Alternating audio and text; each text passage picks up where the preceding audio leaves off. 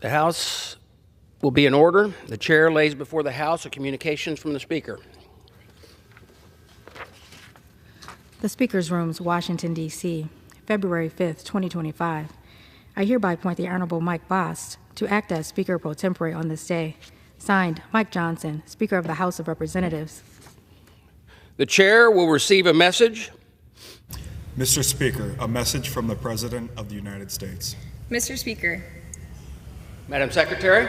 I am directed by the President of the United States to deliver to the House of Representatives a message in writing. To the order of the House of January 3rd, 2025. The chair will now recognize members from lists submitted by the majority and minority leaders for morning hour debate. The chair will alternate recognition between the parties with time equally allotted between the parties, and each member other than the majority and minority leaders and the minority whip are limited to 5 minutes, but in no event shall the debate continue beyond 11:50 a.m. The chair now recognizes the gentleman from Texas, Mr. Green, for 5 minutes.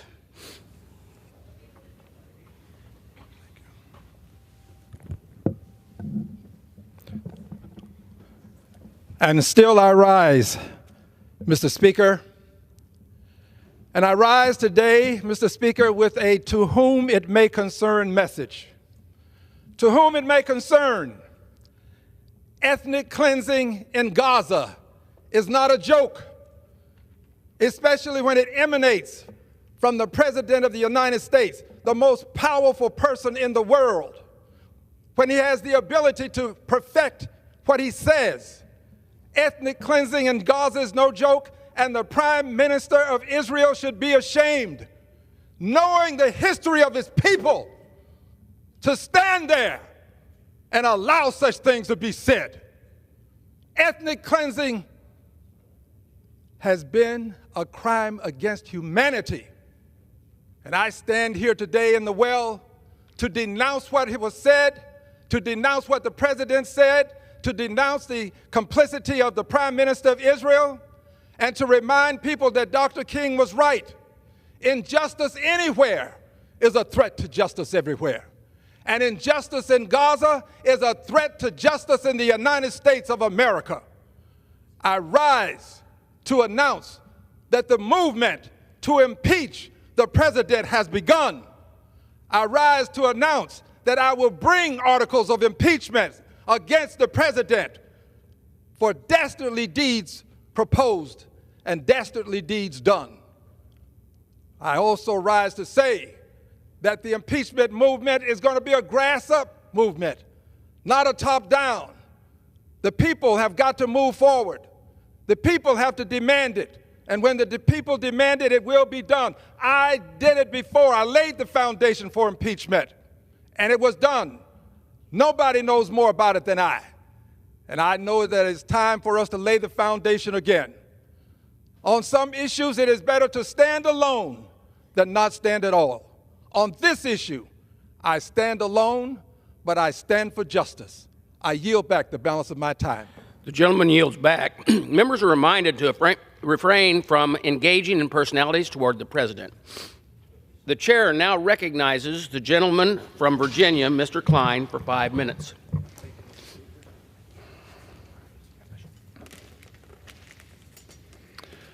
Thank you, Mr. Speaker. I rise to recognize my constituent, Mr. David Price of Fishersville, Virginia, who was named the grand champion of the 2024 Virginia Truck Driving Championship. David has been a professional truck driver for 33 years and has been employed with FedEx Freight for the last 18. He's logged 3.3 million miles without an accident, making him the perfect candidate to enter the competition. Contest opened on day one with a written exam and concluded the following day with competitors scoring on a pre-trip inspection and driving course skills test. David demonstrated his knowledge and expertise in all areas to take home the Virginia Straight Truck title. He also captured the best course score and best pre-trip inspection honors to qualify him for his 4th National Truck Driving Championship. Truck drivers like David are the backbone of our economy, delivering essential goods across the United States. But beyond the loads they carry an enormous responsibility, ensuring the safety of everyone and a commitment to sharing the road. David's grand champion status is a testament to his discipline, focus, and care for his fellow drivers. Mr. Speaker, the communities throughout the 6th District of Virginia and across the entire nation turned into border communities under the last administration. This was the direct result of the failed leadership of President Biden and Secretary Mayorkas, who allowed deadly fentanyl to pour through our open borders for 4 years. In 2023, over 107,000 Americans tragically died from drug overdoses. Of those, 75,000 were due to synthetic opioids, primarily illicit fentanyl. Fentanyl has become the #1 cause of death for adults aged 18 to 49. Even in my home state of Virginia, drug cartels were caught smuggling rainbow-colored fentanyl specifically intended to target our children. Enough is enough. That's why this week the House will vote on the Halt Fentanyl Act to address this crisis head-on. Introduced by my colleague, Representative Griffith, the Halt Fentanyl Act will increase penalties for fentanyl traffickers, support research into the devastating mental health effects of fentanyl, and equip law enforcement with the authority and resources needed to keep this deadly drug off our streets. Unlike the previous administration, House Republicans are stepping up to protect the American people. We are committed to fighting back against the fentanyl crisis, securing our borders, and saving lives. We must pass this important legislation to protect innocent lives and ensure the safety of our families and our communities. Mr. Speaker, I rise today to recognize and commend a resident of Verona, Virginia, who cares passionately about preserving the lands and cultures that epitomize our American heritage. On December 11, 2024, in a ceremony in Washington, D.C., it was announced that Dale Meyerhofer received the National Park Service 2023 Director's Award for Excellence in Natural Resource Management. Mr. Meyerhofer is a biological technician whose undaunted efforts to save Shenandoah National Park's remaining eastern hemlock trees preserved an ecologically important resource for the park. After the death of 95% of the park's hemlocks from an invasive insect, Meyerhofer, with the help from volunteers and park staff, used insecticide treatment to protect more than 30,000 hemlocks. To reduce the park's reliance on pesticide treatments, Meyerhofer worked with researchers from Virginia Tech to procure and release host-specific predatory beetles and flies in hopes of controlling the invasive insect. This effort culminated in major success for Shenandoah National Park and the 6th District of Virginia. We thank him for his persistence and contribution to our great nation. Mr. Speaker, I rise to recognize the Restoration Community Development Corporation in Luray, Virginia, and its selfless founder, Pastor Audrey King. Pastor King grew up in Page County and has made a difference in the community since he moved back 8 years ago. Pastor King founded Living Legacy, a community nonprofit that serves as an umbrella organization focused on underprivileged youth. Its most recent initiative is the Restoration Community Development Corporation, which aims to restore houses and give unhoused mothers and their children a place to live. A house in the heart of Luray was rehabilitated in December and is now home to 4 moms and 11 children who are grateful to live together as a family. The moms attend church service and life skill classes and are offered recovery sessions as needed. They also pay a portion of the upkeep and save for the future. Pastor King hopes to finish a second house for fathers by the end of February and eventually hopes to expand across the county. Mr. Speaker, I commend the Restoration Community Development Corporation and Pastor King for their exceptional work in the 6th District of Virginia. I yield back.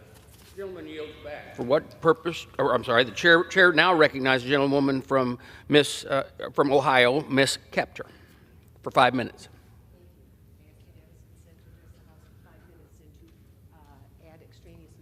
Without objection, the gentlewoman is recognized. Thank you. Mr. Speaker, I rise to honor and remember architect Friedrich St. Florian.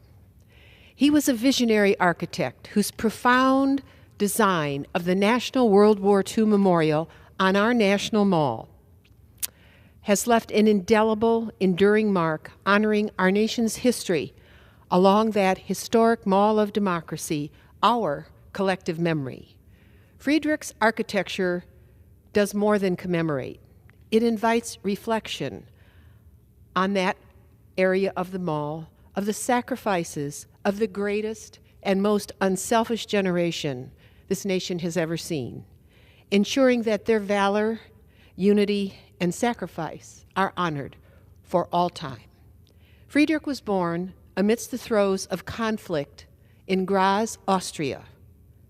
Friedrich's early experiences of war profoundly shaped his values and vision.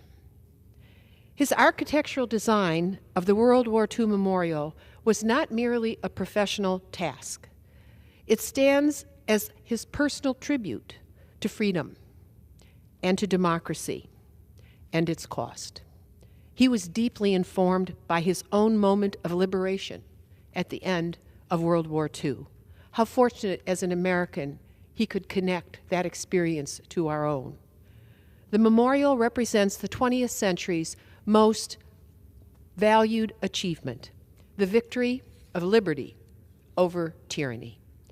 As an Austrian by birth and an American by choice, Friedrich brought grace, dignity, artistry, along with his deeply held belief in the cost of liberty. The memorial and its design stands as a testament to his commitment to honor the sacrifices of those who fought to save liberty for our generation and those to follow. As we reflect on his enormous legacy, let us visit the National World War II Memorial, as nearly 100 million Americans have done already. Let us share the stories of those who served and what they fought for and against, and ensure that their sacrifices continue to inspire future generations. Friedrich St. Florian's work remains a symbol of our gratitude, a beacon of hope for peace, where nearly, as I've mentioned, visitors from near and far have come. And as the designers intended, this memorial sits between the Washington Monument and the Lincoln Memorial and was designed as a plaza where people can come and reflect on the awesome history of our great country. Thank you, Friedrich, and your family, and all those who assisted you for your monumental gift from the 20th century to our nation going forward. You will be dearly missed, but through your outstanding work with every detail, even the type of stone that was used, you will never, ever be forgotten. Thank you, Mr. Speaker. I yield back. Yields back. The chair now recognizes the gentleman from Arizona, Mr. Siscomani, for 5 minutes.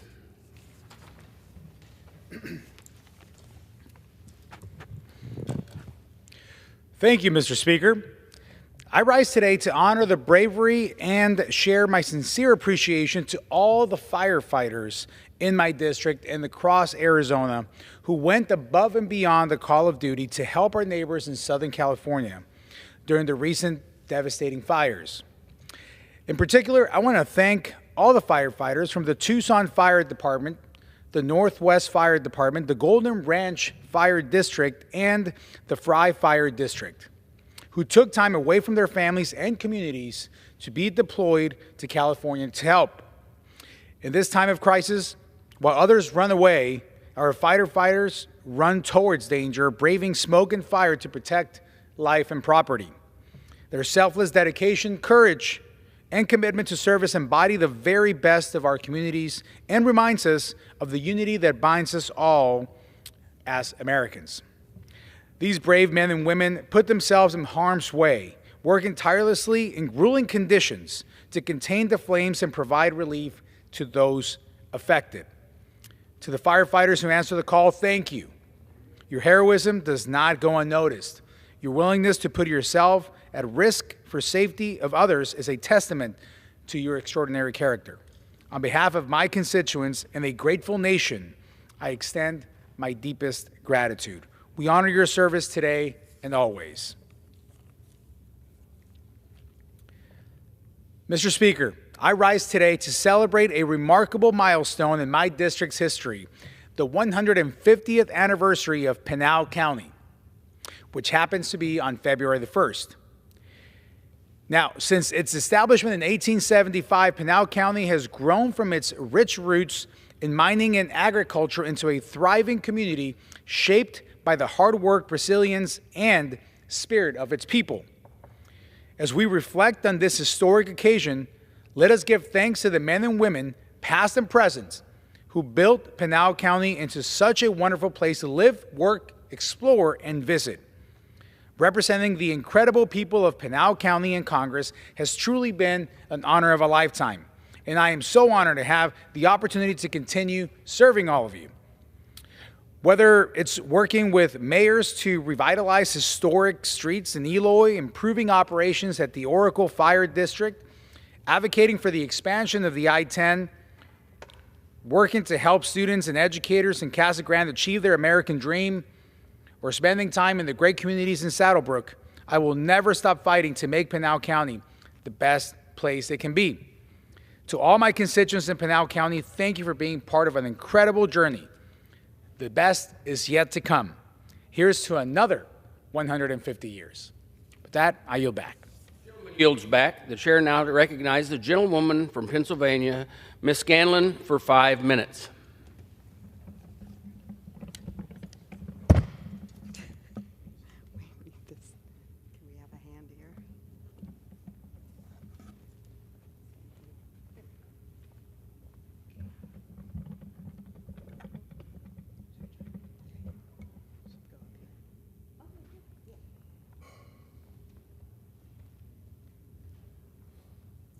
Thank you, Mr. Speaker. I rise this morning to urge federal workers in Pennsylvania and across the nation to exercise extreme caution as they consider the bogus buyout plan that the White House is pressuring them to accept.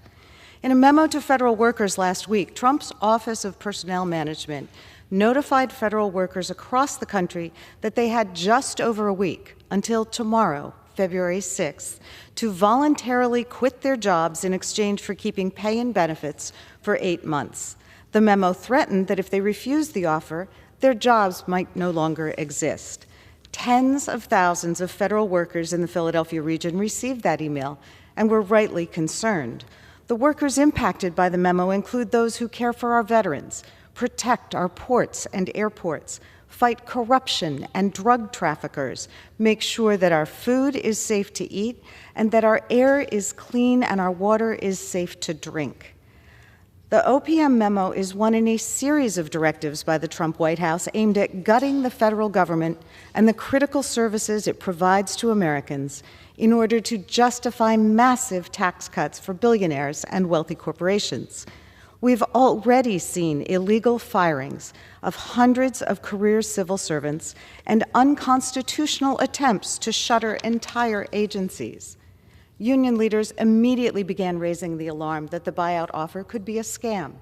Congress has not authorized or funded these radical cuts to the government workforce and services, and employees could be left without the pay, benefits, and protections to which they are entitled by law. The proposed workforce reductions would make it impossible for the federal government to deliver the services that Congress has authorized and Americans deserve. They would, however, make it easier for large corporations to take advantage of consumers and employees and to pollute the environment. The unions have filed suit to protect their employees. And yesterday, 12 state attorneys general, including those in New Jersey and Delaware, issued a warning to federal employees across the country that the buyout offer was misleading and should be viewed with caution. But amidst the concern about the legality and impact of this unauthorized buyout, our colleagues from across the aisle at both the state and federal level have gone missing in action. Republicans control both the House and Senate in Washington, and we would welcome their help to stand up for the Constitution, for our constituents, and for the federal workers. So we're going to continue to raise the alarm and do everything possible to protect Americans and our Constitution from the worst abuses of this administration and its billionaire buddies, because construction workers and contractors in our area know that the Trump Corporation never kept its promises with respect to pay and meeting its obligations. And the whole world knows that Twitter became a dumpster fire after Elon Musk tried to impact the exact types of reductions that we're seeing here. So we just want to issue this warning to our constituents across the Delaware Valley, and with that, I yield back. The gentlewoman yields back. The chair now recognizes the gentleman from California, Mr. Lamapa, for 5 minutes. Thank you, Mr. Speaker. I want to speak a little bit about the amazing asset we have available to us in this country in nuclear power, nuclear generation. We're not really taking advantage of that technology as well as we can be for how efficient it is and the multiplier effect it has. So right now in this country we do have 93 commercial nuclear reactors, and they generate approximately 20% of the nation's electricity. So we are indeed a very large producer of nuclear power in the world. scheme of things, but we have some very good partners around the world in France and Japan and some of the other Western countries that are really good at it as well. Within the U.S., we have reactors in 28 different states. Illinois leads that with 11 reactors. Pennsylvania has 9. California has 1. It used to have 2. And we're lucky we have the 1, as they had a recent just 5-year extension on the life of what's called Diablo Canyon. And so its usable life is at least 20, 30, maybe 40 more years, or beyond that with retrofitting. So I hope we can hang on to that, because that alone represents, in just my home state, California, 9% of the grid with just one plant. Can you imagine knocking that out and just removing 9% off the grid? It provides 24/7, 24 hours, 7 days a week, 365-day a year power. You don't have to wait for the wind to blow. You don't have to wait for the sun to come up or the clouds to part. It's reliable electricity. Indeed, it has a capacity factor of about 92%, which indicates how reliable it is, how efficient it is. It's also used extensively in our Navy, providing amazing performance for our aircraft carriers and especially our submarines. Old-style submarines used to have to surface to recharge the batteries and run diesel at that point. Our nuclear subs can stay underwater for as long as they strategically need to. And that's a great asset for our carriers as well, because those are very large craft, and the amount of fuel they would need otherwise, except for this really small ball of energy that is within that nuclear reactor, propels those for years and years at a time. It's really amazing how much power comes from that concentrated area.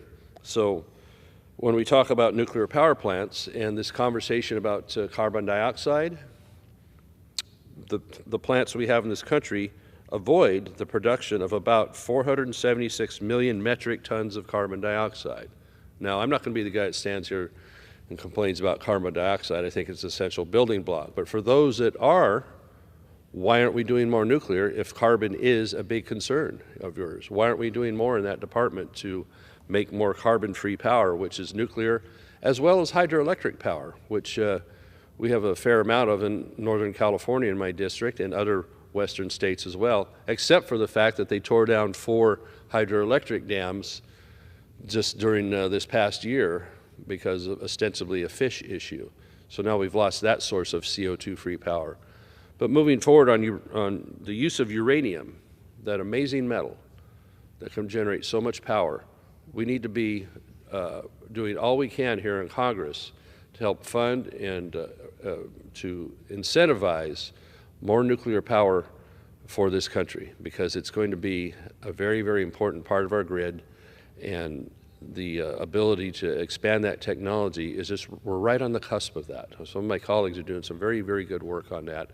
And so the United States should be moving forward on that and taking advantage of that, as well as developing the uranium supplies that we need for nuclear generation, as well as the amazing uses that there is in medical technology. So why aren't we producing more of it in this country where we do have reserves, and we need to find more reserves so we have that, that ability to be self-sufficient on energy. And nuclear power can play a big role in that in the coming years if we in Congress will help expedite that process with the Nuclear Regulatory Agency, having that commission look for ways to expedite getting more permits, getting more online, and as well as approving new technologies which are out there that are even more efficient. And you know, the concern about the nuclear waste, there's ways that are out there that are being developed that could be so much better for how we would store waste or even reuse it. Why are we not recycling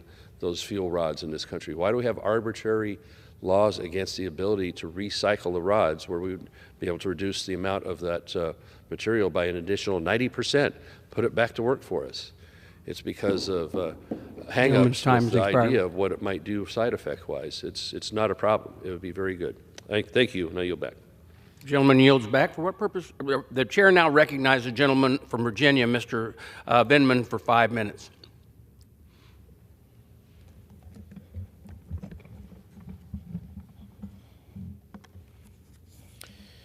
Mr. Speaker, today I rise to introduce a bipartisan bill the Support Military Families Act, that upholds our commitment to both our federal workforce and the families of those who serve our country in uniform. As a 25-year Army veteran, I know the professional sacrifice our military spouses make for the nation.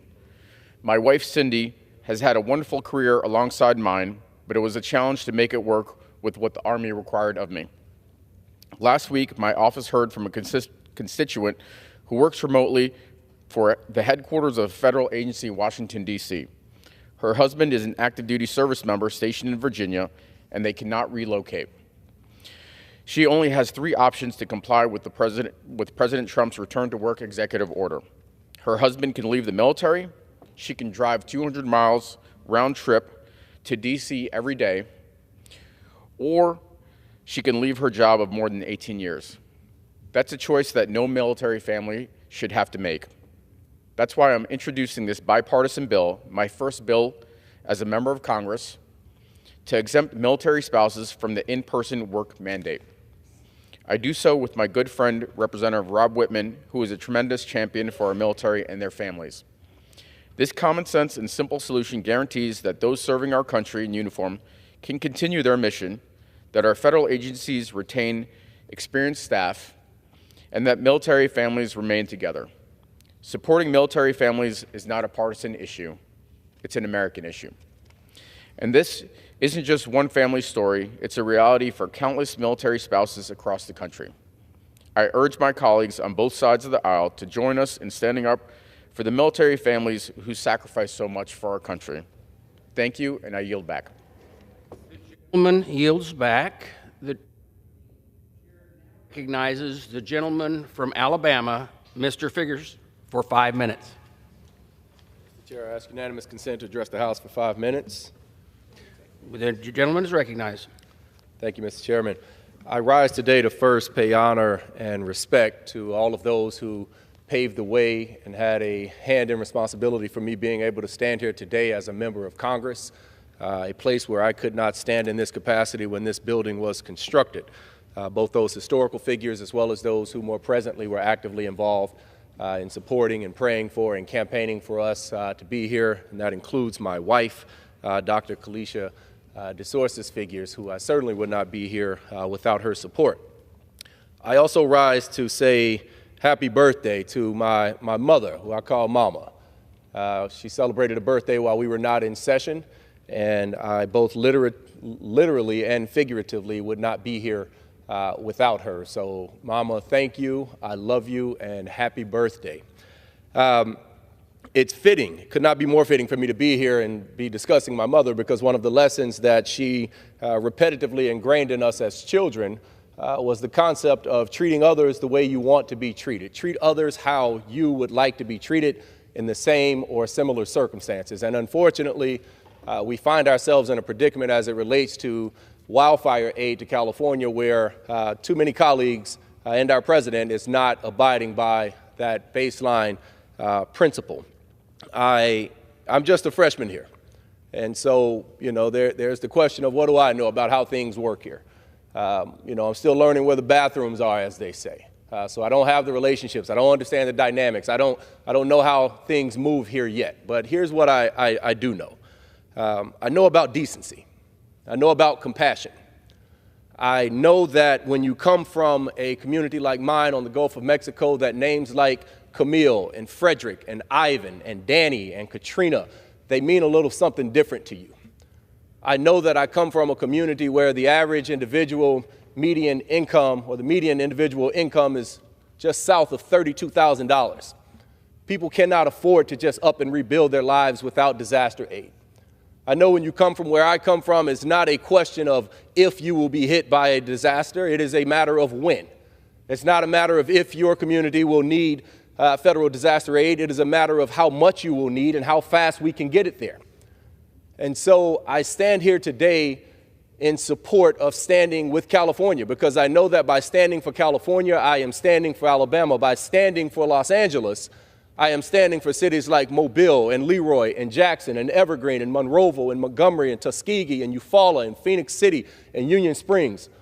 I know enough, even as a freshman, to know that one day the shoe will be on the other foot. I know that we will not always find ourselves in the dynamics now where Republicans are in control of the House. One day, Democrats will be in control. A Republican community will be in need of disaster aid, and not a single Republican now that is supporting applying restrictions and conditions onto the aid will then stand up and say that we should apply conditions to that aid. It is not right. It is unnecessary. And quite frankly, it is un-American. It is not who we are. We pride ourselves on those cornerstones of the religion that most of us claim to abide by in this house, those cornerstones of grace and mercy and compassion.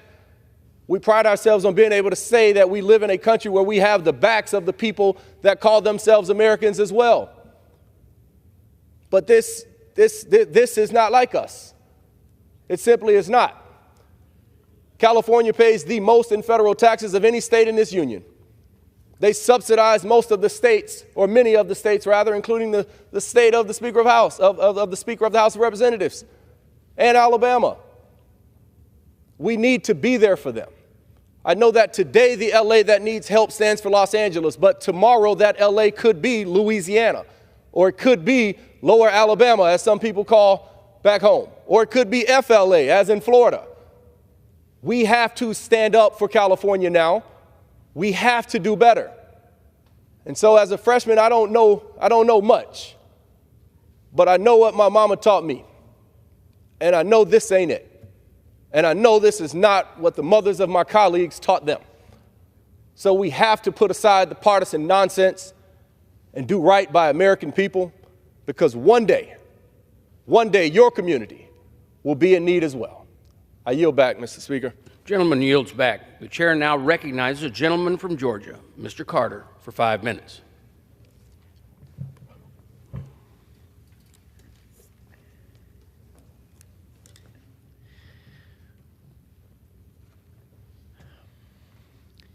Mr. Speaker, I rise today to honor the life and the service of Samuel Lilly, a dedicated pilot and proud resident of Richmond Hill, Georgia, in the 1st Congressional District. His tragic passing in a mid-air collision near Washington, D.C. is a heartbreaking loss for his family, his community, and for our nation. Sam was a graduate of Richmond Hill High School, where he was known for his strong work ethic, his leadership, and his kindness. He was driven, he was hardworking, and always willing to lend a hand to those in need. He had a bright future ahead of him, filled with dreams and aspirations that he was determined to achieve. Beyond his many accomplishments, Samuel was a charismatic and intelligent young man who loved his fiancée, Lydia Coles, flying, his family, and the Lord. His passing leaves an unimaginable void in the lives of those who loved him, but his memory will forever remain in their hearts. The Richmond Hill community has come together to mourn and honor his life, a testament to the impact he had on so many. We extend our deepest condolences to his family, to his fiancée, and to his loved ones. May they find comfort in the lasting memories of his life and his legacy. Thank you, Mr. Speaker, and I yield back. The gentleman yields back.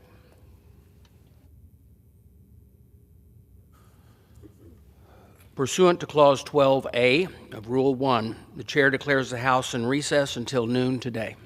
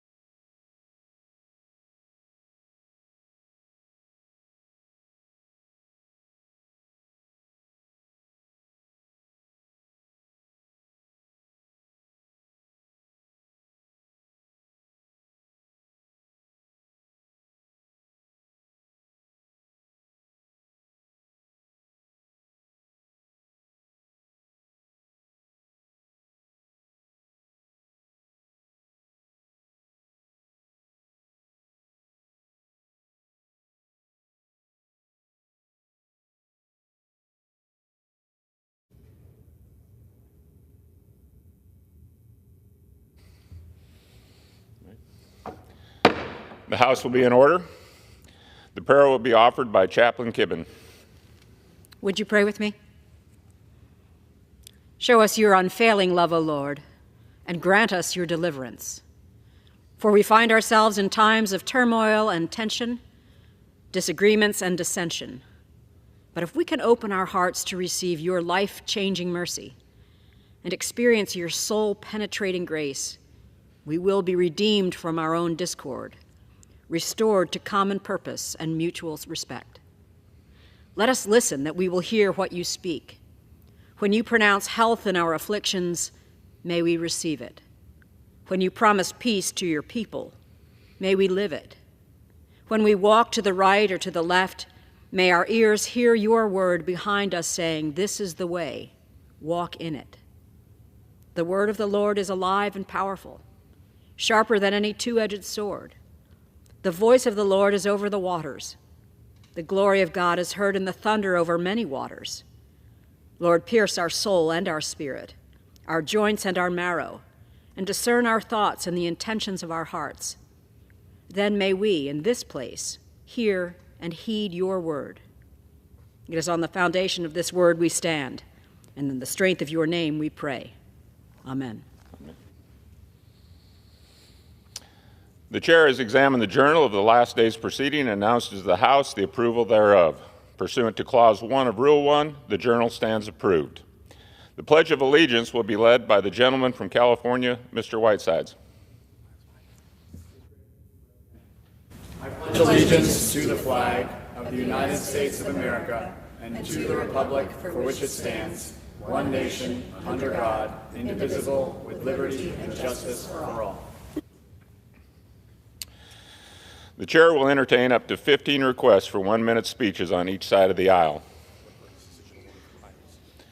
For what purpose does the gentlewoman from Iowa seek recognition?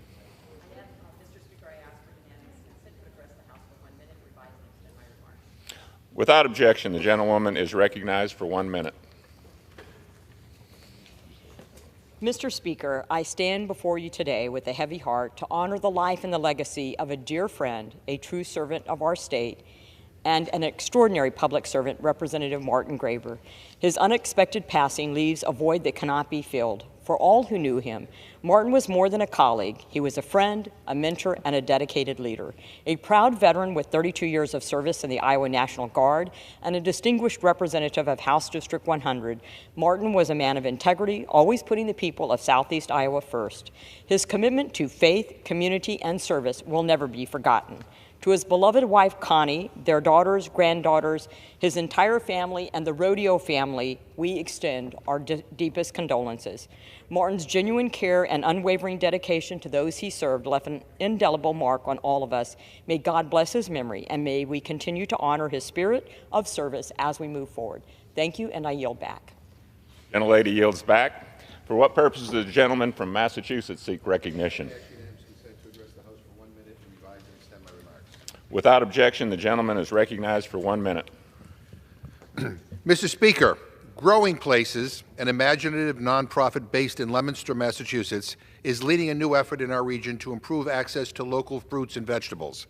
They have established a local food processing center that takes raw produce, items like whole butternut squash, potatoes, apples, carrots, cauliflower, peels, chops, and packages it into easy-to-consume form. When I visited, we peeled and cubed local squash for schools and hospitals that can be roasted or easily turned into soup. This processing center helps farmers more easily take the nutritious food that they grow to market. It helps institutions purchase more local food because they often don't have the equipment or resources to prepare the raw produce on site.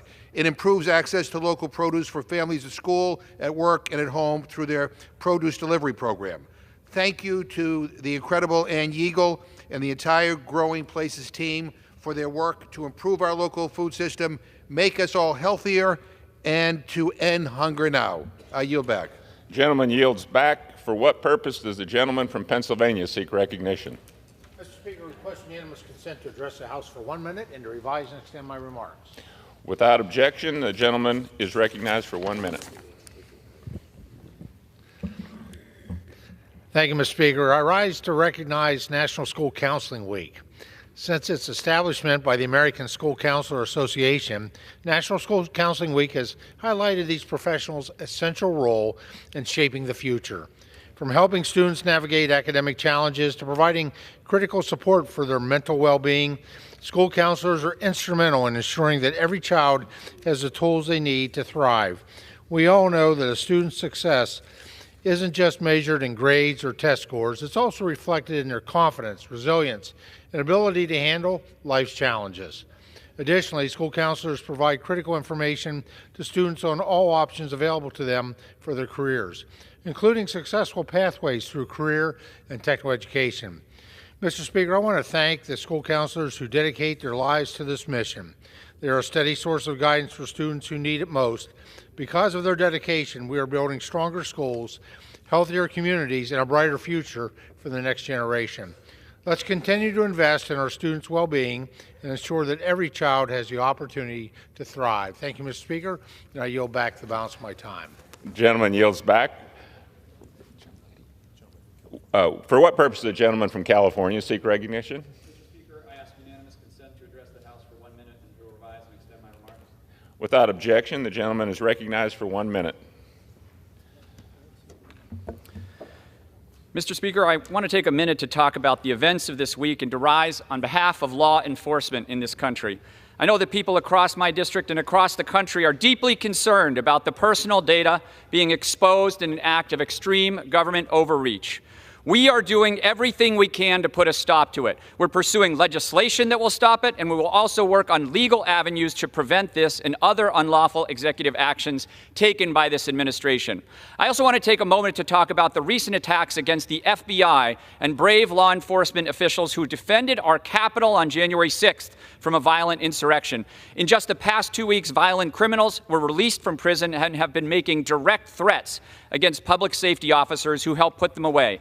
These law enforcement officers have now been asked to step away from their actual jobs to take surveys and loyalty tests to the current president. That's not how we should treat our law enforcement or our FBI or anyone who has put their own safety at risk to protect all of us. We must all step up at this moment, in this historic moment, to be on the record for law enforcement.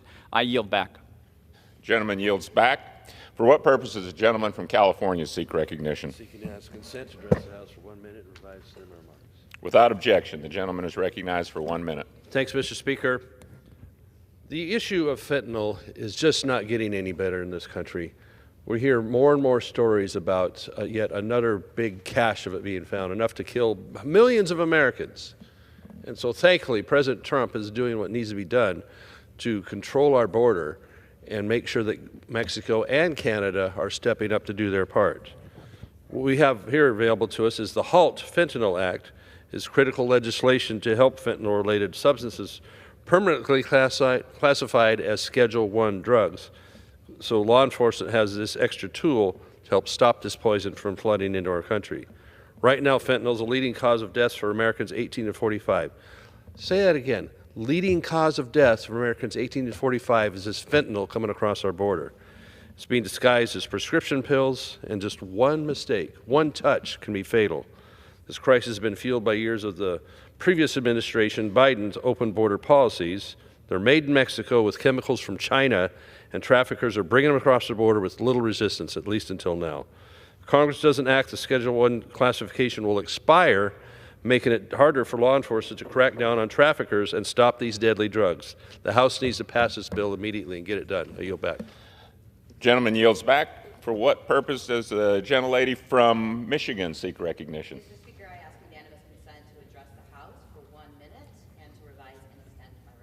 Without objection, the gentlelady is recognized for 1 minute.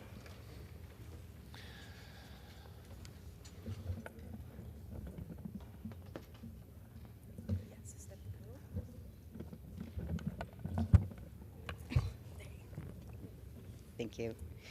Mr. Speaker, I rise to celebrate the life of Veronica Lynn Horn of Frankenmuth, Michigan. Throughout her life, Veronica fought ferociously to make Mid-Michigan a better place to work, start a business, and raise a family. Veronica's leadership quite literally shaped communities like Saginaw County. She served in 2 congressional offices, worked for some of the biggest job creators in our district, was the president and CEO of the Saginaw County Chamber of Commerce and worked with countless nonprofits across the region. As I entered the state Senate, I was lucky to count Veronica and her husband, Ken, as allies in the fight for Saginaw County. Veronica would work with anyone, regardless of political affiliation, to find common ground and attack a problem together. May Veronica's memory serve as a shining example of commitment to faith, family, and community. Thank you, and I yield back. Gentlelady yields back. For what purpose does a distinguished gentleman from South Carolina seek recognition? I ask unanimous consent to address the House in 1 minute, revise and extend my remarks. Without objection, the gentleman is recognized for 1 minute. Thank you, Mr. Speaker. Tunisia's inspiring Arab Spring Revolution in 2011 made the country a symbol of courageous democratic patriots. Sadly, in 2021, Tunisia's dictator, Sayyad, sabotaged the successful democracy. Tunisia has been corrupted into a dictatorship enforced by rule of gun. The constitution and elected parliament are suspended. In rigged elections last October, dictator Sayyad fabricated over 90% of the votes, jailed opponents and parliamentary members, including the former prime minister and parliamentary speaker, who were illegally sentenced today, coordinating with war criminal Putin, the Chinese Communist Party, and the terrorist regime in Tehran. Aid to Tunisia should be suspended and sanctions imposed until democracy is restored. I urge support for the Tunisian Democracy Restoration Act. In conclusion, God bless our troops as the global war on terrorism continues. Open borders for dictators puts all Americans at risk. A more 9/11 attacks is imminent, as warned by the FBI. Trump is reinstituting existing laws to protect American families with peace through strength, fighting fentanyl. Welcome Prime Minister Benjamin Netanyahu to America. We appreciate his success for Middle East peace and prosperity, deterring a nuclear Iran. Gentleman yields back. For what purpose does the gentlelady from the Virgin Islands seek recognition? Mr. Speaker, I ask unanimous consent to address the House for 1 minute and to revise and extend my remarks. Without objection, the gentlelady is recognized for 1 minute. Thank you, Mr. Speaker. I rise today as a former prosecutor and a Republican political appointee in the Bush administration's Justice Department. I know the law, and all I see is the president and Elon Musk unelected cabal flagrantly breaking the law. Last week, the Trump administration recklessly issued and then rescinded a memo freezing taxpayer funds lawfully appropriated by Congress to local agencies, nonprofits, and school districts.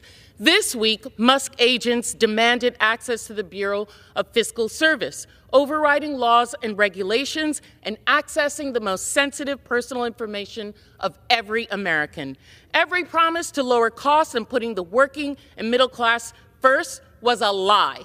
The reckless quest to sell out the American people and silence opposition jeopardizes our national security and undermines the very foundation of our country. Project 2025 is the playbook, fear is the weapon, and greed is the point. I yield back. Members are reminded to refrain from engaging in personalities towards the President. For what purpose does the gentleman from Florida seek recognition? Mr. Speaker, I ask for unanimous consent to address the House for 1 minute and to revise and extend my remarks. Without objection, the gentleman is recognized for 1 minute. Mr. Speaker, I thank you for this time, and I rise today and extend my gratitude to the Brevard County Sheriff Wayne Ivey and his dedicated men and women of the Sheriff's Department for their unwavering commitment to protecting our community. Just last week, I had the opportunity to sit down with Sheriff Ivey and actually go on that ride-along and see the challenges that they face each and every day.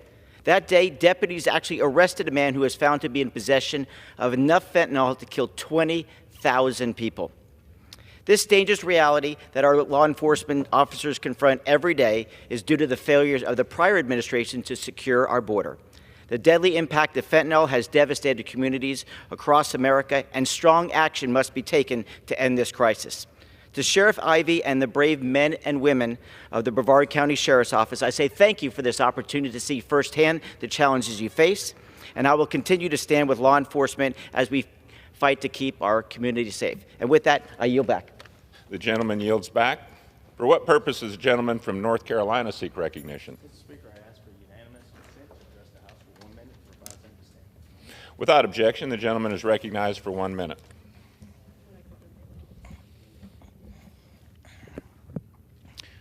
Mr. Speaker, I rise to honor Kenneth Lee Parker, the former mayor of Momire, North Carolina. Kenneth was a dedicated public servant and a true pillar of the Momire community. For over 25 years, he selflessly served as mayor, dedicating his time as assistant fire chief and a volunteer EMT. Kenneth's commitment to his community didn't stop there. For 52 years, he was actively involved in the Ruritan Club, where him and his wife, Colleen, provided delicious meals. And he gracefully embodied its motto, fellowship, goodwill, and community service. We reflect on Kenneth's remarkable life and contributions, and I extend my prayers to his family and all those who were fortunate enough to have known him. His legacy and kindness and service will forever resonate in our hearts. May we all find inspiration in Kenneth's example and strive to make a difference as he did. Thank you, Mr. Speaker. I yield back. The gentleman yields back.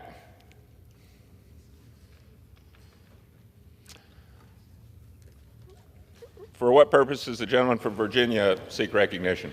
Mr. Speaker, by direction of the Republican Conference, I offer a privileged resolution and ask for its immediate consideration.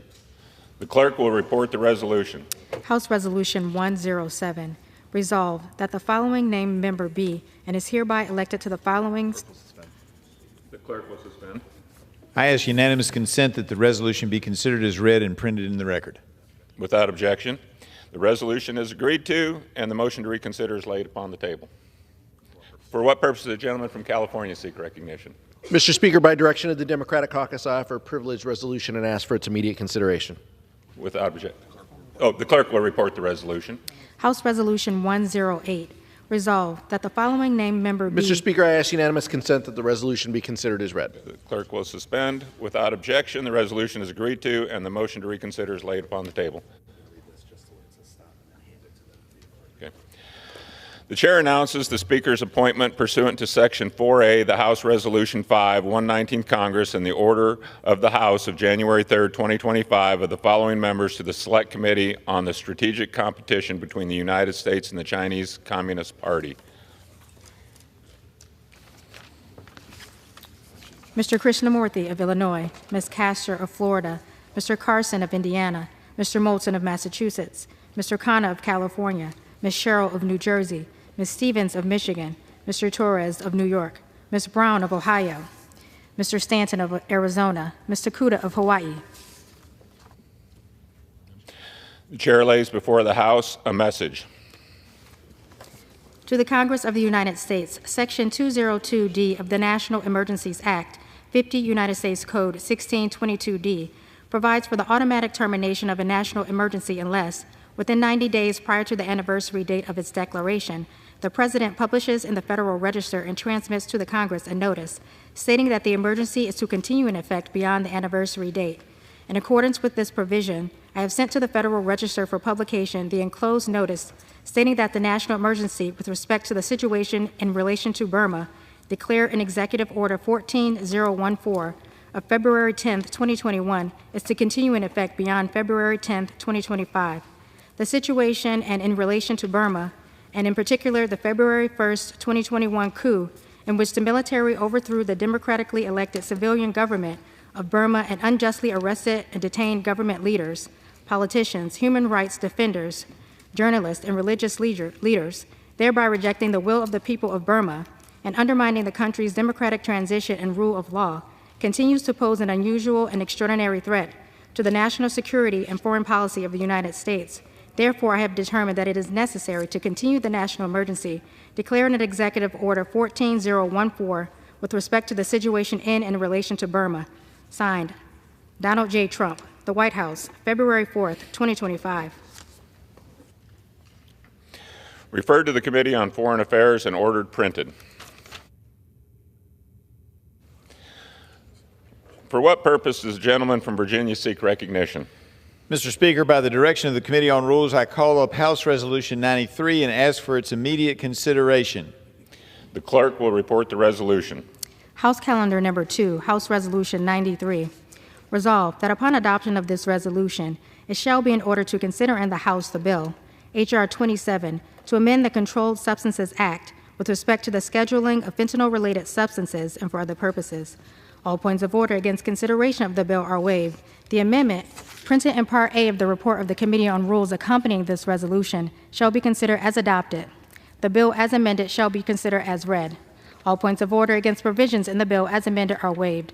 The previous question shall be considered as ordered on the bill as amended and on any further amendment thereto to final passage without intervening motion except 1 hour of debate, equally divided and controlled by the chair and ranking minority member of the Committee on Energy and Commerce or their respective designees.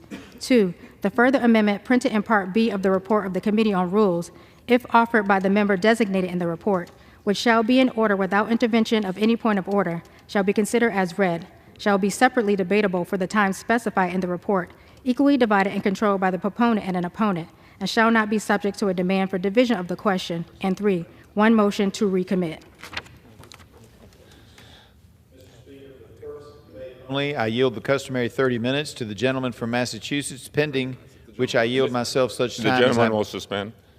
The gentleman from Virginia is recognized for 1 hour. Thank you, Mr. Speaker. For the purpose of debate only, I yield the customary 30 minutes to the gentleman from Massachusetts, pending which I yield myself such time as I may consume. During consideration of this resolution, all time yielded is for the purpose of debate only. Mr. Speaker, I further ask unanimous consent that all members have 5 legislative days in which to revise and extend their remarks. Without objection. Last night, the Rules Committee met and reported out a rule for one measure, H.R. 27, the Halt Fentanyl Act, under a structured rule. The rule provides for 1 hour of debate equally divided and controlled by the chair and ranking minority member of the Committee of Energy and Commerce or their respective designees, and provides one motion to recommit. As most members know, unfortunately, we all know somebody who's been affected by the drug overdose epidemic plaguing our country. According to the Center for Disease Control and Prevention, in 2023, there were more than 107,000 overdose deaths that occurred in the United States. These staggering numbers are due in large part to the increased presence of fentanyl and fentanyl analogs or fentanyl-related substances, which are approximately 100 times more potent than morphine and 50 times more potent than heroin. The lethal dose of fentanyl is just 2 milligrams, or about 4 grains of sand. A loophole that cartels use and have tried to use to traffic illicit fentanyl into our country is by changing just one component of fentanyl's chemical structure in order to create a fentanyl analog or a fentanyl-related substance. The cartels did this in an attempt to evade our criminal laws. Right now, fentanyl analogs are considered Schedule I substances, but only because of a series of temporary scheduling orders, which is now set to expire on March 31st, 2025. Along with my colleague, Mr. Latta from Ohio, we decided to introduce H.R. 27, the Halt Fentanyl Act. The bill aims to curb overdose deaths by permanently scheduling fentanyl analogs or fentanyl-related substances as Schedule I substances. This will strengthen law enforcement's ability to prosecute fentanyl traffickers and act as a deterrent. The Halt Fentanyl Act also promotes research by improving the registration process to eligible individuals so that they can conduct studies on Schedule I substances with appropriate safeguards. In the Energy and Commerce Committee, we have heard testimony that there may be as many as 4,800 individual analogs or related substances, fentanyl-related substances. Our experts at the NIH, the FDA, and others have studied roughly 30 to 40 of those 4,800 analogs or fentanyl-related substances. By encouraging research of Schedule I substances like fentanyl analogs, we can better understand how these substances work and how we can prevent potentially harmful impacts in the future, or even find a better use or a better opportunity than the current fentanyl that we use. Better fentanyl, because fentanyl has a proven medical use, it is considered a Schedule II narcotic, as the speaker knows, having practiced medicine for many years. But illicit derivatives of fentanyl, also called fentanyl analogs, currently have not demonstrated a medical value. Let me be clear, this bill will have no impact whatsoever on physicians' ability to administer fentanyl in medical settings. The HALT Act deals specifically with fentanyl analogs or fentanyl-related substances, not medicinal fentanyl. The Biden administration even released a statement when this bill passed through the House last Congress, stating that they supported permanent scheduling and streamlined research for fentanyl and fentanyl-related substances. We must address this bipartisan issue immediately and not allow this temporary extension to expire. Once fentanyl analogs are permanently scheduled in Schedule I, Congress will continue to build off this work to continue to address the illicit fentanyl crisis. According to a 2021 GAO report, there was a 90% decrease in these fentanyl analogs coming into our country the year they were first placed into Schedule I. This bill is a critical step in combating the opioid crisis in our country because China and Mexico are heavily involved in this business. China is sending the precursors of fentanyl and fentanyl analogs to the cartels in Mexico, who are then bringing it across our border. By making these analogs permanently Schedule I, it removes the incentive for the cartels to traffic these analogs or fentanyl-related substance drugs into our country. China even realized the risk of fentanyl analogs and permanently scheduled those analogs on their strictest schedule. Other countries have followed suit and done the same. Last Congress, this bill cleared through Energy and Commerce on a bipartisan basis and then passed on the House floor with 74 Democrats voting in favor. The bill has the support of many law enforcement agencies and other entities calling for the need to pass the bill as it is. We must act quickly to make the scheduling order permanent before it expires again at the end of March. Mr. Speaker, I reserve the remainder of my time. Gentleman from Virginia reserves. The gentleman from Massachusetts is recognized. Well, thank you, Mr. Speaker, and I want to thank the gentleman from Virginia for yielding me the customary 30 minutes, and I yield myself such time as I may consume. The gentleman's recognized. Mr. Speaker, with respect to the legislation at hand, the so-called HALT Fentanyl Act, all I can say is folks on the other side must be living on another freaking planet. Mr. Speaker, Republicans want to come down here and lecture people about fentanyl. Let's talk about fentanyl. President Donald J. Trump, during his very first week in office, pardoned a drug dealer who helped fentanyl pour into our country. Let me repeat that nice and slowly so it sinks in.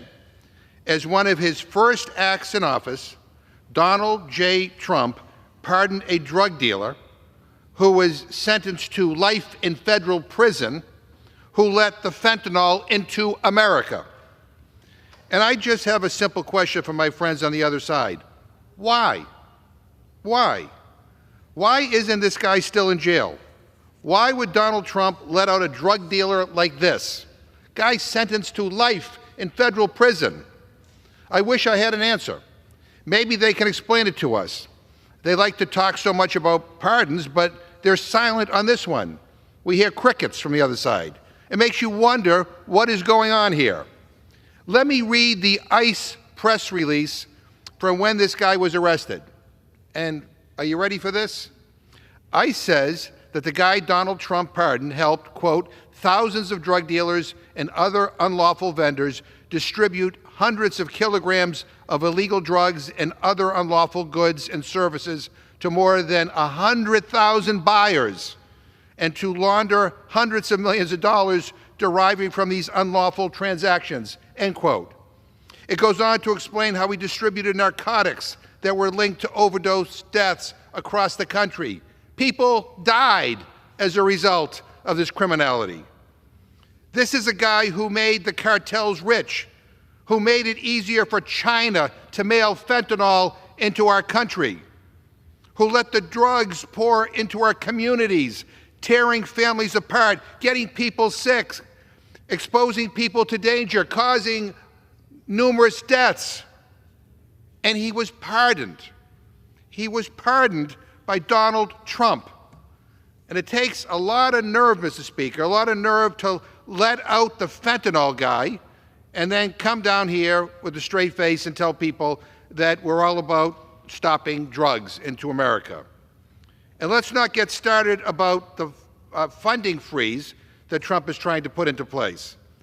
Trump wants to block hundreds of billions of dollars in bipartisan funding for law enforcement, including blocking money going after fentanyl, state and local law enforcement assistance, the Substance Abuse and Mental Health Services Administration, the High-Intensity Drug Trafficking Areas Program. Republicans are in court right now fighting to gut it all. And why are they doing this? Why are they doing this? The answer is very simple, actually. They are stealing taxpayer dollars. Republicans want to steal from you, the American people, to give Elon and Trump more tax breaks, more tax write-offs for their private jets, their mansions, islands, and yachts. It's corruption. Good old-fashioned, plain and simple corruption.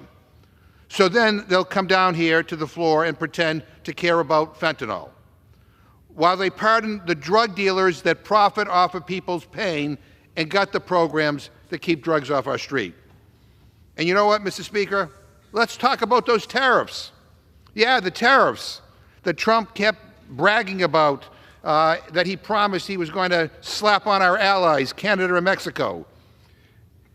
If he was successful, they would have sent domestic costs on food, gas, and household goods spiraling out of control. Then, when people started paying attention, when we stood up for the workers, when the public fought back, Trump folded. He lost. He rescinded his funding freeze. He walked back his tariffs, and he got nothing in exchange. Trump wants to give us this impression that he has power and strength. He really has none.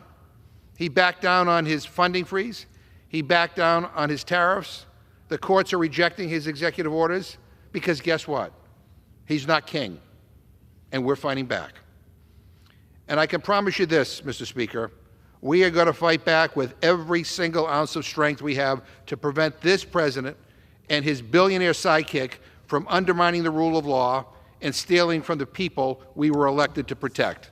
I reserve. Gentleman reserves. Gentleman from Virginia is recognized. Mr. Speaker, I understand there's all kinds of concerns on the other side of the aisle, but we're talking about the Halt Fentanyl Act. And I could stand here and talk about Burma. We heard today that the President has extended the emergency situation with Burma in that undemocratic country where they overthrew the democratic-related government, and talk about how Burma, also known as Myanmar, is the largest cultivator of opium products and the producer of heroin globally, second only to Afghanistan. That doesn't have anything to do with Halt Fentanyl.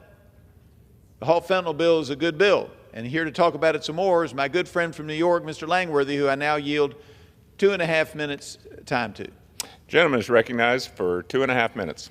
Thank you, Mr. Speaker, and I want to thank the gentleman from Virginia for yielding the time. I rise in strong support today of the rule which provides consideration of the Halt Fentanyl Act. For 4 long years, the American people suffered from an administration that time and again refused to take seriously the flood of deadly fentanyl-related substances and analogs flooding into our communities. Fentanyl-related overdose has remained the leading cause of death for Americans aged 18 to 49 for much of the last several years. Millions of families have been torn apart in our towns and our cities, have suffered from the blight of crime and homelessness that has grown from this epidemic. Not one corner of our country has been left untouched by the fentanyl crisis. Urban, suburban, rural, rich, poor, old, young, lives have been torn apart, families have been torn apart. The previous administration could have addressed this tragedy head on by securing our borders and protecting our communities. But time and again, they refused. and Democrats here in the House of Representatives supported that decision.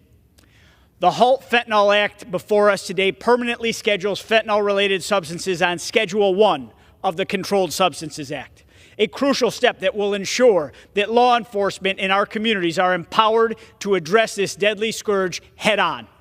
To my colleagues on the other side of the aisle who spent years cheering at an administration that allowed the flood of these substances to pour in from our southern border unchecked, now is your time to support one important step in combating the epidemic that has taken too many lives and destroyed too many homes and communities.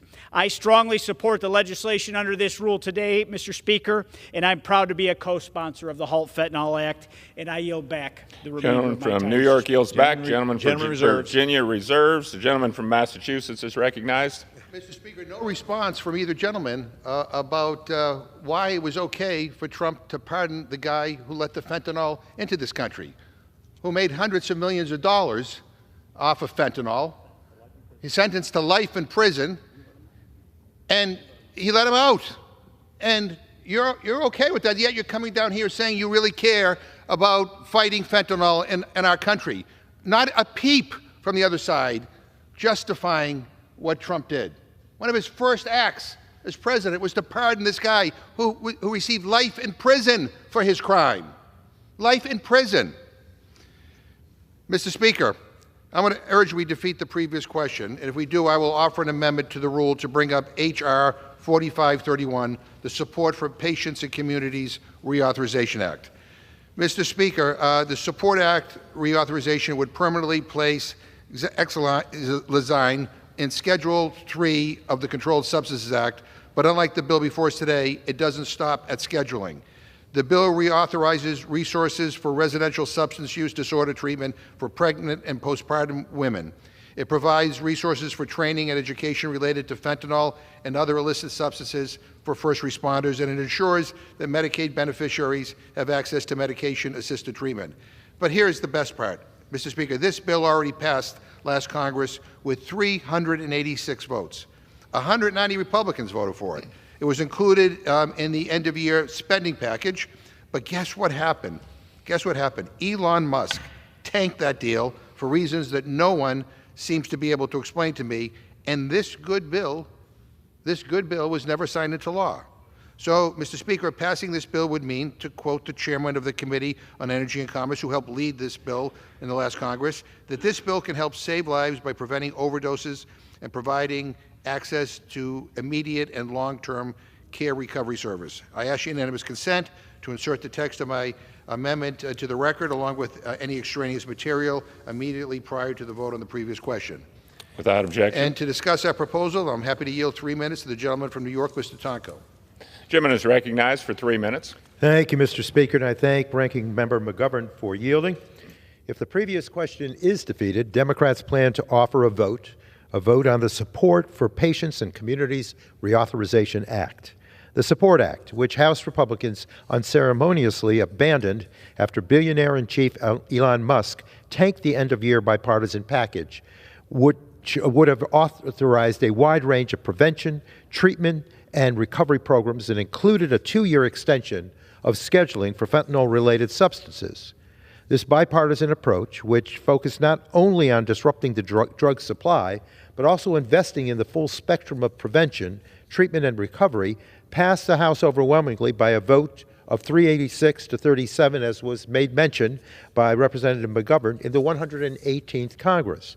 Passing this vital legislation would have helped continue our progress against the overdose epidemic, which finally saw overdose deaths start to decline during the Biden administration after skyrocketing during the first Trump administration.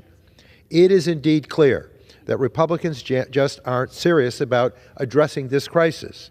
They're using cheap sound bites and photo ops to exploit parents' pain and to distract Americans, while President Trump, Elon Musk, and their cronies rob us blind and dismantle the very programs that individuals rely upon to get treatment and life recovery for their situations.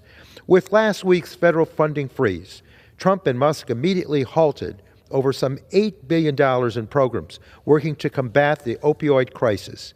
including $6.5 billion for SAMHSA that would support naloxone distribution in our communities, drug-free community programs to keep kids off drugs, and medication-assisted treatment programs. It also authorized $1.5 billion for addiction research at the National Institutes of Health to help deliver the next generation of life-saving treatments. Unfortunately, that's not all. As we speak, Republicans are cooking up plans to steal over $2.5 trillion from Medicaid, jeopardizing health care for 72 million people and decimating the single biggest payer for substance use care, just so that they can give more tax breaks to Elon Musk and his billionaire buddies, cutting life-saving prevention and treatment services to the bone while trying to restart a failed 1980s war on drugs. America should just say no. In closing, I urge my colleagues, Mr. Speaker, to defeat the previous question so that we can vote on a real plan to tackle this epidemic that continues to ravage our communities. And with that, I yield back. The gentleman yields back. Members are reminded to refrain from engaging in personalities towards the President. Gentleman from Massachusetts reserves. Gentleman from Virginia is recognized. Mr. Speaker, I keep thinking I'm here to talk about halt fentanyl. We keep talking about all kinds of other things. Now, my colleagues have acknowledged that this halt fentanyl bill passed in the last Congress with a large majority. Yet here we are using this as a vehicle to talk about everything else they think is going wrong in the world. Well, Mr. Speaker, I've got a little bill here. It does some good. We ought to pass it. If my colleagues want to talk about lots of other stuff, they're entitled to. That's their right. But I don't want the focus taken off of the halt fentanyl bill. It's a good bill. It helps law enforcement. It helps slow down the flood across the southern border. That's what we're here about today. Now, I know they've got this motion for the, if the motion for the previous question fails, they're going to introduce a different bill. But my understanding is that their bill completely eliminates, it doesn't have anything in their language about halt fentanyl. This is something a large majority of Congress wants to get done. Let's get it done. Let's stop all the rhetoric. Let's stop trying to point fingers at us and everybody else for other things. Let's just do our jobs. I think that's what the American people want us to do. In fact, I hear a lot of times from my constituents back home, they're tired of seeing these gigantic bills. It sounds like what my colleagues on the other side want is some more gigantic bills that people vote, kind of like the former speaker said, we got to vote for it so we can find out what's in it. I'd rather vote on bills I know what's in it. That's why I read all the bills if I plan to vote for it. I helped write this bill. I'm the lead sponsor on this bill. It's an easy bill to read. It's pretty straightforward in what it does and what it's supposed to do, and what we're trying to do, which is President Biden thought it was okay. He issued a statement in favor of it last term. This term, President Trump says he's in favor of it. I mean, this is a bipartisan approach to solve a problem. Does it solve all the world's problems? Of course not. But it solves a problem that our law enforcement has that helps the bad guys, the people making the precursors in China, the people in the cartels in Mexico, flood across our southern border with these harmful fentanyl-related substances and analogs. Makes it easier for our law enforcement people to focus on illegal fentanyl. Now, fentanyl is legal for medicinal purposes, and it will be even after this bill. And then there's something else that they haven't mentioned, and I mentioned it briefly, but I want to talk about it a little bit further, Mr. Speaker. And that is the component in this bill that allows for research on the 4,800 other related substances or analogs that we believe are out there. And it's a rough number. Nobody knows till they get in and start experimenting, but we heard that testimony in the Energy and Commerce Committee. Because there might be some benefit to some other analog. There might be some benefit. There might be. But we don't want it out there on our streets until we know, or being used in medicinal reasons, until we know for sure that it does something positive for society. Right now, all the analogs that we've seen are either inert or just as bad as illegal use of fentanyl. And so this bill needs to be passed. I understand they don't want to talk about this, they want to talk about everything else. But that's not why we're here today. And when I came to Congress, I pledged to read the bills. I pledged to talk about what it is we're talking about today and not talk about everything else in the world that I think we might be able to fix someday or that we might ought to do someday. There's a process for that. As my friend Terry Kilgore used to tell me all the time, somebody would come up with an idea and they'd want to put some kind of an amendment on or change the bill around. We had a nice little simple bill. Now, Mr. Kilgore was a member of the Virginia House of Delegates. He is still a member of the Virginia House of Delegates, and he was my seatmate. And he came up with a famous phrase when people wanted to rearrange the bill in a way that he didn't think was proper or put an amendment on it that would completely change the bill or defeat, in this case, a defeat of the motion for the previous question in order to defeat the halt fentanyl bill and put forward some other bill. He'd say, well, you might have some points to make, but I would say to the gentleman, get your own bill. I reserve. Gentleman reserves. Gentleman from Massachusetts is recognized. Yeah, so, Mr. Speaker, you know what would help end the illegal fentanyl problem here? Would have been Donald Trump not pardoning a drug kingpin, essentially, who brought in illegal fentanyl into our country, who was sentenced to life in prison in a federal court. You know what would have been a strong signal? Not to pardon somebody like that. And I get it why my friends don't want to talk about that, because they don't want to get on the bad side of the president, because then they might get a primary, and then Elon might send all this kind of money into their primary opponent. I get all of that, but I mean, if we're serious here about talking about dealing with fentanyl, we should at least all be able to say what the president did was wrong. And maybe the gentleman wasn't listening to the debate on the previous question, but the gentleman from New York talked for 3 minutes about an alternative bill that would help deal with this problem. And this was a bill that got 386 votes in this House, in the last Congress, 386 votes. And it was in the final package that we were all going to vote on, by the way, that your leadership agreed with, and our leadership agreed with. And then in the Senate, the Republicans and Democrats agreed with. And it was in that bill, but then Elon Musk, sabotaged that bill. So I get it. Look, I've been here for a while, Mr. Speaker. And before I was a member, I worked here as a staffer for George McGovern, no relation, and for Congressman Joe Moakley. And let me tell you, Republicans today do not hold the same values as Republicans from back then. Republicans used to be for backing the blue. Trump pardoned people who beat police officers, and right now he is gutting the FBI, what Republicans used to believe was the citadel of law and order. Republicans used to stand for cutting the deficit.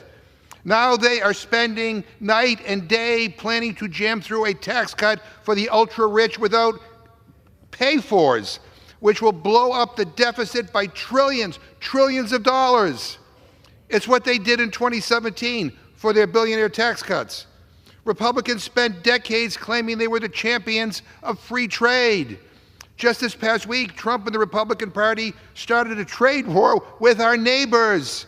Not to mention, they talk nonstop about inflation for the past 2 years, but seem to be fine with slapping this tariff tax on their constituents that's going to make prices across the board in this country go sky high. Is there any principle today's version of the Republican Party won't abandon? Is there anything Trump could do that they wouldn't support or they would even question?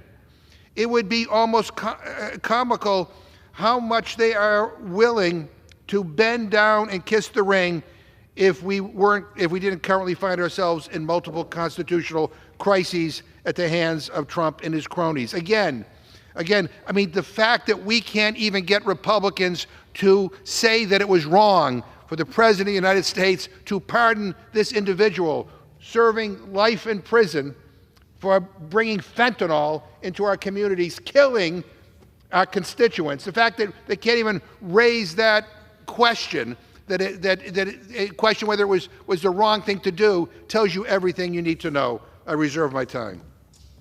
Members are reminded to refrain from engaging in personalities towards the President. The gentleman from Massachusetts reserves. The gentleman from Virginia is recognized. Thank you, Mr. Speaker. It is kind of interesting. I keep thinking we're talking about the halt fentanyl bill, and then I hear all this other stuff. And earlier, one of my colleagues said that we were cooking up some kind of a plan to cut, I forget what the number was now, 2.5, 2.7 trillion out of Medicaid. I haven't heard any such plan being cooked up. I think that's just hyperbole, but that's my opinion. The gentleman keeps asking about a pardon, about somebody that was pardoned. Well, I don't know if he's noticed or not, but I'm not the President of the United States. I don't have the power to pardon. I don't get the information put on my desk about various individual pardons. I didn't make any comments about pardons by the previous president when many people were pardoned or had sitting on death row had sentences commuted.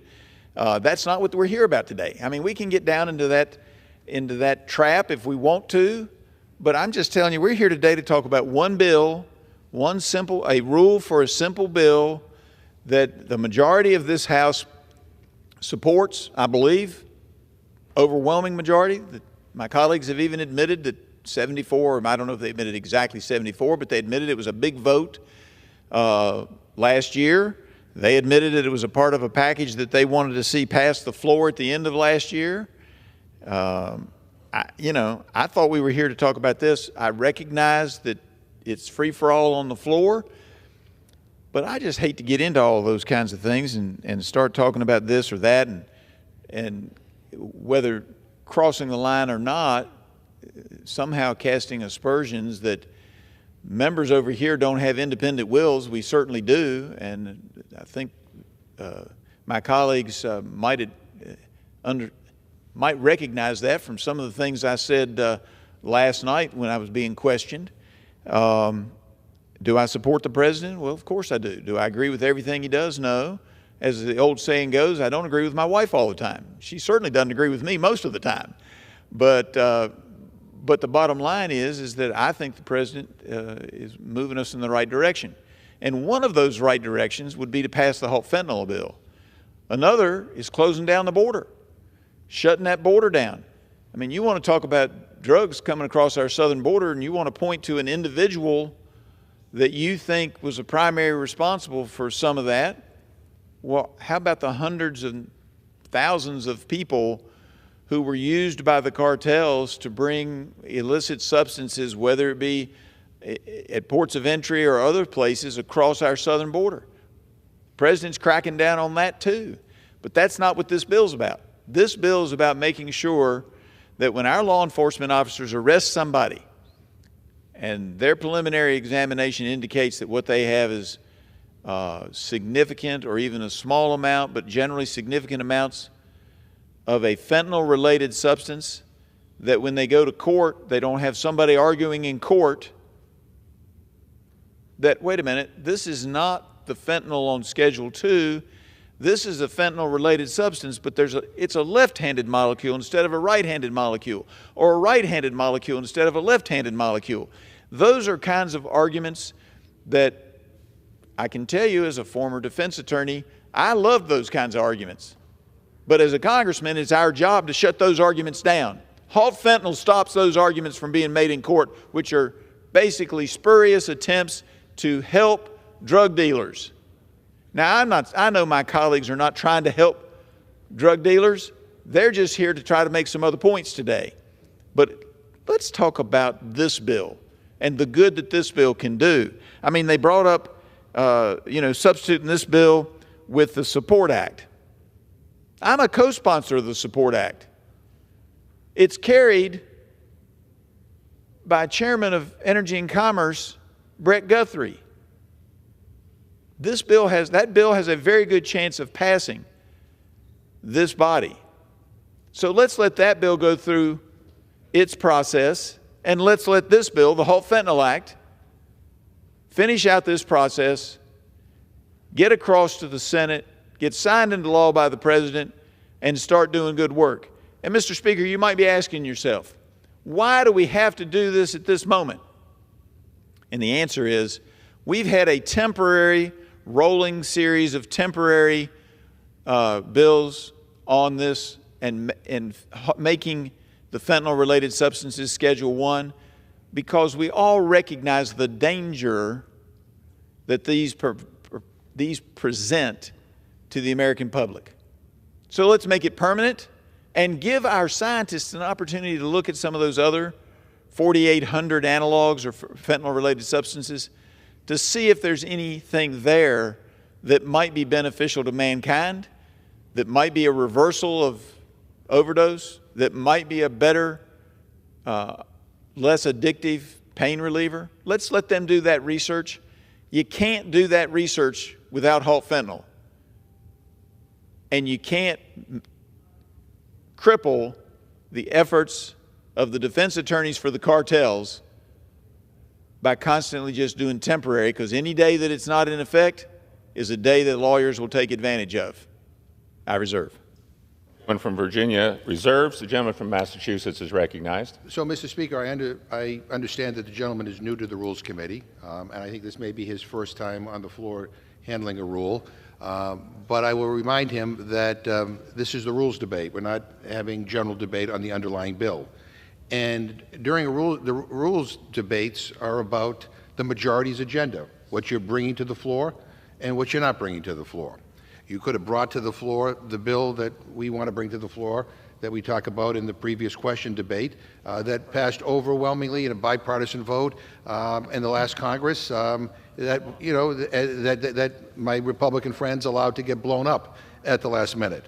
And basically, I'm going to take my time during the rules debate to talk about the Republicans' unpopular, crummy agenda for the American people. Raising prices on consumers, ignoring all the concerns that everyday people have. And we're going to talk about, as well, the fact that when it comes to fentanyl, Donald Trump, one of his first acts was to pardon a criminal who brought fentanyl into this country, who was sentenced to life in federal prison. And I get it, the gentleman doesn't want to take an opinion, have an opinion on that, or voice an opinion on that. But really, is it that hard? I don't know what's so difficult to condemn there. And look, the agenda we're talking about. I mean, I'm looking at the New York Times here. Trump proposing takeover of Gaza as U.S. territory. I mean, do your constituents want to have their sons or daughters sent to Gaza to be in the middle of that violence? This is the guy who also now wants to invade Greenland. He wants to take over Panama. He wants to annex Canada. He wants to now occupy Gaza. I mean, we have 42 million people in this country who are hungry. Whatever happened to America First? Whatever happened to helping people in this country? Whatever happened to lowering prices? And instead we get this. This is like a warmonger here. I mean, come on. And again, we had an agreement on a bipartisan bill that would address the underlying concerns that the gentleman raises here, and yet it was blown up at the last minute. So so the rule debate is about your agenda. It is about the crappy agenda of this majority in the House of Representatives who is not fighting for regular people, not fighting for the people that I represent, but instead are doing the bidding for the billionaires like Elon Musk and others. Mr. Speaker, I yield 3 minutes to the gentlewoman from New Mexico, the distinguished member of the Rules Committee, Ms. Ledger-Fernandez. The gentlelady is recognized for 3 minutes. Mr. Speaker, we are in a moment of constitutional crisis. These days will define what we stand for. They will define who we stand with. Yet in this time of crisis, Republicans are rearranging deck chairs on the Titanic. Republicans are using the precious floor time we are given to put down watered-down fentanyl bills like the one in this rule. But let's remember that all of these bills require a federal agency to enforce it. Let me remind my Republican colleagues that their president granted Elon Musk the authority to dismantle our federal agencies. Musk and his Doge, I like to call it dodgy because they seem to dodge any kind of authority and accountability. They are intent on destroying our federal government and the essential services it provides. Mr. Speaker, I'd like to remind my colleagues to remember their power, remember their constitutional duty. Musk didn't take an oath to protect the Constitution. We did. Voters sent us here to protect their interests. Congress alone has the power to fund our agencies. A billionaire who's not elected and has not probably even passed a security clearance cannot destroy our federal agencies. We will not stand with it, and I hope you stand with us to protect our federal agencies, including the FBI, who would be the ones who would enforce and investigate and go after fentanyl trafficking. My phones are ringing off the hook from constituents who are frightened and terrified and angry about what Musk is doing. They don't want billionaire tech titans to dismantle federal agencies or gain access to their most private data. We definitely can't address the fentanyl crisis like the bill in today's rule claims to do if Trump and Republicans get their way on a federal funding freeze, if they get their way on a hiring freeze. Now remember, this intention that we've seen from this administration that we are not hearing them stand up against would actually destroy the FBI. It would take away funds from addiction treatment, which would be essential to save lives. It would take away funds from interdiction technology, which is what we need to stop fentanyl from flowing in and killing our neighbors and my friends and my constituents. My constituents want us to fund effective border safety measures, not engage in the chaos and demonization we've seen from this administration.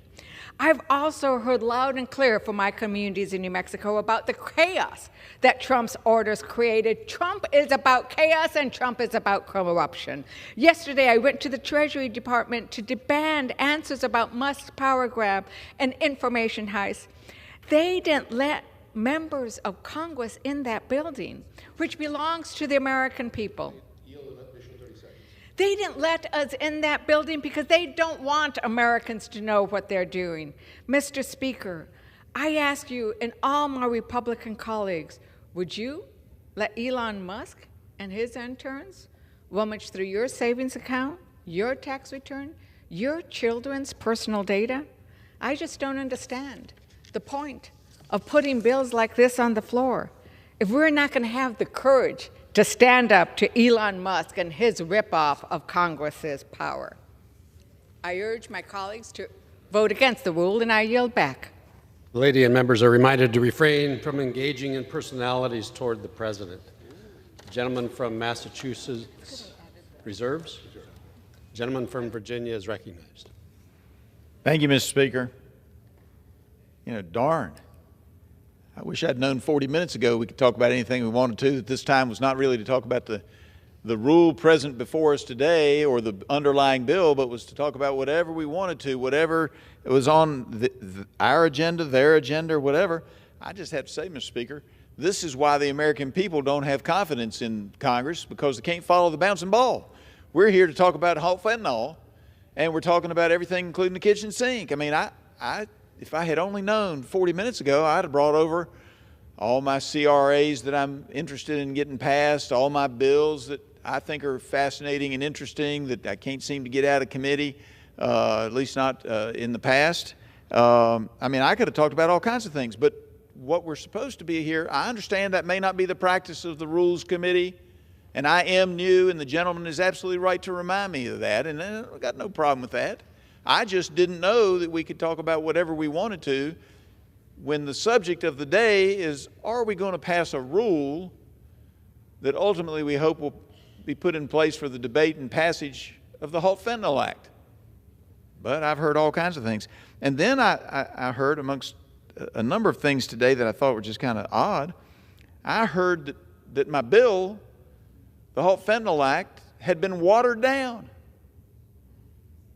Well, that's news to me, because the bill, with the exception of changing a couple of paragraph numbers, the lettering on the paragraphs to make sure that we were alphabetically correct, the bill's exactly the way I introduced it.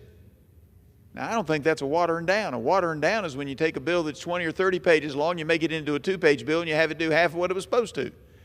What this bill was supposed to do, Mr. Speaker, is exactly what this bill does.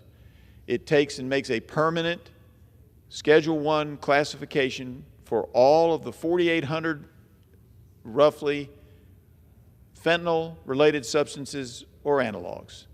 It provides for research on those fentanyl-related substances or analogs at our research institutions. Certain safeguards, but to make sure that we can continue to do research so that maybe we can find a better path forward, something that may help with our drug addiction issues, something that may be a better, less addictive pain reliever. We want that research done.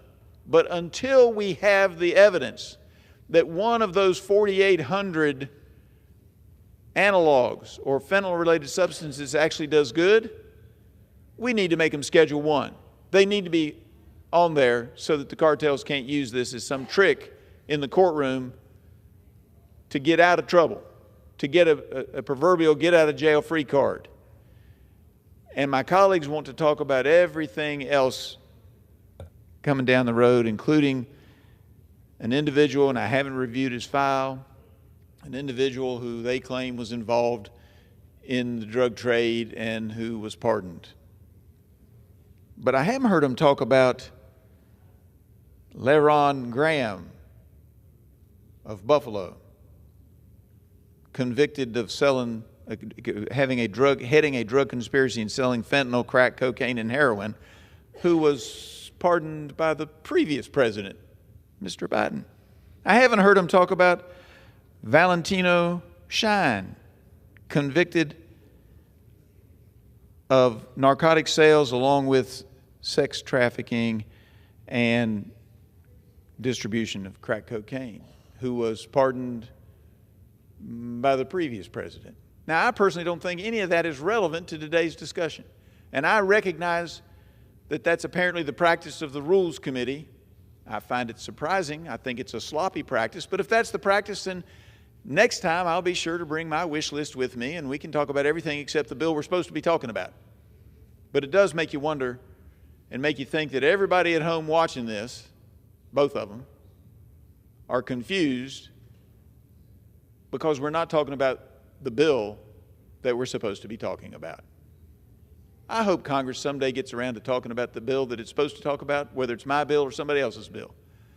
And today, I'm going to try to make my remarks as much as I can about passage of the rule for the Halt Fentanyl Act. I reserve.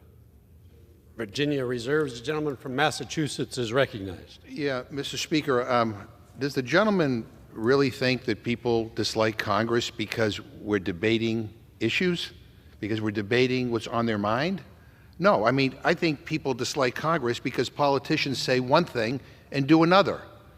On the floor today, talking about the need to combat fentanyl, and then are silent when the President of the United States pardons a criminal sentenced to life in prison for flooding our streets with fentanyl. That's what people get frustrated with.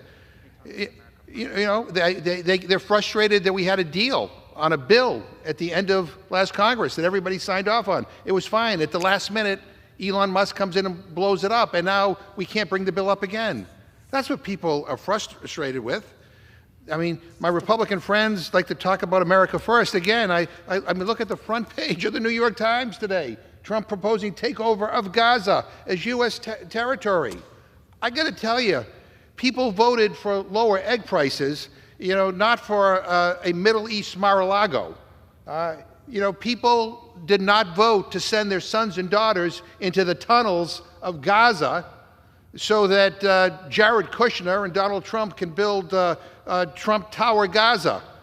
That's not what they voted for. I mean, people want to talk about issues and want us to deal with issues that are going to impact their everyday life, lower the cost of living. And in the first weeks, we have seen nothing Nothing from this president or the Republican majority here to deal with that.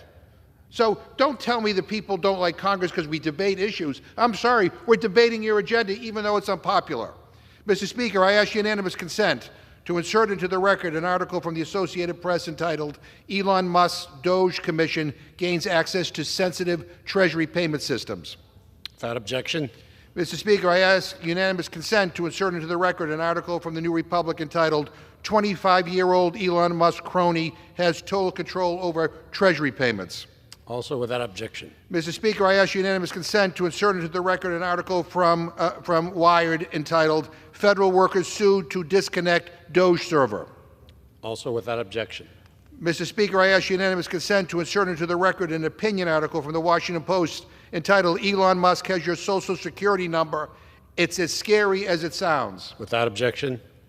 Mr. Speaker, it's being reported that Elon Musk has sent his creepy minions to illegally install a private server that is stealing people's information. They are using it to skirt laws about sensitive and possibly even classified information, giving them access to people's social security numbers, home addresses, and more. What is happening is a crime, plain and simple. It's a crime. The Privacy Act of 1974, the Federal Information Security Management Act of 2002, Computer Fraud and Abuse Act, as well as provisions of the Internal Revenue Code. Elon says it's a crime to expose who he has put in charge of the federal government. No, Elon, no. It is a crime to hide that from the American people. And I, for one, am not going to stand by while he gets his grubby little billionaire hands all over our parents' and grandparents' Social Security checks. And he better believe that he's going to be held accountable for all of this. The truth is coming out. He is stealing from the American people, and we are not going to let him do it. I reserve my time. The gentleman from Massachusetts reserves. The gentleman from Virginia is recognized. Mr. Speaker, I am prepared to close, and so I will offer the opportunity for whatever comments the gentleman from Massachusetts has remaining. Gentleman reserves. Gentleman from Massachusetts. How much time do I have remaining, Mr. Speaker? You have 6 minutes, Mr. Okay, I'm not prepared to close yet, Mr. Speaker. The gentleman brought up some pardons, and you know, and a few minutes ago I talked about how Trump pardoned a drug trafficker who let fentanyl pour into our country. But let's not forget he also pardoned over 1,000 people who beat cops and tried to kill them on January 6th. And the last time I was on the floor, I went through some of the worst offenders he pardoned. Since then, we've learned even more about these convicted felons, these violent criminals, who are now roaming free in our communities thanks to Donald Trump and the Republicans. Matthew Huddle, a man with 12 prior criminal convictions, including a shocking case where he pled guilty to brutally hitting his 3-year-old son, leaving bruises all over the child's backside and neck. And after he was pardoned by Trump, Huddle went back to Indiana, where he was killed during a violent confrontation with law enforcement. A child abuser with a history of violence who put law enforcement in danger again after he was pardoned by Donald Trump. Theodore Middendorf, accused of sexually assaulting a 7-year-old child. Middendorf pled guilty to this horrific crime in 2024 and was sentenced to 19 years in prison. But that wasn't all. He also pled guilty to destroying government property using a flagpole as a weapon during the Capitol riot. And for that, he was pardoned by Donald Trump. Peter Schwartz, a man with 30 prior criminal convictions, including assaulting his wife, biting her, and repeatedly punching her. The same man attacked police officers on January 6 with pepper spray, a repeat offender, pardoned by Donald Trump. Andrew Tack, who was arrested in 2016 for soliciting a minor online for sex, but his criminal history didn't stop there. He assaulted police officers with bear spray and a metal whip on January 6, another repeat offender, pardoned by Donald Trump. Casey Hopkins, who has a criminal history so disturbing it's hard to stomach. In 2002, he was convicted of forcible rape, where he choked his victim to the point of impairing her vision. This is the same man who has prior convictions for assaulting law enforcement and possessing controlled substances. He was here on January 6th, and he was pardoned by Donald Trump. David Daniel, who is facing charges for producing and possessing child pornography, disturbingly involving 2 young girls in his own family. Police officers found evidence of child sexual abuse while they searched his home in connection with his arrest for assaulting police officers on January 6th. He may have his sexual charges thrown out thanks to the fact that he was pardoned by Donald Trump. Because of Donald Trump and the Republicans, we have child sex predators, domestic abusers, and violent criminals unleashed back onto our streets. I have to ask, how many American parents are sleeping easier tonight knowing these criminals are out there walking free thanks to Donald Trump? This is stomach-turning. And it doesn't even stop there. We also have January 6th perpetrators who have been rearrested. Yes, rearrested on new charges even after being pardoned. Daniel Ball, a convicted felon because of his involvement in the Capitol insurrection. He was pardoned by Donald Trump on January 20th, only to be rearrested 2 days later on gun charges. And now Trump is going after the law enforcement officers who helped put these criminals away. America, your president is purging the police of anyone not loyal to him. Think about that. Let that sink in, because these are the actions of a fascist. More than half a dozen senior FBI executives have been ordered to retire or be fired by Monday. The acting director of the FBI said that the list of names of those involved in the Capitol riot investigations could number in the thousands. How many police officers will Trump fire? How does any of this make any of us more safe? My colleagues need to wake up. I mean, purging the police of anyone who goes after criminals. We know how this ends. We know what the message this sends is. Trump is telling America that violence is fine as long as his people do it. Republicans are releasing violent child predators, domestic abusers, and sexual offenders back into our communities, and at the same time investigating and firing the real law enforcement officers, the heroes who are actually upholding the rule of law. And guess what? I won't be complicit. They are about to run into a massive wall of resistance, and that wall is us. I reserve.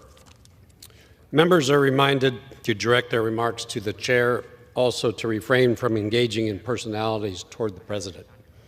Gentleman from Massachusetts reserves. The gentleman from Virginia is recognized. I reserve. Prepared to close. Gentleman from Virginia reserves and is prepared to close. The gentleman from Massachusetts is recognized.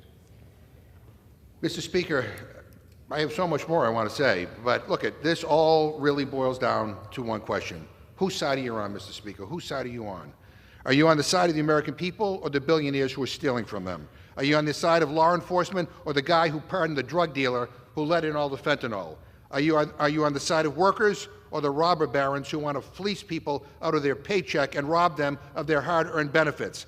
Are you on the side of the American taxpayers or Elon Musk, a Nepo baby who sucks up government subsidies and uses tax money to enrich himself while spreading hate and lies on his broken website? Democrats know what side we are on. We are on the side of the people, and we are going to continue to show up, and we're going to continue to fight back. I urge everybody to vote no on this rule. I yield back. The gentleman yields. The gentleman from Virginia is recognized to close. Mr. Speaker, I just have to say that I am appalled. I understand they get the right to say whatever they want to during this time of the debate on the rule on the Halt Fentanyl Act. I understand that. But to say that you've got to choose what side you're on and then bring up Elon Musk and then say vote no, this bill has nothing to do with Elon Musk. This bill is about fentanyl-related substances and fentanyl analogs.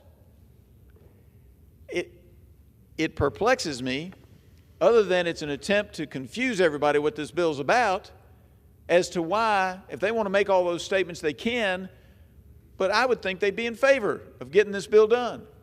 Because if you're going to choose to say whose side are you on with this bill, you're making a choice. You're making a choice to say we have an opportunity today, right here and now, to pass a rule, and then tomorrow to pass a bill that will make a step forward in stopping the cartels, in stopping the Chinese precursors, in stopping the folks who are doing the bad things in our country and in other countries from bringing their substances into this country and trying to use a gimmick, a chemical technique saying, well, it's not really fentanyl, it's a fentanyl analog, and get around our laws. That's what this bill is about. And every member ought to be in favor of that. And why you wouldn't be in favor of at least bringing that bill to the floor and having a vote on it is beyond me, because if we're choosing sides, I'm going to choose to take a step forward. I'm going to take a step forward to try to stop this scourge of fentanyl poisoning, fentanyl analog poisoning, fentanyl-related substances coming into our country. That's the side I'm going to choose. I understand they want to talk about all kinds of other things because I think it's a pretty good darn bill, and I think we should pass it. Now let me get to my script. I would like to reiterate the importance of the bill to permanently schedule fentanyl analogs as Schedule 1 while still allowing for research into these substances.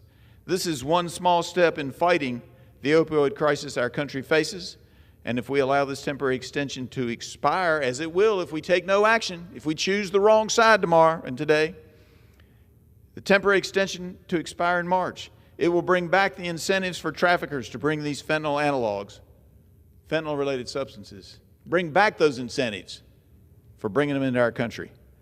Now, I truly don't believe my colleagues on the other side want that.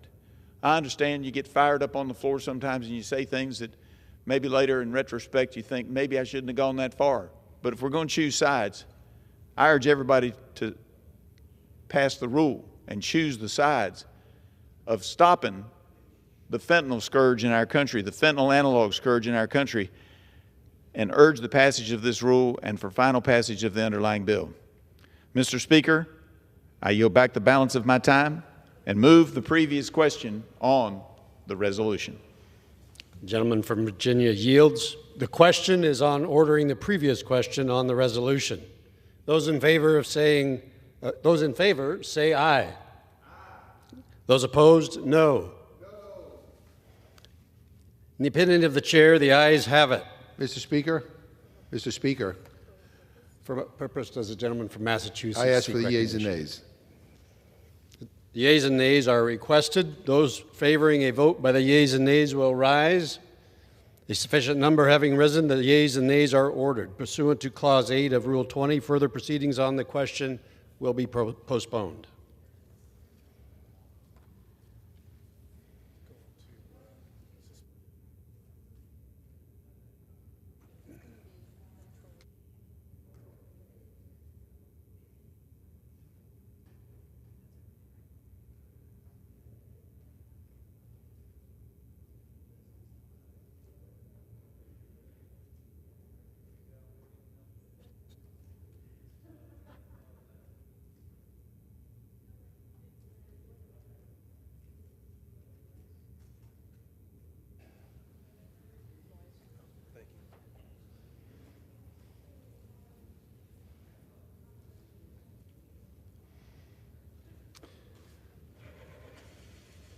Good.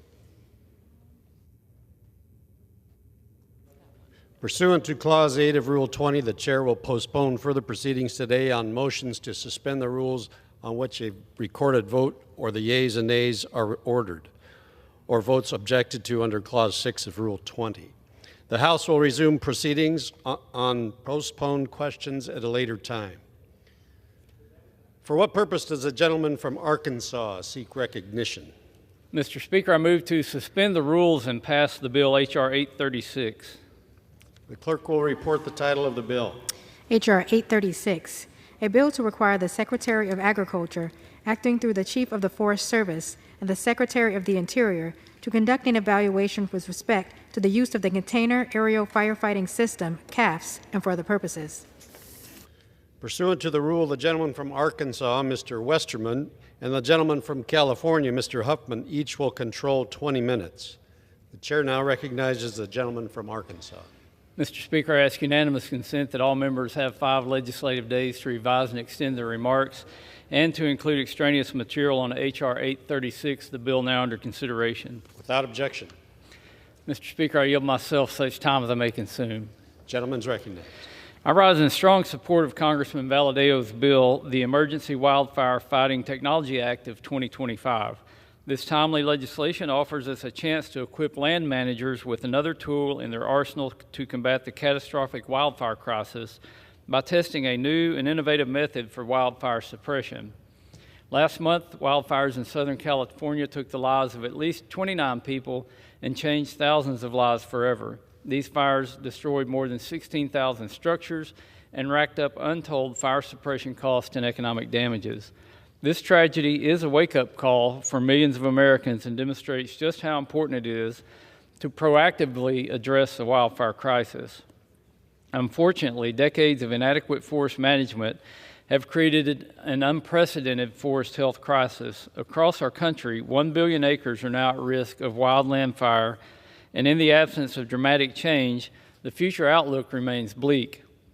When it comes to fighting these out-of-control infernos, it is critical that we utilize all available technologies that could improve the cost efficiency and effectiveness of fire suppression.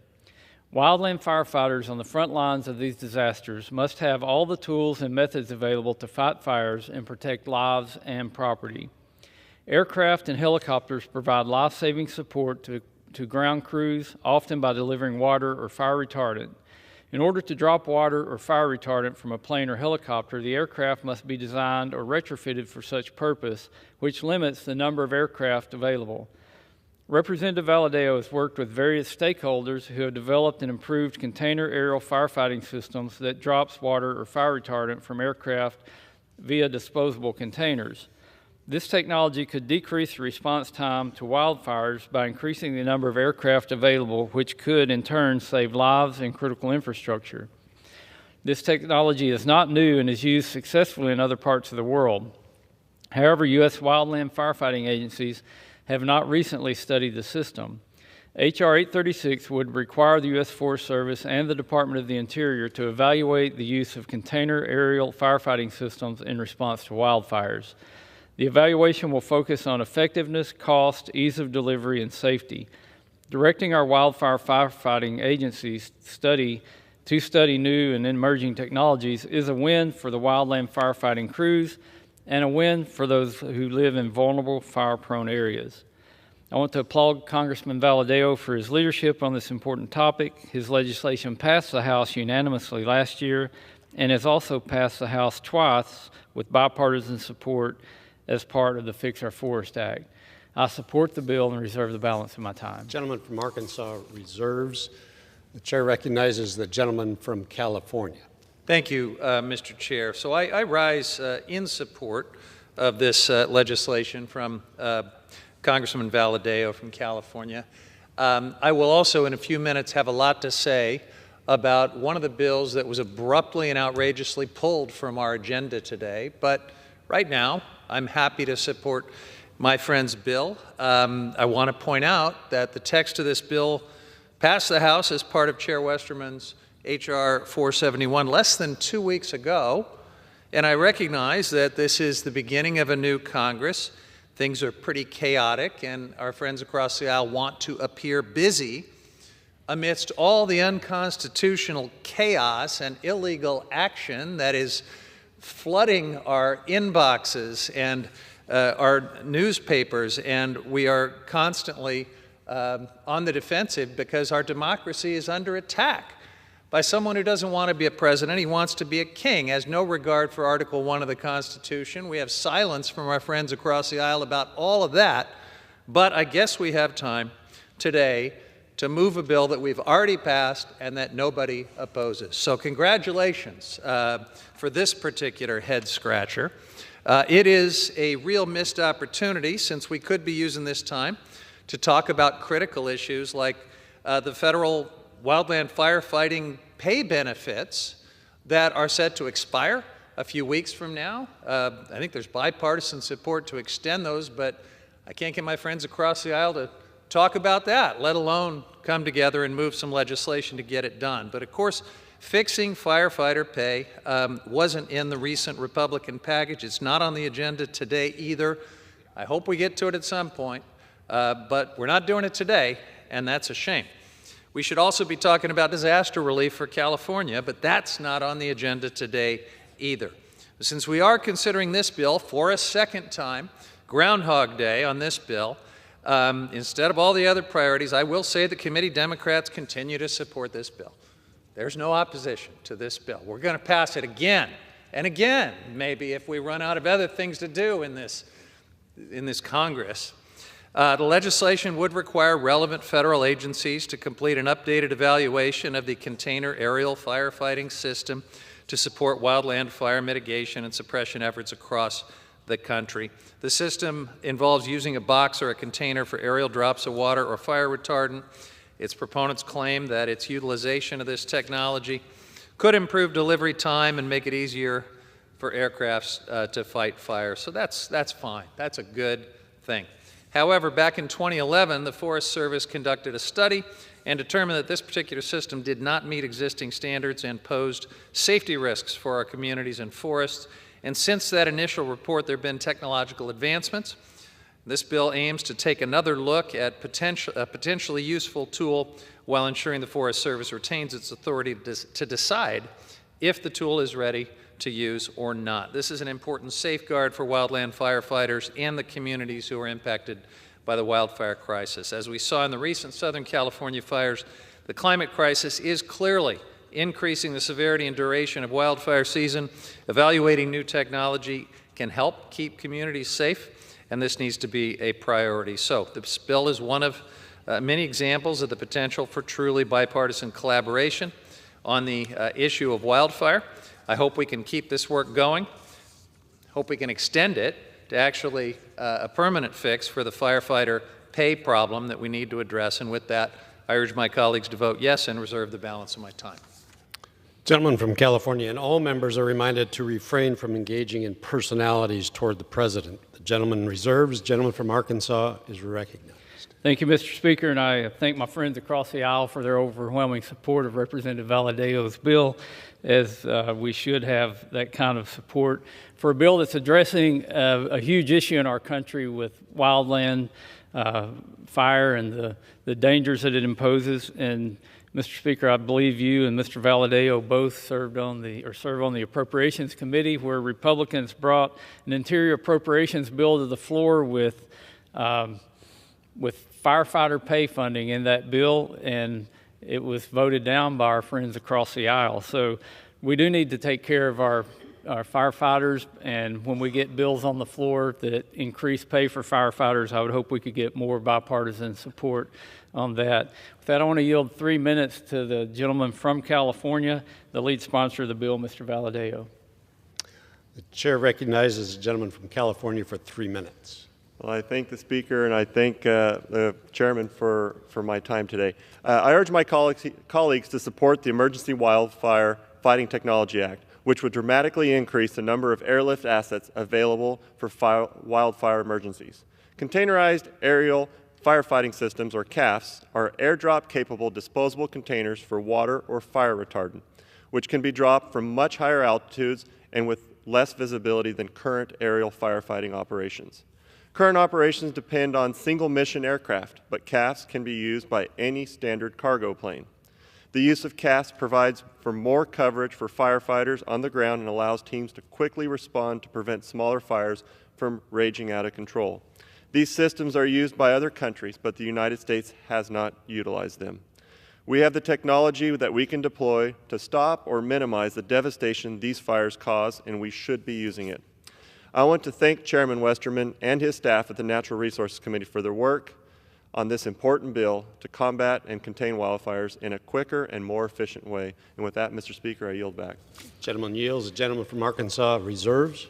Yeah, Mr. Speaker, I have no further requests for time. I'm prepared to close and continue to reserve. The gentleman's prepared to close. The gentleman from California is recognized. Yeah, thank you, Mr. Chairman. I certainly didn't think I was engaging in personalities by talking about a president that wants to be a king. I thought I was just acknowledging the reality of what's happening in this country. But I was also referring to these 19-year-olds in hoodies that have been given read-write access to our most sensitive personal data, who are inside the Treasury Department's payment system right now, rummaging through our private information, doing who knows what. We can't even get answers because our friends across the aisle don't want to talk about it. They want to rerun all of these bills that we've already passed and that are frankly not opposed, and this is a waste of our time here on the floor. But I do urge my colleagues to vote yes again on this bill, and I yield the balance of my time.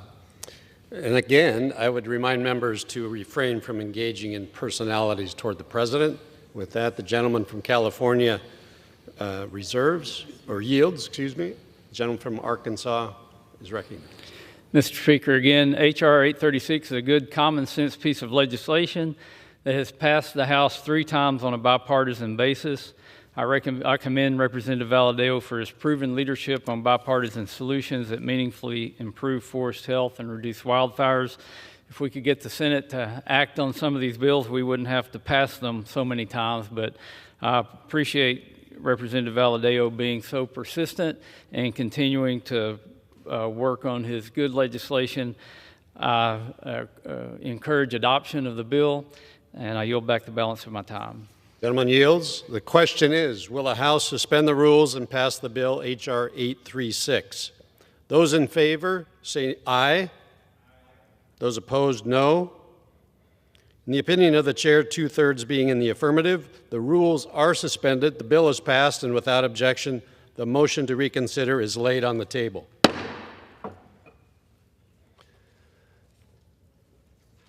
For what purpose does the gentleman from Arkansas seek recognition? Mr. Speaker, I move to suspend the rules and pass the bill H.R. 837. The clerk will report the title of the bill. H.R. 837, a bill to require the Secretary of Agriculture to convey the Pleasant Valley Ranger District administrative site to Gila County, Arizona. Pursuant to the rule, the gentleman from Arkansas, Mr. Westerman, and the gentleman from California, Mr. Huffman, each will control 20 minutes. The chair recognizes the gentleman from Arkansas. Mr. Speaker, I ask unanimous consent that all members have 5 legislative days to revise and extend their remarks and to include extraneous material on H.R. 837, the bill now under consideration. Without objection. The chair recognizes the gentleman from Arkansas. Mr. Speaker, I rise in strong support of H.R. 837, which is led by my friend from Arizona, Representative Crane. This is a good bill that would transfer land from the Forest Service to create a retreat facility in Gila County, Arizona, for veterans and their families. Over 5,000 veterans call Gila County home, and there are over 500,000 veterans in all of Arizona. Creating this facility will help the brave men and women who have served our country find healing, reconnect with nature, and ease the transition back to civilian life. Nearly 60% of the land in Gila County is federally owned, which creates significant limitations on available land for commendable efforts like the Veterans Retreat Center. The proposed location of this new center is a Forest Service site that is scheduled to be torn down. This 232-acre site includes 17 buildings, 2 residences, 2 barracks, a historic ranger house and barn, and helipads. Gila County plans to remodel and renovate many of the buildings to provide an excellent experience for veterans and their families. Repurposing the site is a win-win, as it will be a great resource for Arizona's veterans while freeing the Forest Service from maintaining property it no longer needs. I commend Representative Crane for his leadership in this effort on the behalf of his constituents, and as a veteran himself, I know he understands how important this center will be for his community. His diligent work with Gila County and the Forest Service has led to this important effort, which will make a meaningful difference in the lives of Arizona's veterans. I support the bill and reserve the balance of my time. The gentleman from Arkansas reserves. The gentleman from California is recognized. Thank you, Mr. Chairman.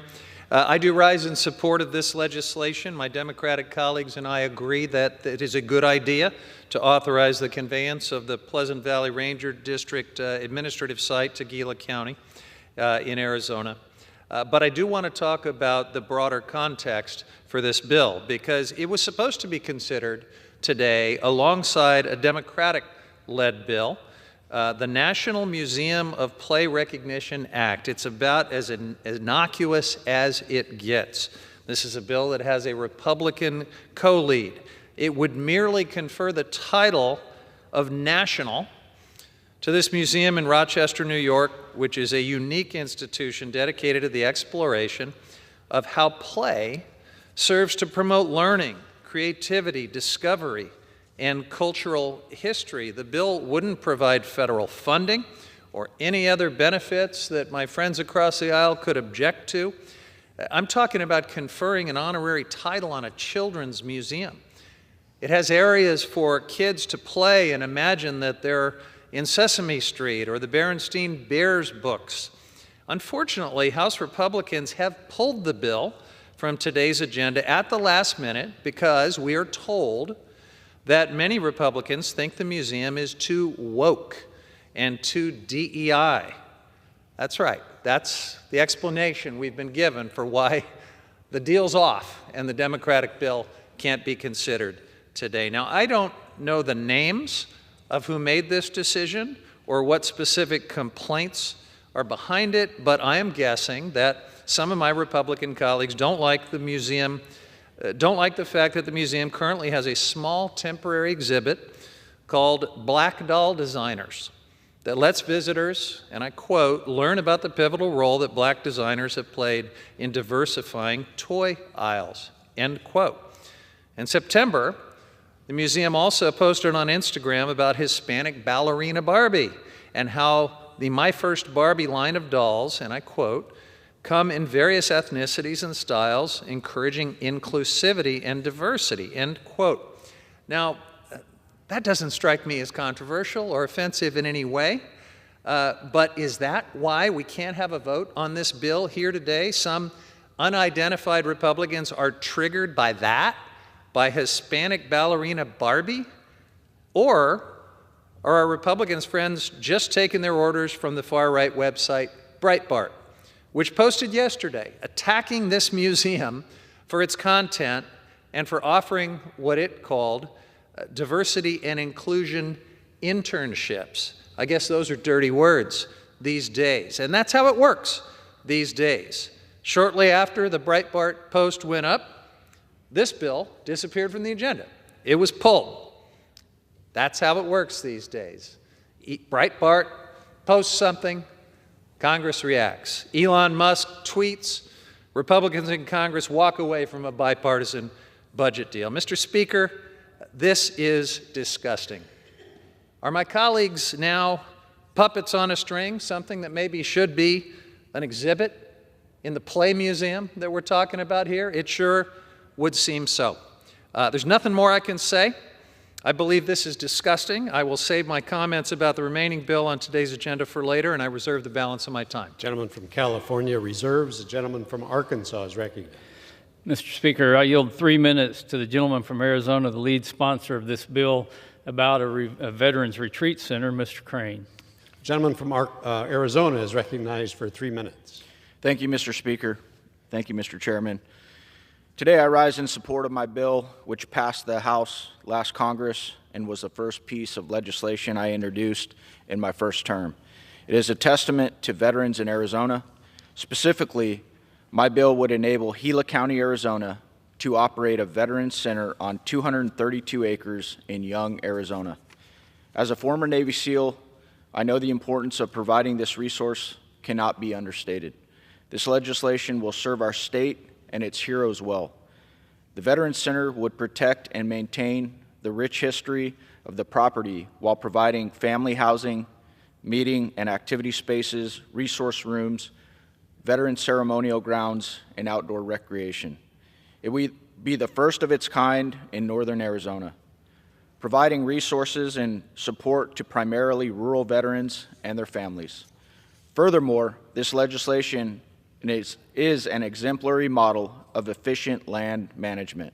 Out west, the federal government retains vast amounts of land, limiting states' ability to maintain, conserve, recreate, and responsibly produce on lands within their own state. Anytime Congress can vote on legislation that returns power to the states is a good thing. In this case, veterans of northern Arizona will get a space to heal and reconnect with their families after putting their lives on the line for the peace and freedom of all Americans. I'd like to take a moment to say thank you to my friend, Mr. Gosar, who helped lay the foundation for this effort, as well as Senator Kelly, who is leading this bill in the Senate. It is my hope that we can get this bill across the finish line, and with that, I encourage my colleagues to support this legislation, and I yield back. The gentleman from Arizona yields. The gentleman from Arkansas Mr. Speaker, I have no further requests for time. I'm prepared to close and reserve the balance of my time. Gentleman from Arkansas reserves. The gentleman from California is recognized to close. Thank you, Mr. Chairman. I will just close by saying that we do support this legislation. As we've already heard, this is a property that's adjacent to the rural town of Young, Arizona, surrounded by the Gila National Forest and formerly a Forest Service office building and administrative site that is no longer used by the agency. So this conveyance will provide Gila County with the opportunity to do something productive and important with the property, establish a veterans retreat and community center. That is a worthy goal. It will support and uplift our deserving community of veterans in that location, and the partnership made possible by this bill will provide some new life to deteriorating buildings, barns, barracks, and existing wastewater systems. This is a bill that passed the House last Congress. It's unfortunate that the Senate didn't take it up, but hopefully this time around they will. And we can help fulfill Gila County's goal of creating what they've described as the ultimate experience for veterans and their families, end quote. We support all of that. If this bill does become law, I do hope our federal government will be sufficiently staffed to carry it out. With furloughs, firings, and attempts at encouraging early retirement, including a whole bunch of lawless attempts that I wish my friends across the aisle were a little more concerned about, we're already seeing basic government functions at risk. I urge my colleagues across the aisle to tell their friends in the White House to look before they leap and to stop dismantling the offices that serve our constituents. And with that, I yield the balance of my time. Gentleman from California yields. Gentleman from Arkansas is recognized to close. Mr. Speaker, I again applaud Representative Crane for his leadership in this effort. Representative Crane honorably and bravely served our nation, and now he's providing exemplary service to his constituents by championing this legislation. I urge the adoption of the bill, and I yield back the balance of my time. Gentleman yields. The question is, will the House suspend the rules and pass H.R. 837? Those in favor say aye. Those opposed, no. In the opinion of the chair, 2/3 being in the affirmative, the rules are suspended, the bill is passed, and without objection, the motion to reconsider is laid on the table.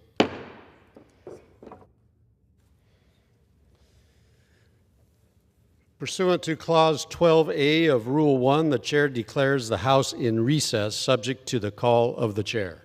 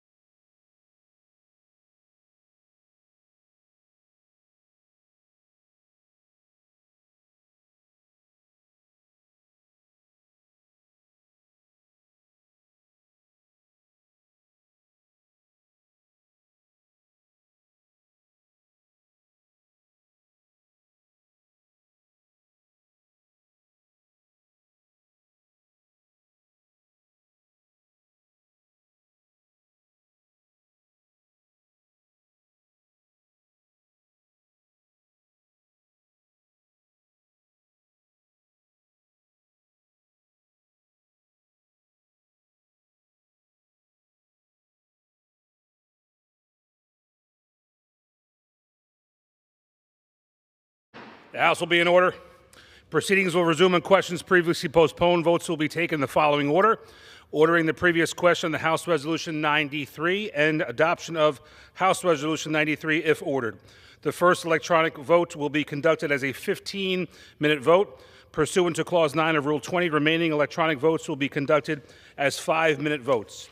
Pursuant to Clause 8 of Rule 20, the unfinished business is the vote on the ordering the previous question in House Resolution 93, on which the yeas and nays are ordered. The clerk will report the title of the resolution. House Calendar Number 2, House Resolution 93, resolution provided for consideration of the bill H.R. 27 to amend the Controlled Substances Act with respect to the scheduling of fentanyl-related substances and for other purposes. The question is, in ordering the previous question, members will record their votes by electronic device. This is a 15-minute vote.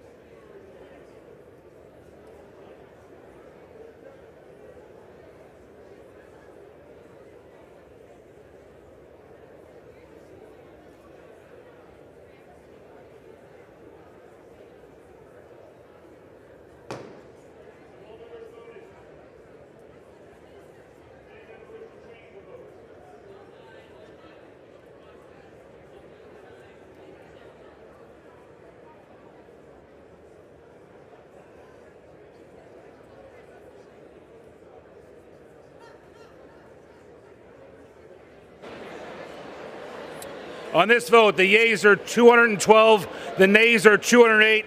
The previous question is ordered.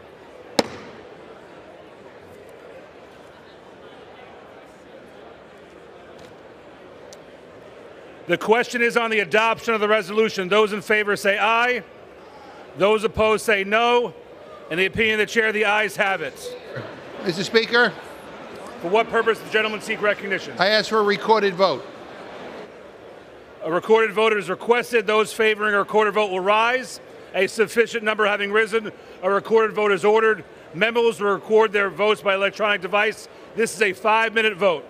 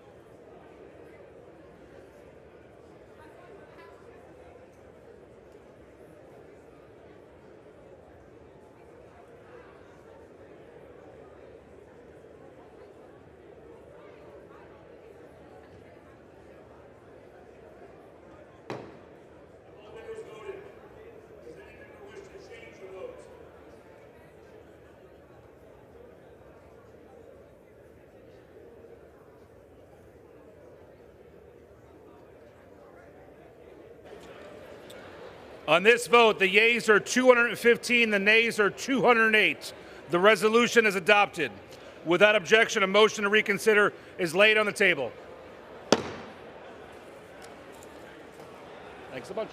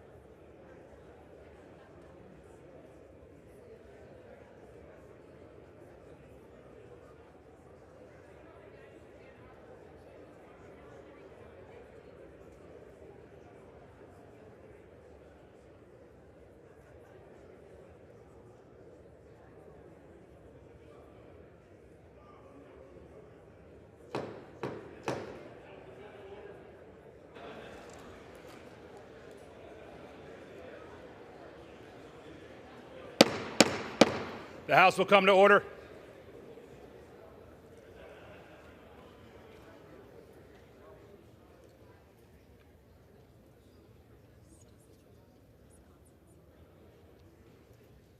For what purpose does the gentleman from Wisconsin seek recognition? Mr. Speaker, I ask unanimous consent to speak out of order. Without objection. On this past Saturday, February 1st, 2025, United States Capitol Police recruit officer Christopher Katz was tragically killed in a car accident in Glenn County, Georgia. 5 other Capitol Police recruits were seriously injured in the crash as well. Chris was an ambitious young man who had dreams of serving his country and his community. He had several career options in law enforcement, but chose the United States Capitol Police due to their rich history and dedicated service to the United States. He had tremendous respect for the critical role in protecting the nation's elected officials and the institutions of democracy. Chris's family and friends remember him for his unwavering dedication to service and his love of life. He was a young man with a bright future, taken far too soon, but he will be forever remembered for his passion, kindness, and commitment to making a difference. We're thankful for his service. Every single day, members of the Capitol Police put themselves in the line of danger to protect this great institution and those of us who work and visit here. Our prayers and sympathies are with the United States Capitol Police community, these officers, and their families. On behalf of myself, Ranking Member Joe Morelli, and the House of Representatives, I ask that the United States House of Representatives observe a moment of silence.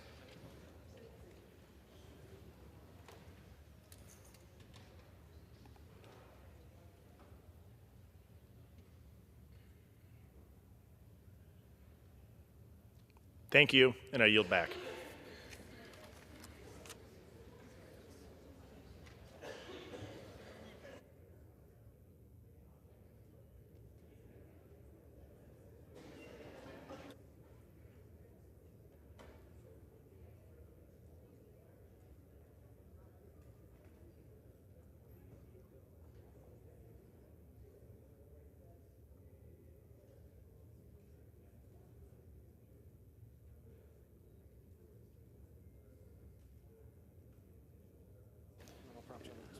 Let me see if I need glasses for this or not.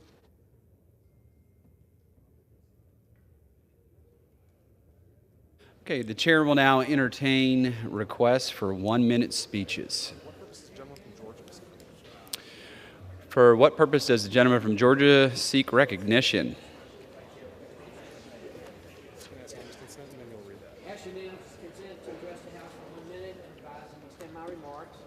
Without objection, the gentleman is recognized for 1 minute.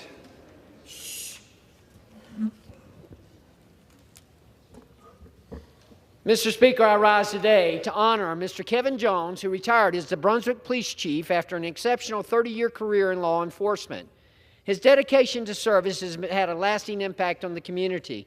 Chief Jones served as Brunswick's police chief since February of 2019, focusing on modernizing policing practices, enhancing officer training, and improving public safety efforts. His leadership emphasized transparency, accountability, and community trust, earning respect from citizens and city officials alike.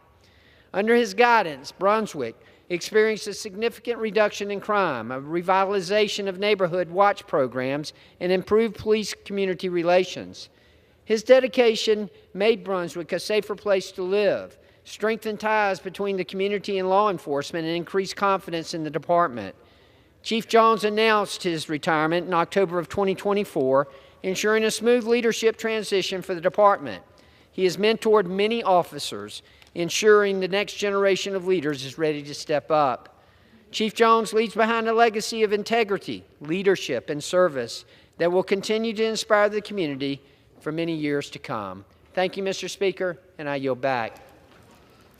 All right, next one. All right. For what purpose does the gentlewoman from Virginia seek recognition? Speaker, I rise to request unanimous consent to address the floor for 1 minute. Without objection, the gentlewoman is recognized for 1 minute. Thank you. Mr. Speaker, I rise today to speak out on behalf of our beleaguered federal workforce, which is currently under attack by the Musk-Trump-Vance administration. Trump's OMB nominee, Russell Vought, said, quote, "We want the bureaucrats to be traumatically affected. When they wake up in the morning, we want them to not want to go to work because they are increasingly viewed as the villains. We want to put them in trauma." Well, Mr. Speaker, they're in trauma. Literally on my way to the floor to vote tonight, I received a text from a federal employee that said simply, "Help us!" exclamation point. Who exactly is the Musk-Trump-Vance administration terrorizing? The people who make sure your food is safe to eat, your water is clean to drink, and the air is clean to breathe. The people who work tirelessly to keep pregnant women, asthmatic children, and people with cancer from dying. The people who make sure you fly safely. The people protecting American lives here and around the globe through diplomacy, intelligence gathering, and fighting crime. To the federal workforce, I see you. I'm doing everything I can to help you. I won't quit. Please don't quit either. Thank you, and I yield back. Fired.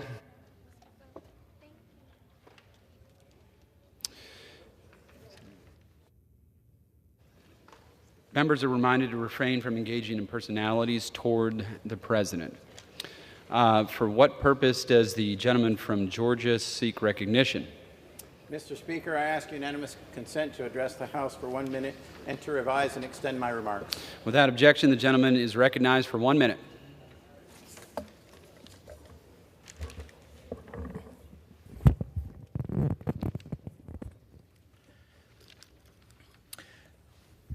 Mr. Speaker, I rise today to celebrate an extraordinary milestone, the 100th birthday of Alan Kinder, a man whose life embodies resilience, courage, and a passion for service. Alan's story is one of bravery, from storming Omaha Beach during the second wave of D-Day to surviving the Battle of the Bulge.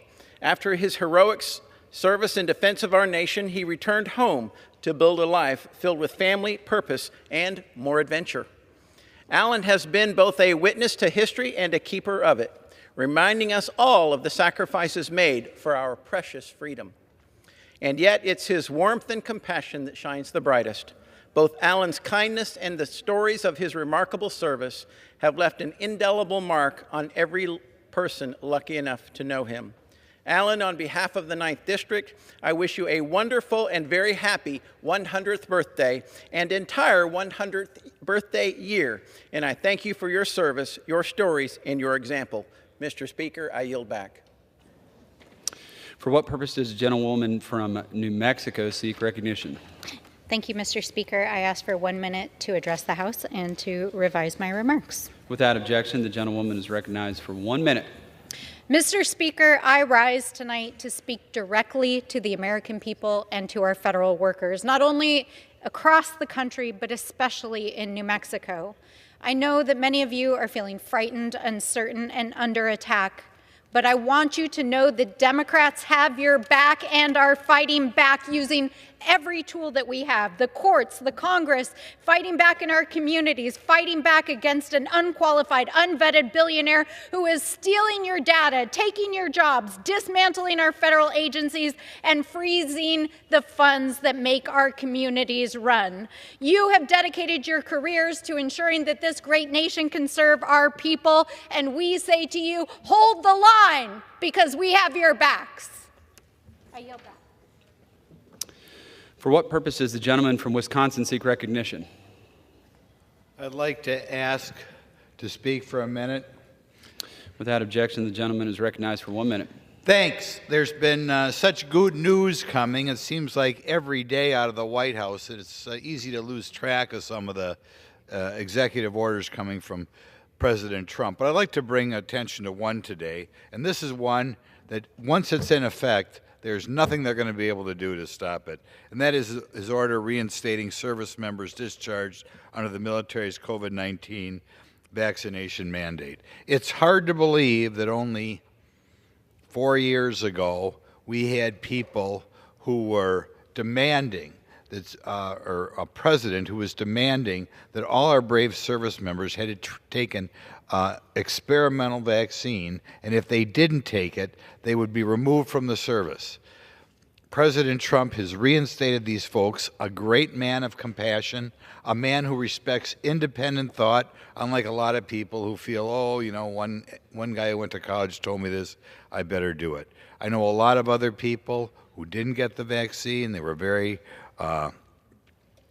did a very good job of researching it and had solid reasons. So I would like to thank President Trump for reinstating all of our brave servicemen who were unfairly forced from the military. Thank you. For what purpose does the gentlewoman from Michigan seek recognition? Without objection, the gentlewoman is recognized for 1 minute. I know that Black History Month is a time to celebrate and recommit to the fight for justice and Black liberation in the Michigan's 12th Congressional District and beyond. I am proud that I was born and raised in the most beautiful, blackest city in the country, the city of Detroit, where movements are born, where history is made every single day. Time and time again, we see efforts to erase our history. Systemic racism continues to be codified into our laws and into our budgets. I know the current administration is now attempting to dismantle foundational civil rights protections, diversity, equity, and inclusion, and roll back our hard-won progress here in our country. And no matter how much they want to whitewash it, they cannot erase Black history. Black history is American history. There would be no United States of America without the contributions of our Black neighbors. Black lives matter, and Black history matters. With that, I yield. The gentleman from Texas, for what purpose does the gentleman from Texas seek recognition?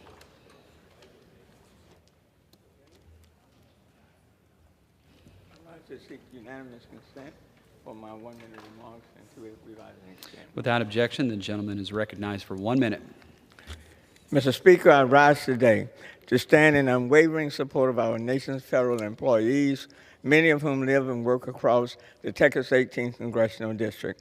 As a proud member of the Congressional Labor Caucus, I am here to say loud and clear, America needs its federal workforce, and we will not sit by while their jobs, their rights, and their livelihoods are under attack.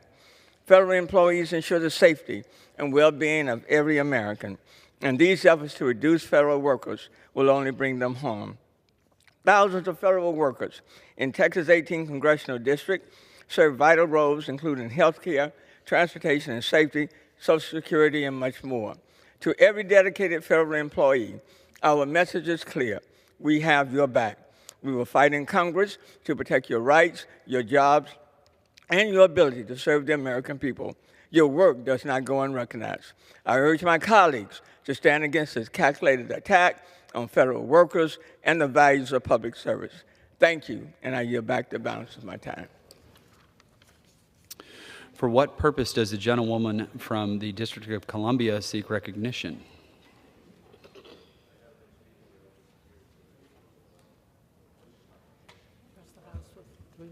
Recorded my remarks. Without objection, the gentlewoman is recognized for 1 minute.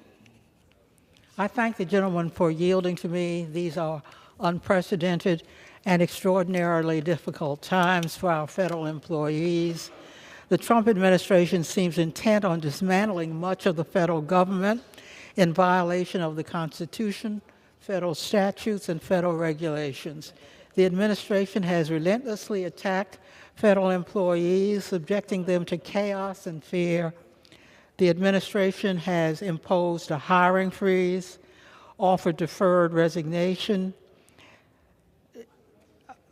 fired employees, put employees on leaves, effectively established federal and ended telework and remote work. The administration is not alone in attacking federal employees. The House Committee on Oversight and Government Reform, on which I serve, has held 2 hearings in Congress, and both were designed to demoralize federal employees. As I said at the first hearing, federal employees deserve praise for their expertise, dedication, and service, not derision. Let's be clear what is motivating these actions. They are designed to give experts to get experts to quit the workforce. I yield. For what purpose does the gentleman from Michigan seek recognition? Mr. Speaker, I would like to address for 1 minute. Without objection, the gentleman is recognized for 1 minute. Mr. Speaker, Elon Musk invested $277 million into Donald Trump's election. I guess that's the price to take over our federal government. Elon Musk is worth over $400 billion, meaning his contribution to Trump is same as about $130 for an average American. Mr. Musk, the government is not a private enterprise. It serves the American people, not the wealthy shareholders.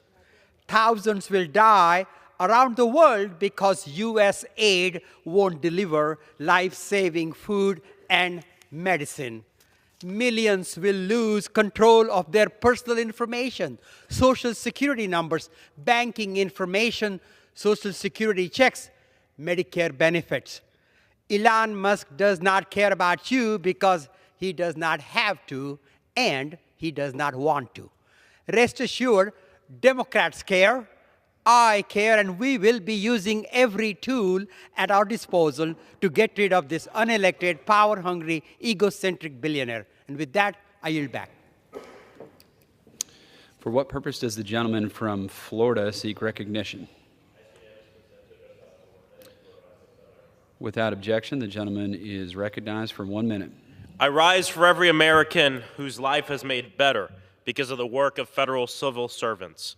President Donald Trump and his power-crazed posse of billionaire bosses are firing our federal workers. Our quality of life is degraded and diminished because of that. They're moving to install their unqualified followers to do the dirty work of a hostile takeover of every facet of our lives, like Medicaid, the Weather Service, and the Department of Education. Their deferred resignation plan is a scam.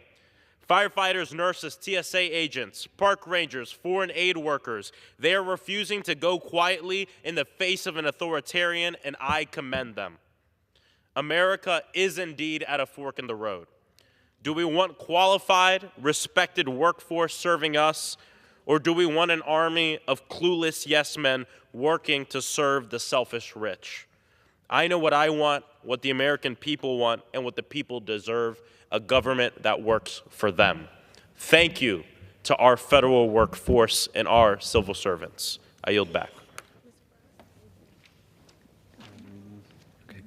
Under the Speaker's announced policy of January 3rd, 2025, the gentleman from Maryland, Mr. Ivey, is recognized for 60 minutes as the designee of the Minority Leader. Thank you, Mr. Speaker. I ask that all members have 5 legislative days in which to revise and extend their remarks and insert extraneous material into the record. Without objection. Thank you, Mr. Speaker. Mr. Speaker, the Congressional Labor Caucus comes today to oppose the Trump administration's unlawful and unconstitutional attacks on federal workers. Our federal workforce has the experience and the expertise that America needs. We must protect the public, the air that we breathe, the water we drink, the medicine we take, the food that we eat hangs in the balance. This fight is too important. We cannot allow the Trump administration to replace a competitive merit system with a political spoils system. That is why we will keep fighting in Congress and in the courts. I have my colleagues with me today who've come to express their concerns, and I now yield 2 minutes to my friend, Representative Norcross.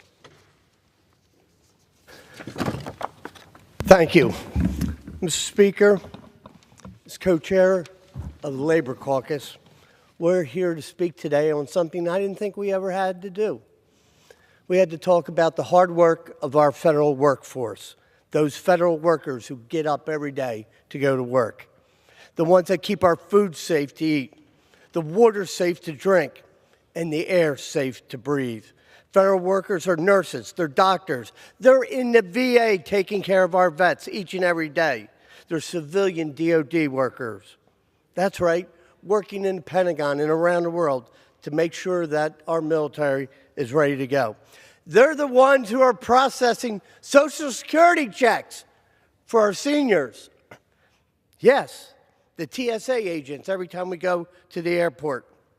And Trump is making it hard, almost impossible for them to do their jobs. He wants them to quit. They dedicated their life for us, the federal workforce. Who are they? They're you and me.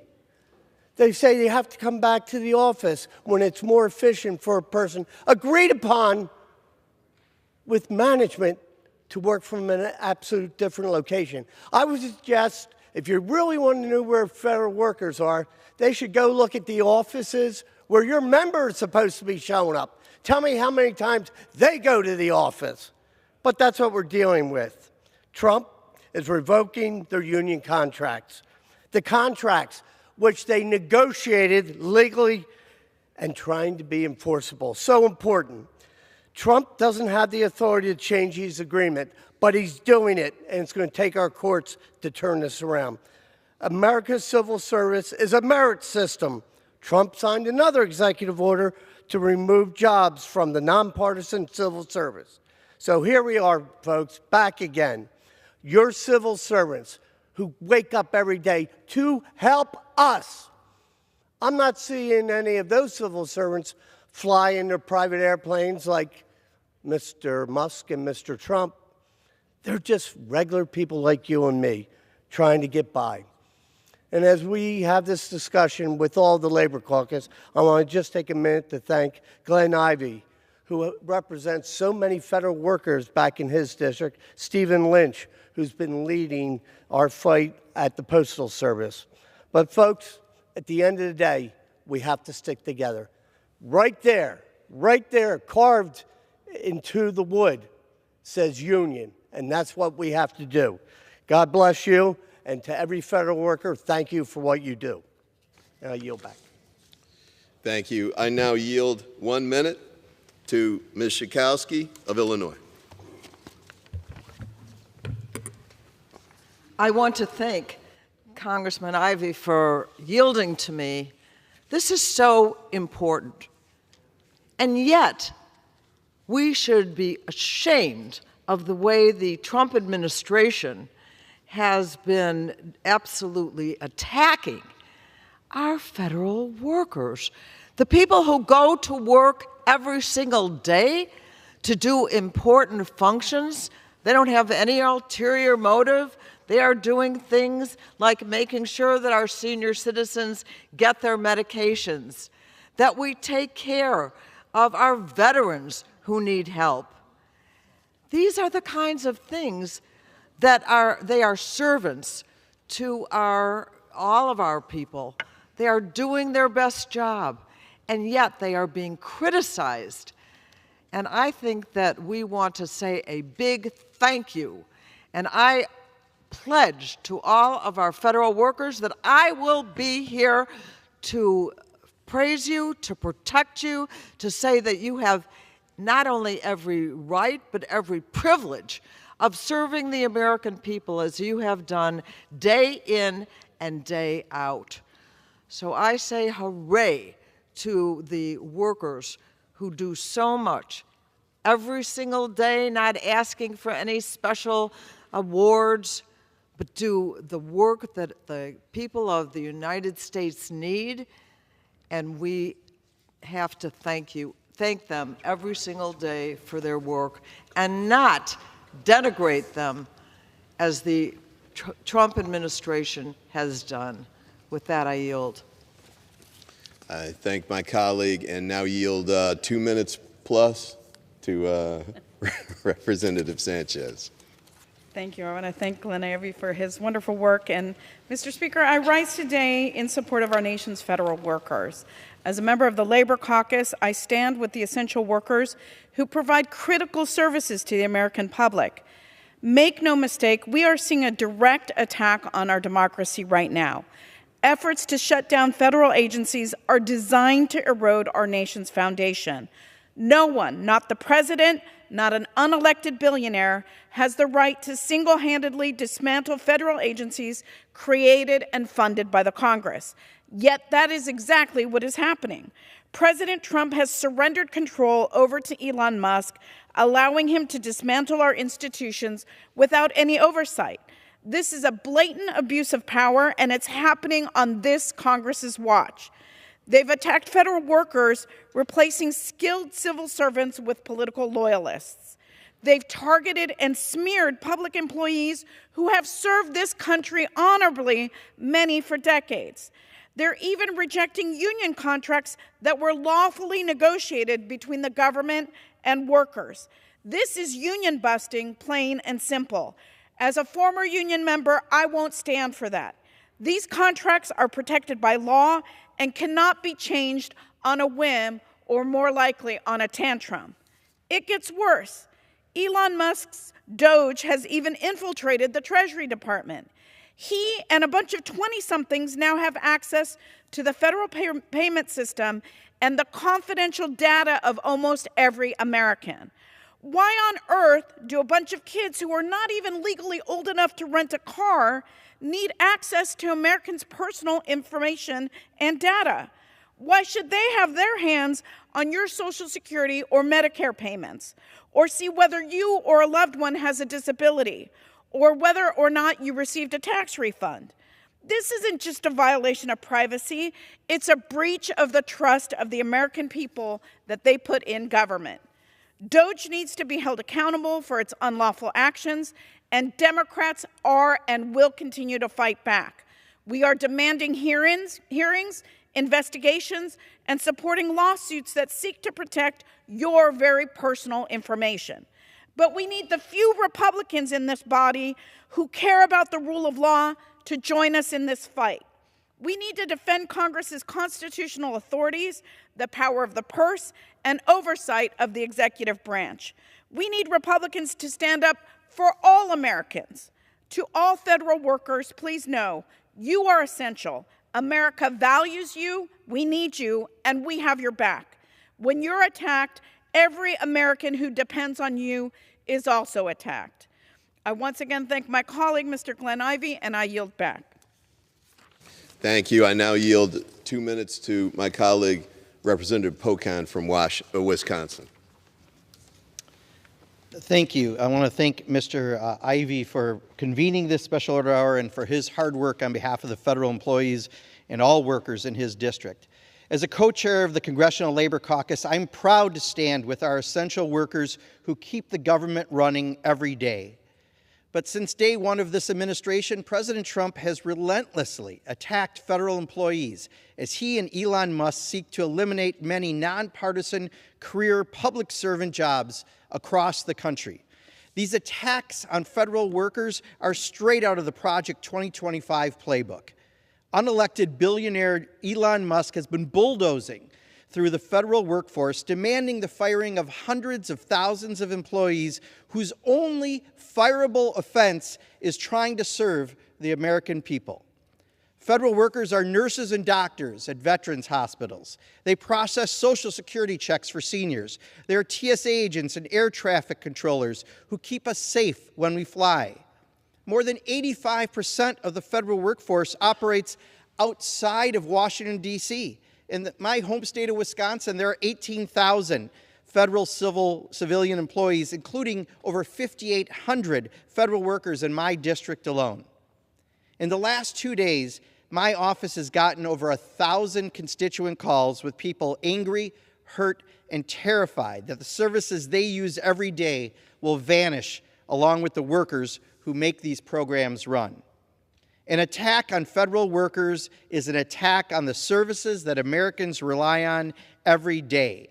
And Elon Musk and Trump will continue to put lives at risk as they seek to cut $4 trillion over the next 10 years to pay for tax cuts for Elon Musk, Donald Trump, and the wealthiest. To all the selfless civil servants, our message is clear. America needs you, and we have your back. We are fighting in Congress to oppose Donald Trump and Elon Musk's baseless attacks on you and your important work, and we urge you to stand strong. I yield back. I thank my colleague. I now yield 2 minutes to Mr. Menendez of New Jersey. Thank you, and I want to thank my incredible colleague, Glenn Ivey, for convening us here today and for the opportunity to speak. Mr. Speaker, I rise today in solidarity with our nation's federal workers, including the more than 22,000 who live and work in the great state of New Jersey. Our federal workforce is a vital cornerstone of our work to protect the most vulnerable amongst us, grow our economy, protect our national security, and to keep us safe. In Newark, our air traffic controllers and TSA agents devote their careers to keeping our skies safe and getting us to where we need to go safely. Social Security employees in the Hoboken field office assist our seniors and those with disabilities in receiving the benefits they have earned and depend on. And USCIS officials in Newark assist immigrant families with processing their visas, green cards, and applications for naturalization. Our nation runs because of federal workers, and an attack on them is an attack on the services that Americans rely on every day. Along with my Democratic colleagues, I want to make our message to federal employees clear. We have your back, and we will not back down. We will continue to oppose this administration's baseless and lawless attempts to diminish the important work you do every day. Our civil service is a merit system protected by the right to due process, and attempts to implement Schedule F, union bust, and undermine our collective bargaining process will be met with swift and unyielding resistance from me, the Congressional Labor Caucus, and my colleagues on this side of the aisle. The decision to enter public service is an honorable one, and millions of federal workers and retirees have made that decision deserve our support. Thank you, and I yield back. I thank the gentleman, and I now yield 2 minutes to Representative McLean Delaney of Maryland. Mr. Speaker, as a proud member of the Labor Caucus, I rise today to stand up against the administration's actions against our 2.2 million federal workers, including 35,000 of them in the 6th District of Maryland. America's greatest asset is its people, and our dedicated civil servants are no exception. I am so deeply troubled by the administration and Elon Musk's efforts and actions to access every American's data, and to, more importantly, access the U.S. Treasury Department's federal payment system, including U.S. taxpayers' confidential financial information, to slash critical federal programs, and to threaten the termination of thousands of federal workers. I'm even greater alarmed by the Trump administration's flagrant efforts to seek political retribution against federal agents for past investigations, including investigating the violence that occurred on January 6th. Many members feared for their lives that day, and insurrectionists violently assaulted officers tasked with protecting the people here and this building. Now these agents are at risk for losing their livelihoods, for following the law and doing their jobs. All of this follows the Trump administration's OMB directive to illegally freeze congressionally approved federal funding and its letter to more than 2 million federal employees offering a buyout from service. I implore you, do not take that buyout. It is not to be trusted. As the buyout letter says, we are truly at a fork in the road. Do we defend American workers and our institutions, or gut the federal agencies of the knowledge that fuels American innovation and strengthens our national security? These attacks strike at the bedrock of our American values and represent an unprecedented power grab that undermines our democracy's balances and checks. Many of these actions have not been authorized by Congress and rightfully belong under its purview. While I've long believed in seeking common sense, common ground when governing, I must now stand my ground for the 35,000 government employees in my district and countless more across the country, looking now for Congress to take action. Yesterday, I joined a briefing with several colleagues from Virginia, Maryland, and other places, along with members of AFG, AFSCME, Democracy Forward, NTEU, IFPTE, NARF, NFFE, and AFL-CIO, in conjunction to develop an action plan to better defend our workers at USAID, at DOL, at the Department of Education, at NOAA, and so many other agencies under imminent threat of mandated leave, termination, or closure. In closing, from NIST to Fort Detrick to our National Fire Academy in the 6th District, federal workers in Maryland are counting on us, the people in this chamber and in our communities, to stand up and speak up for them. Thank you. I yield back my time. Thank you. I now yield 2 minutes to Representative McGovern of Massachusetts. I thank you. I thank my colleague for organizing this special order. Mr. Speaker, I rise in support of our public servants as they face an unprecedented illegal attack by the Trump administration. Our federal employees are part of every single community in America. They keep us safe, they sustain us, and they support us. Now they are under attack. Donald Trump and Elon Musk's attack on the federal workforce is an illegal purge.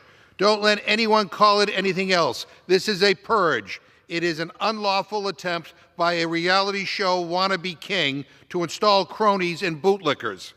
Our public servants represent the best of us. They are selfless, determined, disciplined, and professional. They are everything that Donald Trump and his MAGA flunkies are not. To our public servants, I will say this: do not be afraid. Do not be intimidated. The law is on your side. We are still with you. A grateful nation is still with you. You have dedicated your lives to the American people. You have made our country strong. Have faith that our country is strong enough to withstand the petty tantrums of a small, self-obsessed man who disgraces the very idea of public service with his every breath. Now is the time for courage. I am grateful for your service. I believe in you, and I yield back.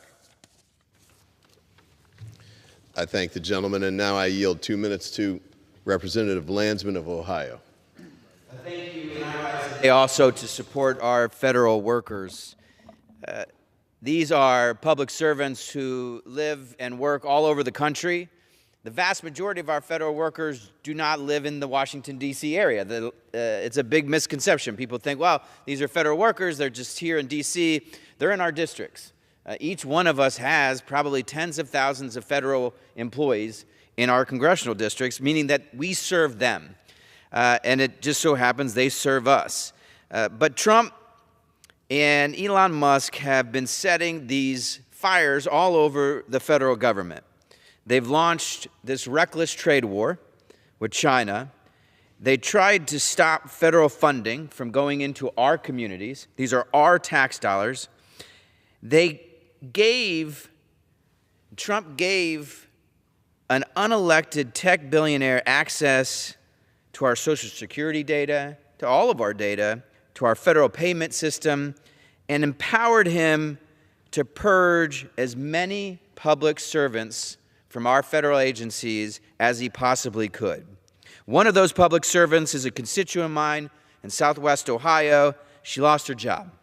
For 20 years, she worked at USAID, leading the agency's famine early detection efforts. Her work ensured food reached children, families, and communities in crisis. She saved lives. But it's not just about food. Hunger fuels instability. When people are desperate, terrorism thrives, and when the U.S. pulls back, it creates a vacuum for China to step in. This administration's actions are just cruel, and they're making our country and our world less safe. Why are they purging our federal workforce? They've got to find $4 trillion. $4 trillion that won't go to you or me or our communities. They're planning to use these dollars to pay for tax giveaways for the uber wealthy, for the Elon Musks of the world. They're stealing from our workers, our country, and our allies, all so the uber wealthy can get wealthier. It has to be stopped. This Congress can stop it, but the majority has to step up. Thank you, and I yield back. I thank the gentleman, and I now yield 2 minutes to Representative Caston of Illinois. Thank you, Congressman Ivey. So last week, I spent an afternoon at the National Air Traffic Control Center in Aurora, Illinois. I'd been invited to discuss some work our office has been doing to make sure that these folks are not penalized for seeking mental health care. None of us could have anticipated that our visit would be after the crash of American Flight 5342 in Washington, but it is safe to say that that office was shook. And then we started talking about mental health. One employee said that their staff still remember the arson attack on this facility back in 2014, and they were nervous that recent budget cuts have limited their ability to maintain security levels at that facility. Another employee asked me, how should they interpret announcements from the Trump White House that federal employees were going to get laid off? Would they have a job? If they got laid off, who was going to do their work? How are they going to continue to support their families? I had a female air traffic controller who asked why Donald Trump immediately blamed the crash on DEI hiring practices. Wasn't lost on any of us that our air traffic controllers, like our society, are not exclusively straight white men, but she was wondering if she was about to get fired solely on account of her gender. Now, let that all sink in. These are hardworking federal employees who have dedicated their lives to keeping our skies safe. They are overworked, they are underpaid, and now they're wondering whether the President of the United States, his Republican enablers, and his IT goons are about to fire them, curtail their pay, blame them for airline tragedies because of the way they look, who they love, how they pray. What possible good comes to the American people by having a bunch of stressed out air traffic controllers? The United States government can't function without these nonpartisan civil servants. Our air traffic controllers, our TSA agents, our VA, our hospital workers, people who make sure your Social Security payments get through. Why would we want to break that? Maybe because you're carrying out Russia's foreign policy. Maybe because you're just a grifter who's figured out that you're going to short the stock market after you tank it. Maybe you're just a coward. Maybe you're an idiot. Maybe you think it's better to be proximate to power than to stand up for what's right. But whatever it is, it ain't patriotism. And it scares the dickens out of me that standing up for America in 2025 is a partisan endeavor. I yield. I thank the gentleman, and I now yield 2 minutes to Representative Hoyer of Maryland.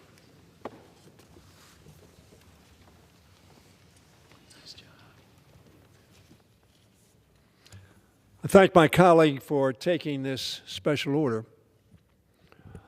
I thank my colleague for his service.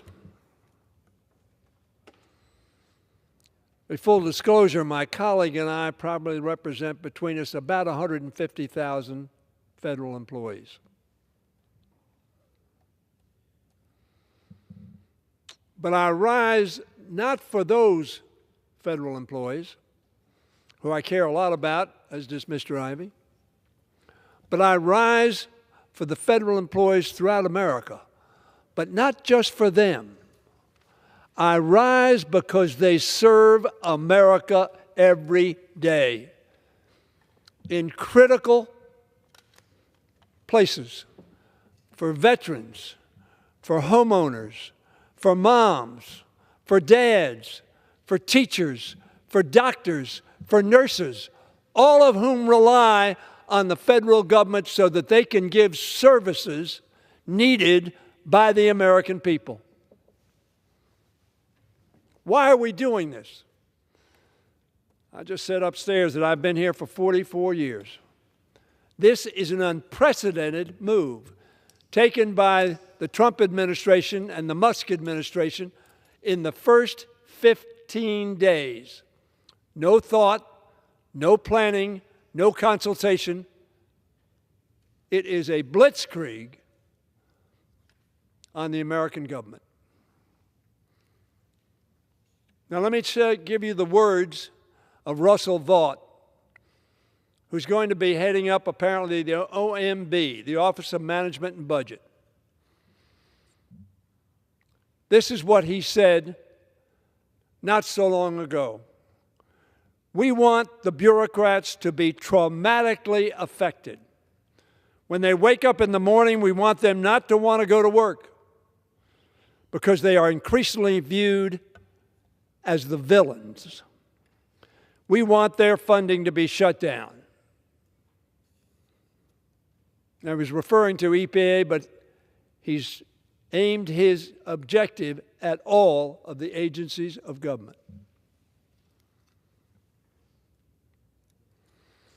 Mr. Speaker, I rise not only on behalf of federal workers, as I said, who every day perform the services we, the Congress, representing the American people, have asked them to do. They didn't create any of these agencies. We did. They did not give them the objectives. We did. They are performing the services for the American people that the American people need and, yes, want.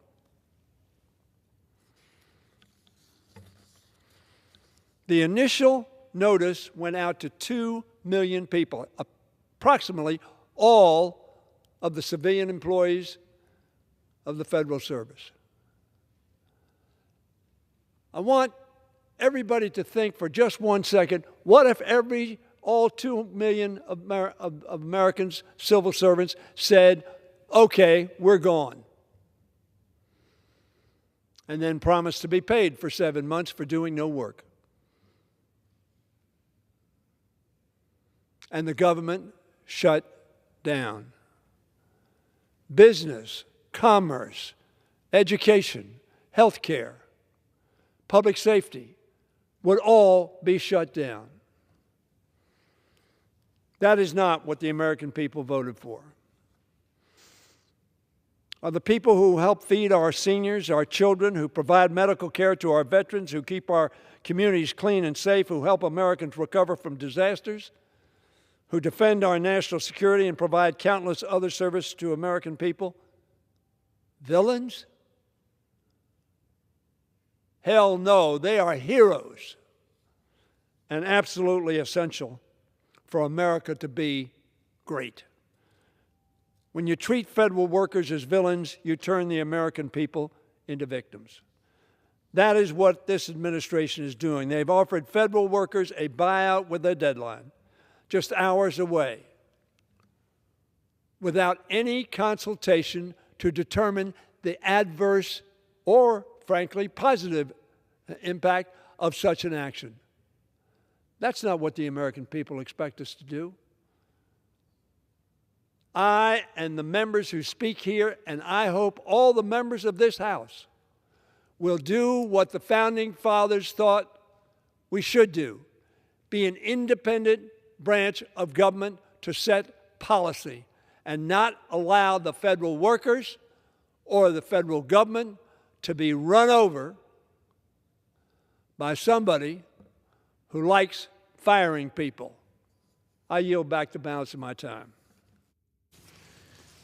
I thank the congressman. I now yield 2 minutes to Representative Brown of Ohio. Thank you, Congressman Ivey, for organizing this special order hour. I rise in support of more than 9,000 federal workers in my district and their dedicated colleagues across the country. Make no mistake, President Trump and unelected billionaire Elon Musk are waging an all-out assault on federal workers. In just 2 weeks, they've managed an unlawful union busting, budget freezing, and civil servant layoffs, all designed to intimidate, weaken, and dismantle our federal workforce. This isn't just an attack on federal employees, it's an attack on all of us. In Northeast Ohio, federal workers process Social Security checks for seniors. They are doctors and nurses caring for veterans. They are TSA agents and air traffic controllers who keep us safe when we fly. And they are researchers developing new technologies at NASA Glenn. These are hardworking, honorable public servants who deserve our respect, not threats and not pink slips. Let's be clear. This reckless effort to push federal workers out isn't about right-sizing government, it's about gutting it. It's about dismantling the very services that millions of Americans depend on. This is part of a coordinated effort to erode trust in government because the president and his billionaire buddies want it to fail. They don't want experienced workers loyal to the country. They want political lackeys loyal to only one man. So they push the lie that government is inherently wasteful and that federal employees are part of some so-called deep state.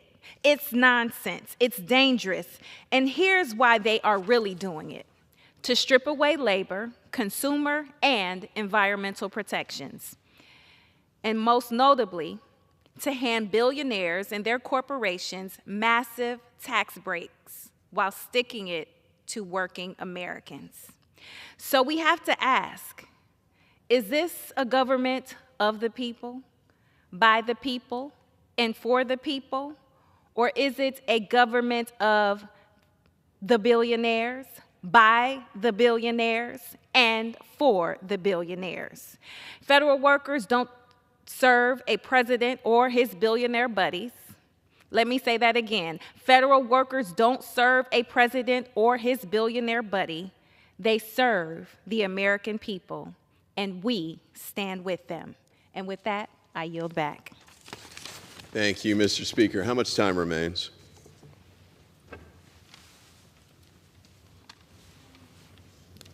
The gentleman has 27 minutes remaining. Thank you, Mr. Speaker. I now yield 2 minutes to Representative Hoyle of Oregon. Thank you. Mr. Speaker, I rise today in support of our nation's federal workers. As a member of the Labor Caucus, I am proud to stand with these public servants who have dedicated their careers to delivering for the American people. This administration has relentlessly attacked these nonpartisan expert workers who make sure our food is safe to eat, our water is safe to drink, and our air is safe to breathe.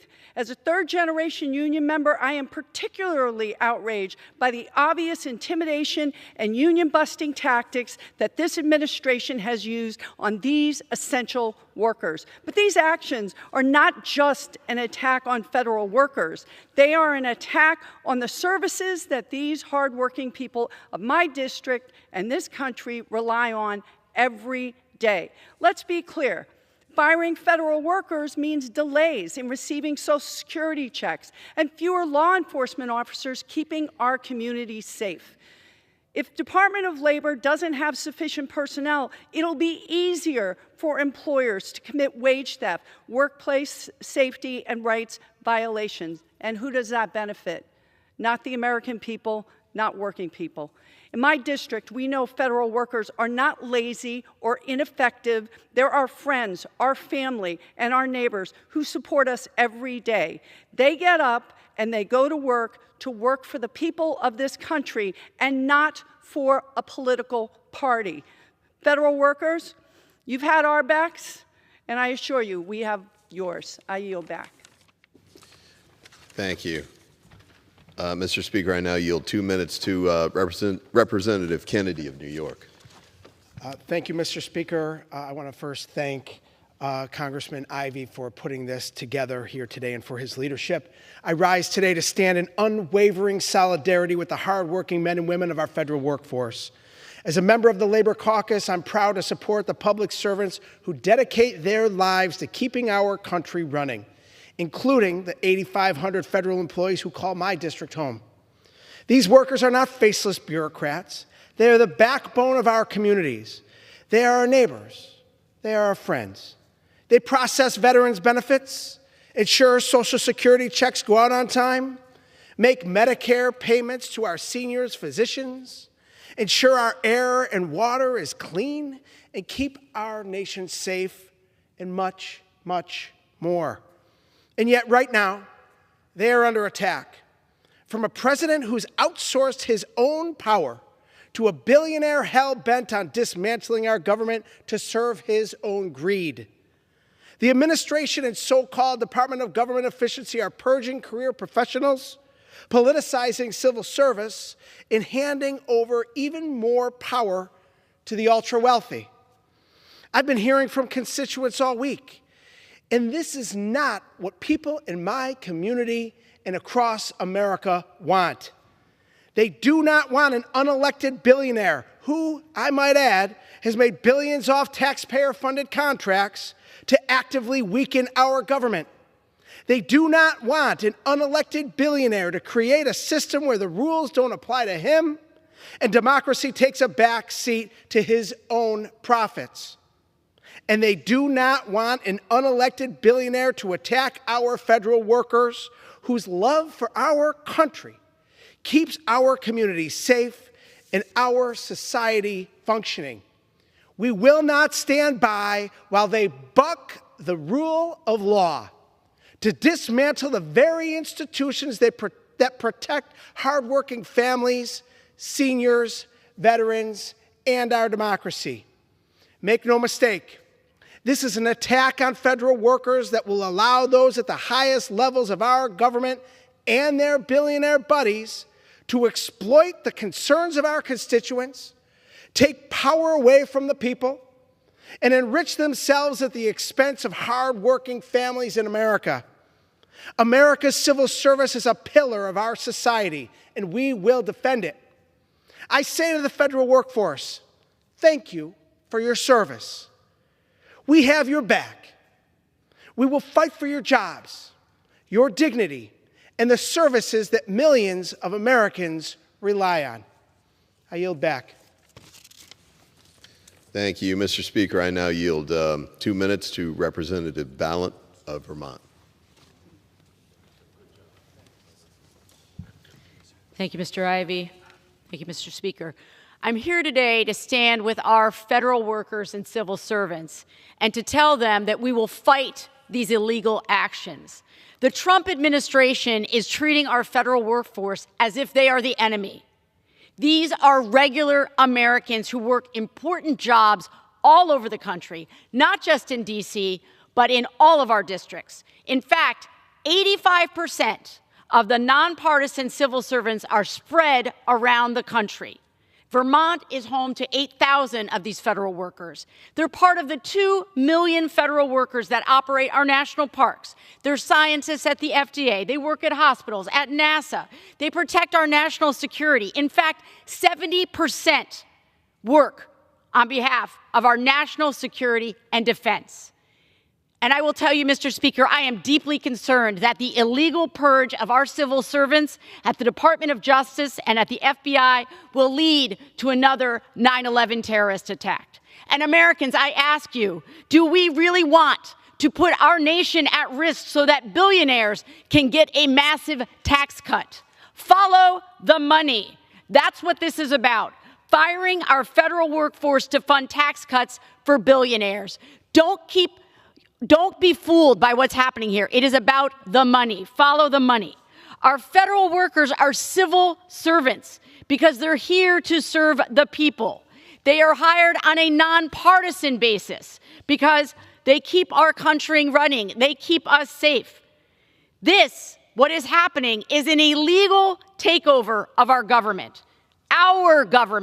by locking them out of their jobs, firing them illegally, and bullying them out of a job. Trump and Musk are trying to create chaos and confusion, and it will harm Americans. Not just the people who are being fired illegally, but it will harm all of those Americans in our districts who seek services from these workers.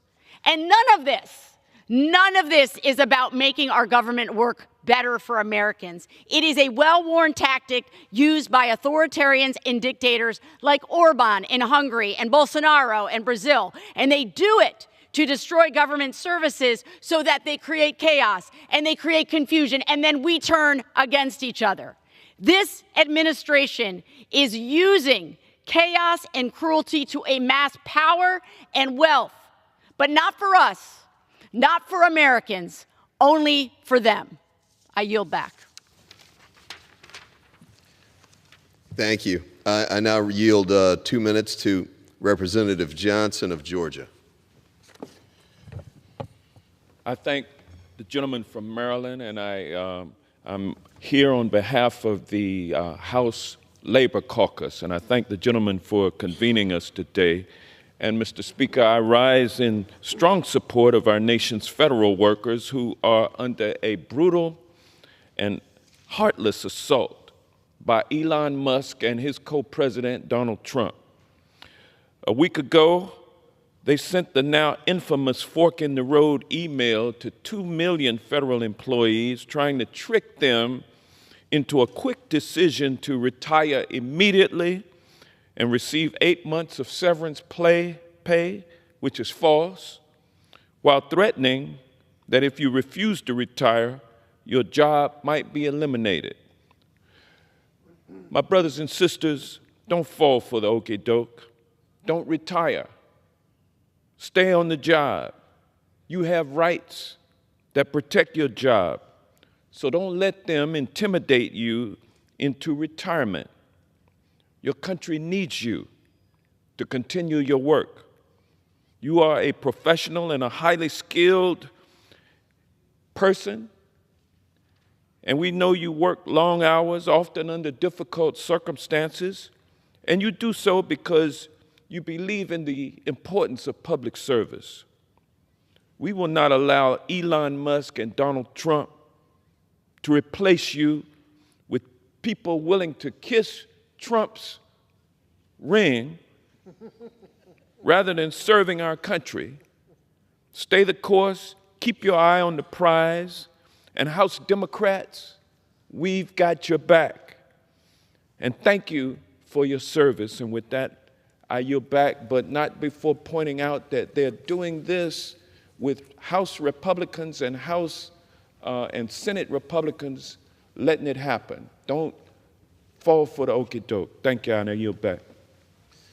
Thank you. And I now yield 2 minutes to Representative Takano of California. Thank you for yielding. The actions coming out of the White House are shocking. They're alarming. They're unconstitutional. We have seen an unelected billionaire attempt to lay off, fire, and purge federal employees from across the executive branch. No agency or department is safe, not even the department taking care of veterans. And as the ranking member of the House Committee on Veterans Affairs, I have been quick to warn employees at the VA not to fall for the recent attempt from Musk to buy out employees. I've warned VA employees and providers. Elon Musk thinks you're stupid and won't see through his deceptive and fraudulent buyout offer. VA employees should ignore his email and send it to the trash bin. And that the Trump administration is playing a dangerous game with your livelihoods and veterans' lives. The Department of Veterans Affairs has a mandate to ensure that veterans with visual, hearing, mobility, and cognitive impairments can still apply and receive care. The Trump administration put an end to that mission to reach out to veterans with visual, hearing, mobility, and cognitive impairments. He put an end to that mission in the fervor to get rid of diversity, equity, and inclusion efforts in federal agencies. Yes, diversity, equity, inclusion includes veterans with visual, hearing, mobility, and cognitive impairments. So far, 60 employees with the mission of reaching out to these very veterans with unique challenges to encourage them to apply for VA have been put on leave.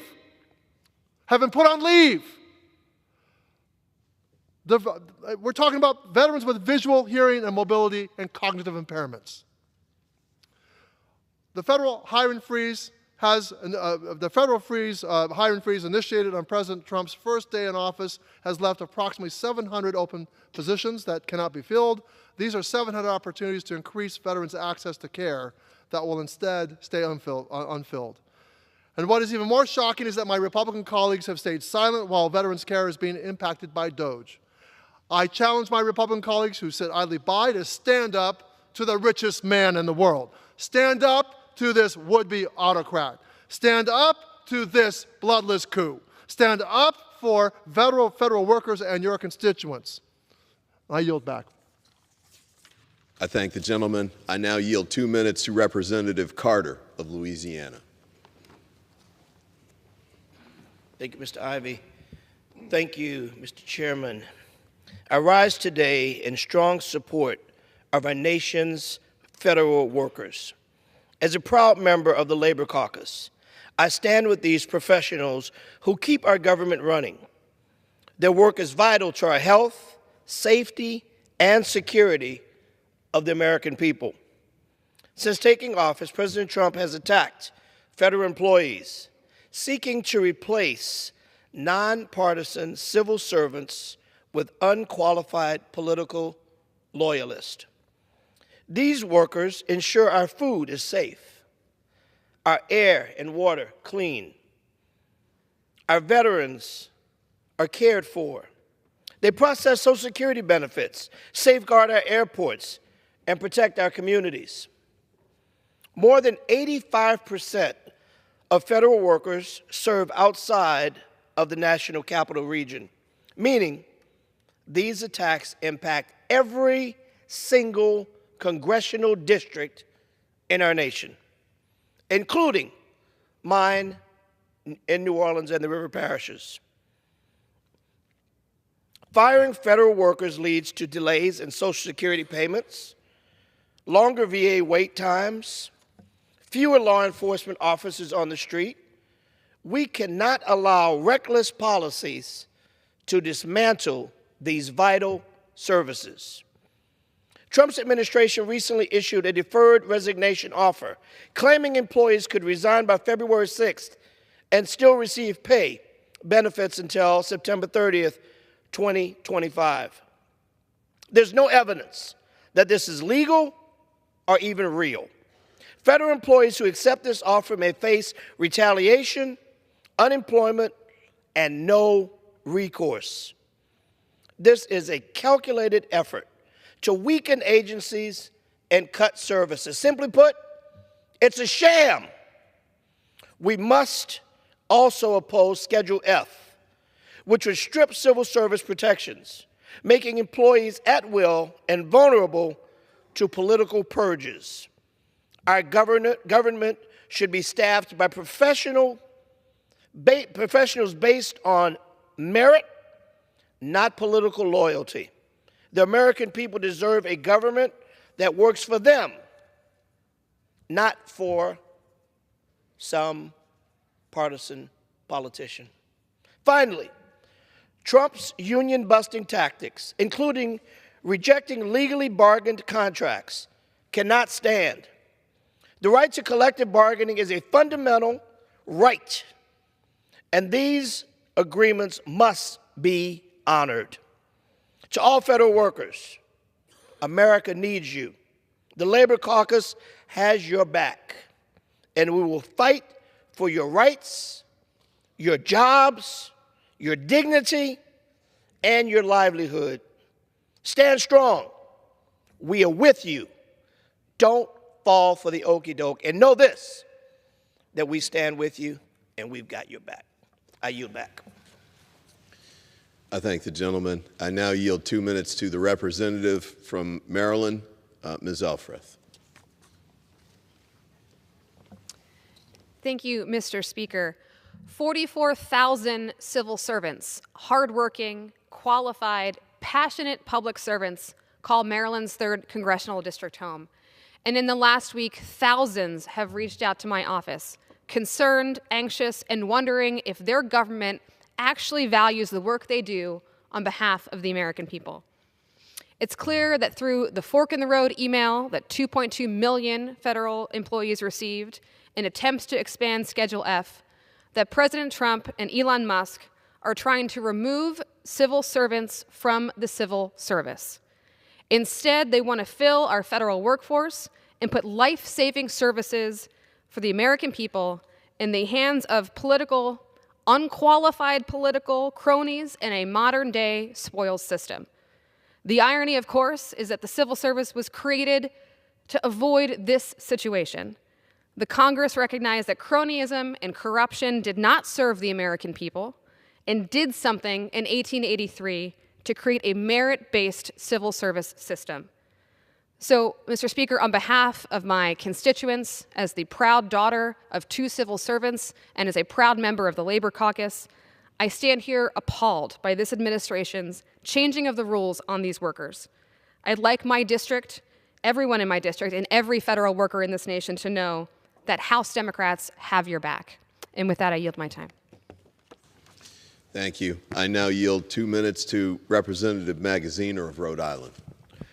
Mr. Speaker, I thank my friend Mr. Ivey for yielding, and I rise today as a proud Vice Chair of the Congressional Labor Caucus to stand with the hard-working men and women who keep our government running.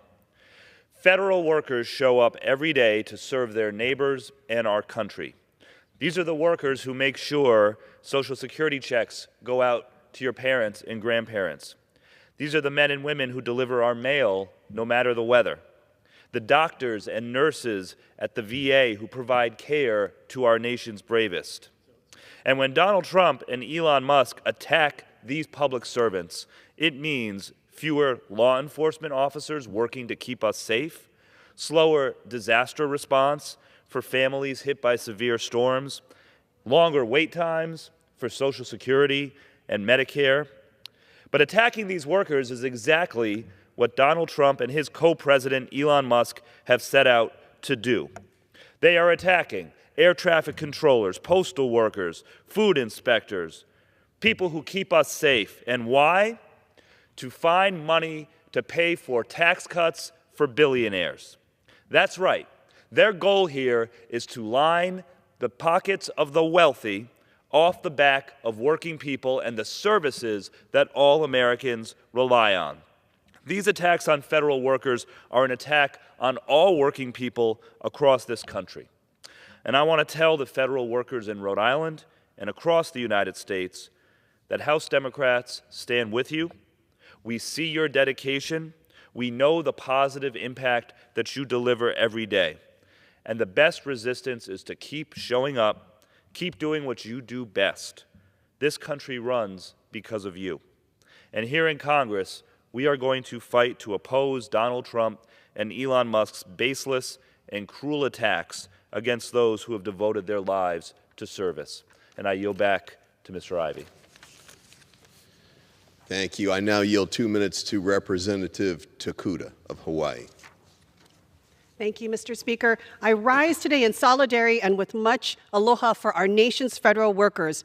As a member of the Labor Caucus, I am proud to stand with these essential employees who keep our government running every single day. Federal workers care for our veterans. They keep us safe when we travel, and they make sure our seniors get the Social Security payments that they need to put food on the table and to survive.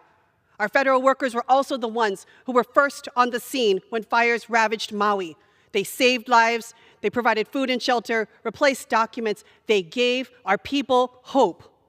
Day in and day out, federal workers are the unseen hands and hearts that guide our nation through complex challenges and maintain the infrastructure and services that underpin daily life. They give our people hope and help. So when we attack federal workers, we not only discredit their work, Mr. Speaker, we cut off the very hands holding us up. Since taking office, President Trump has made it his #1 priority to undermine and dismantle our federal workforce. Over the past 2 weeks, the Trump administration has been bullying federal workers to resign while making a hollow promise of pay and benefits through the end of the year. Now, President Trump is threatening mass layoffs for those who refuse to accept this bogus and deceptive office. We have 43,000 hardworking federal employees in Hawaii. Many of these civil servants have contacted me expressing their anger, frustration, and their fear. One constituent who spent his entire career with the Department of Health and Human Services said he's experienced several presidential transitions, but none as demeaning and demoralizing as this one's. Once committed to a full career in public service, he now wakes up daily, dreading the new abuse and attacks he and his colleagues will face. Let us be clear, federal workers are not the problem. They are part of the solution. They don't make decisions based on political whim. They don't serve a single master and his billionaire friends. They serve the people of this country. The American people deserve a government that works for them, not against them. To all the federal employees in Hawaii and across this country, we see you, we hear you, and we'll fight to protect you. Thank you for your dedication and for your service. You are the quiet force that keeps our nation strong. You've always had our back.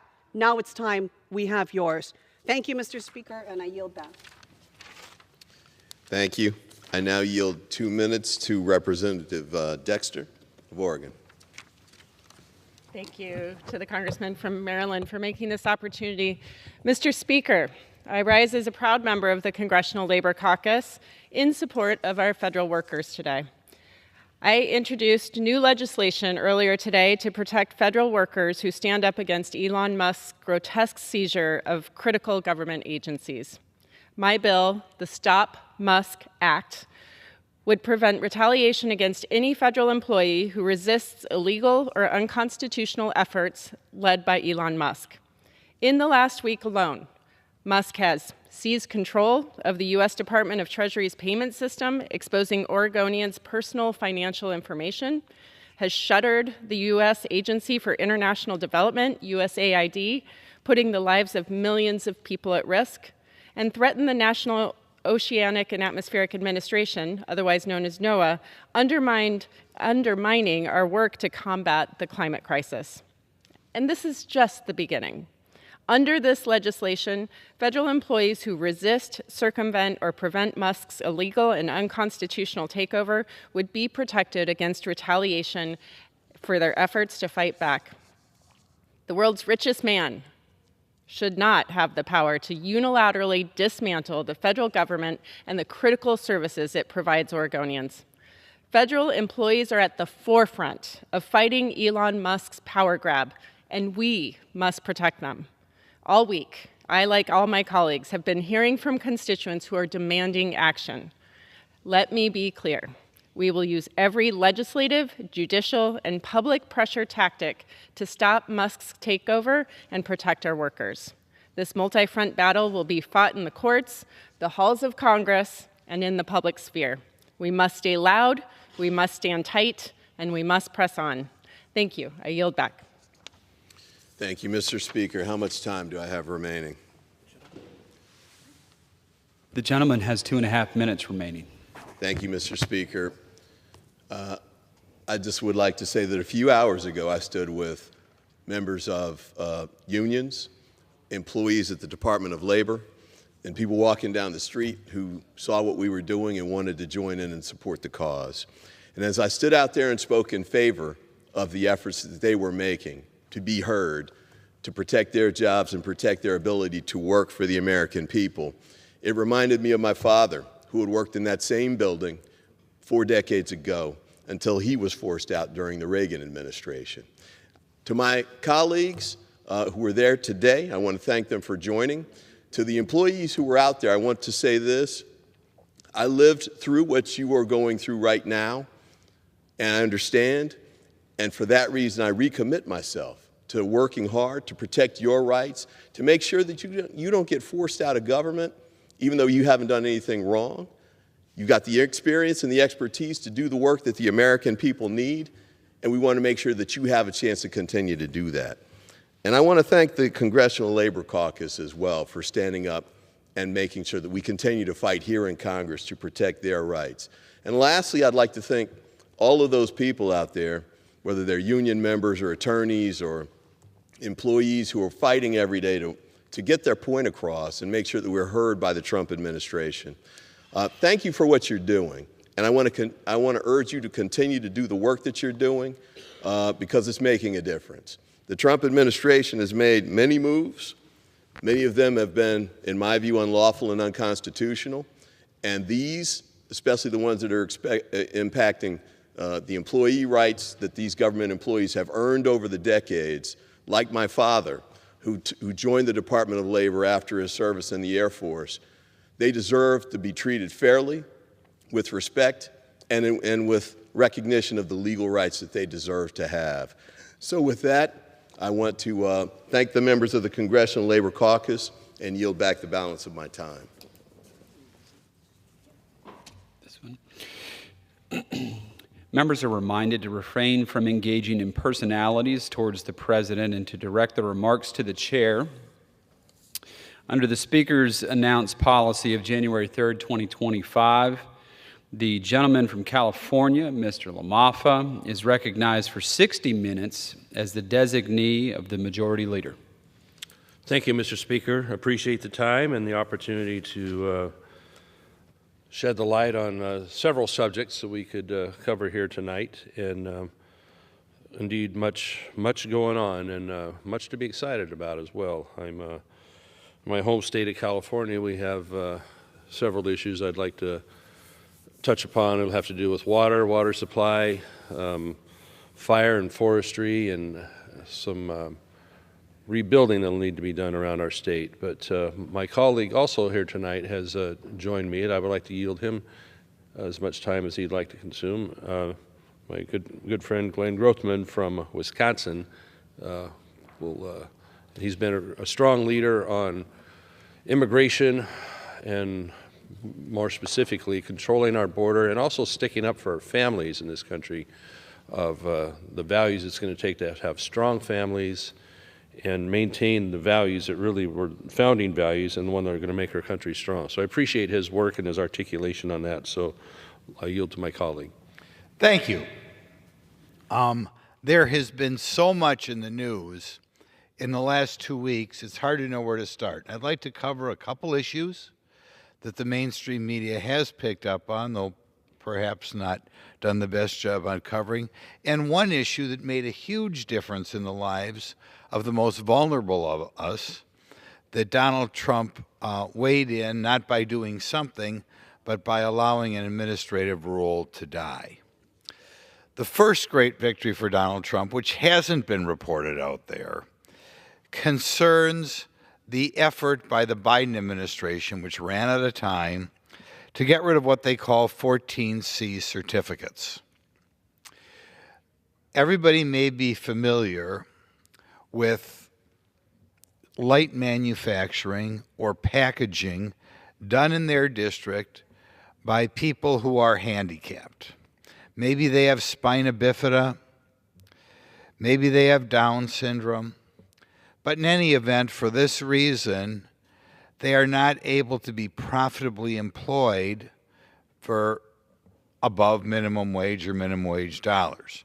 And each state does it a little bit differently, but the states make an estimate of what that employee is worth, and maybe they're paid $5 an hour for, like I said, light manufacturing or packaging. If you tour these facilities, and I think every congressman ought to tour them at least once, it is one of the most enjoyable things you can do, because you will find the people who have been dealt a difficult lot on life so happy to see you, so happy to see what they're doing with you, so happy to make friends with the other employees there, both other employees who have different abilities and other employees who are usually in a supervisory capacity. These are also a godsend to the parents or guardians of these folks, and that under normal circumstances they have to worry when the guardians or parents die off what type of friends, what type of social life they will have. But because they frequently stay in these facilities or work in these facilities for 20 or 30 or 40 years, they develop lifelong friendships, which are so important for these folks to have. Now, had Donald Trump not won the election, they would have continued to work through the administrative rule process, and it's entirely possible that these sort of facilities would have been shut down by a Biden or a Harris administration. They were working towards that. You might say, why would anybody take away the right for these jobs for these people? The reason is they'll say, well, if we're paying somebody $5 an hour, we're taking advantage of them. We can't take advantage of them, so we'd rather have them shut down. How horrible. To the most vulnerable members of our society, Joe Biden was prepared to say, if you want to work here for $5 an hour, tough, we're going to close that facility, or we'll leave the facility open, but you'll no longer be able to work. You'll no longer have the pride of being able to get a paycheck and spending it on clothes for yourself or gifts for your parents, what have you. I would like to thank President Trump for not continuing with that administrative rule. And at least we know, probably for the next 4 years, the jobs of these folks, which means so much to them, more to them than I would say the average citizen in our society. I'd like to say thank you, President Trump, for allowing the most vulnerable members of our society to have the choice to continue to work for, in some cases, sub-minimum wage, but have the enjoyment of that independence. And I should point out that almost all of the people I'm talking about have some SSI payment in addition to that, so it's not like they're expected to pay a mortgage with their $5 an hour job. They get other governmental assistance as well. So I know there are a lot of other things we've been grateful for President Trump for the last couple of weeks for, but for keeping the 14C certificates, that is a tremendous victory for the most vulnerable of us, and I don't think it would have happened if President Trump didn't get elected. Now, the next thing to look at, we've heard people talk about Elon Musk and what he did at what he wants to do to USAID. First of all, I'd like to point out that the reason people are mad at Elon Musk, who can't do anything on his own, who all he can do is advise the president, but the reason they're mad at him is horror of horrors, he thought there was a government program that wasn't necessary. That's not the way things work here. Nobody believes that if Elon Musk had Donald Trump's ear and came out for more preschool, if he came out for more mental health funding, if he came out for any if he came out for expanded government daycare, the folks on the other side of this aisle would be praising Elon Musk for being a forward-looking person and for doing what people on that side of the aisle want to do, which is either expand old programs or come up with new government programs. And quite frankly, as long as I've been here, I'm sure there must be some government program that ended, but I can't think of any. Okay, so Elon Musk is under attack for actually suggesting a government program is unnecessary. I praise him for that. There is nothing wrong with him advising President Trump. I don't know whether you folks would feel better if they gave him a position and a $100,000 a year salary. I don't know. But it is refreshing that some of the most successful people in America can use their mind, their brains, to advise President Trump on how to be a good president. And it's particularly good to have somebody outside this building who is not used to the swamp-type mentality of we never under any circumstances get rid of a program. The only question is whether we're going to expand it 2% or 8%. It's great to have a friend who can look at some programs and say, hey, maybe this program sounded good when we first created it in 1963 or whatever, but it hasn't worked up to snuff. And of course, I agree with Elon Musk that some of the money spent on these programs is even a moral stain on the United States of America, particularly a moral stain because we are spending money in other countries. When we talk about gender-affirming care, that's where they give puberty blockers to young children. I think it's horrific that we would give puberty blockers to a 12 or 13-year-old in America. But America is supposed to be the light unto the world. Can you imagine the United States weighing in and giving gender-affirming care to the poor little children in Guatemala? I mean, how bad can we be? How embarrassing can we be? That's what we do with the incredible amount of wealth that this country has been given. We take our wealth and try to screw up, what I would say screw up, the poor little children in Guatemala. I'm glad Elon Musk came across this program. And I'm glad, upon people pointing out what's in the program, that Donald Trump, when he heard about it, full bore, put his foot on the brake and said, if the people running this program are spending the money that way, we got to stop spending money right away and look a little bit further into the program. But in any event, what I'm going to do is I'm going to ask people on that side of the aisle is take an honest look at yourself. If Elon Musk announced that we needed more preschool, if Elon Musk announced we were going to need more mental health, with where the mental health professions are today in favor of these puberty blockers and that sort of thing, would you really be concerned that he's advising President Trump?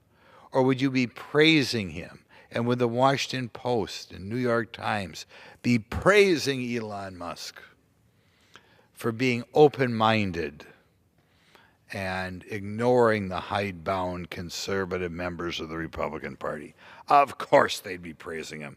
The only reason they question whether or not he can advise President Trump is because they don't like, for almost the first time that I've been here, that we genuinely are seeing a government program begin to end, hopefully. The third thing I'll point out, President Trump signed a bill today dealing with men and women's sports. It was a good bill. There are not a whole lot of men participating in women's sports around the country, but it's certainly a little weird that when one sets up a swimming tournament or a track meet or something, where it's very clear we have the men's event and the women's event, that under any circumstances we take a man and say, well, just because you feel like a woman today, we're going to pretend you're a woman. I think that's unusual enough. But I'm going to ask, and President Trump has had executive orders on this topic as well, I'm going to hope that we're able to do something statutorily about getting rid of government funding for programs that do things like give surgeries on minors, give puberty blockers on minors, things that there's no shortage of intelligent people who will say this is damaging. Not to mention there are a huge number of people with just plain common sense who realize that you don't try to engage in irrevocable medical procedures with 14 or 15-year-olds. As a matter of fact, I would even say it's medically inexcusable to engage in these procedures in people who are 24 or 25 years old. After all, in this country, you know, can't buy a beer until you're 21 years old. Can't buy a cigarette until you're 21 years old. And I would think any medical professional with any morality, I mean, I realize they're making money on this thing, but with any morality would harm these young people. So it's my hope that my leadership team, now that we took care of the ridiculous idea that men should be able to pick whether they're men or women, depending upon, I guess, whether there's a track meet that day. I hope our leadership team begins to go after these so-called medical professionals who are doing irrevocable damage either with drugs or with surgeries on people under 18. And quite frankly, it ought to be barred for people under age 21. And quite frankly, the medical society ought to, on their own, make it clear that it's medical malpractice to do this sort of thing, even on a 25 or 26-year-old, because we all know very well that the way we feel about things when we're 20 or 24 or 25 is frequently very difficult or very different the way we feel about things when we're 30 years old. So I'd like to thank the gentleman from California for allowing me to address these issues. And remember, folks out there, if you've got a ward or a child who worked for what used to be called a sheltered workshop, President Trump kept your ward or child employed the way they want to. But in any event, thank you again, Mr. LaMava. Thank you. I appreciate my colleague, Mr. Grothman, on that, and sticking up for families and for in other conversations on sensible border policy that's going to keep our country safe and strong, and our employees of this country more likely to be employed. So it's appreciated. Thank you, sir. Mr. Speaker, I ask unanimous consent that all members may have 5 legislative days in which to revise and extend their remarks and include extraneous material on the topic of this special order. Without objection, that is granted.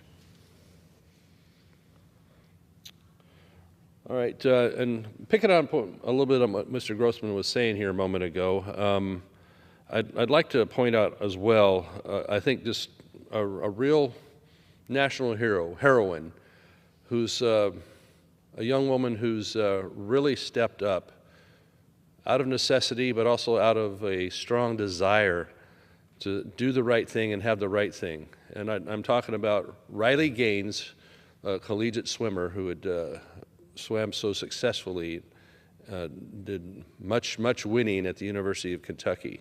She's the one that also faced in competition, had to face off against basically a 6'4" male, and was denied opportunities, denied recognition because of the unfairness and imbalance of girls and women in their sports having to face boys and men in their sports, as well as all the discomfort from shared changing areas and the unfairness of losing out on the ability to win competitions where that might put them in a position to win medals that might ultimately win them a scholarship from high school into college, or put them in a national competition or an international competition if you're at the collegiate level or at the Olympic level. And we saw some horrific things, in my view, in this last Olympics, where the young woman who was in female boxing there, I believe she was from Italy, how humiliated she was. She had to face basically a male boxer with a clear physical advantage and just get the heck beat out of her in the process. And one of the saddest things I've seen in a long time was her collapsing on her knees, just in tears, at that Olympic event afterwards because of the unfairness of it all and how hard she trained for years and years and years to be in that position, only to have, in this case, the Olympic Committee say, we'll let anybody in competing against the women in this case. So, but Riley Gaines, I know her personally and just find her to be a dynamic young woman who stand up for the right things. She didn't ask for this position. She was a competitor and doing her thing. She was thrust into this position because she saw what was needed to be done, what needed to be made right on this, and sticking up for other women and girls in their sports and in their other domains. And so she's gotten a lot of good work done, including today the presidential declaration that this would no longer go on in things that in this country, especially things that the federal government might have involvement or sanction in. So congratulations to her and appreciation to President Trump for straightening things back out a little bit, putting some common sense back into that area. So with that, I hear the debate here tonight on federal workers and the opportunity that has been put in place here for if they seek and so choose, and here's the word, choose, choice, to take advantage of an opportunity if the job they're in is not meeting where they want to be, or you might see reduction in some of these government programs and some of these government agencies.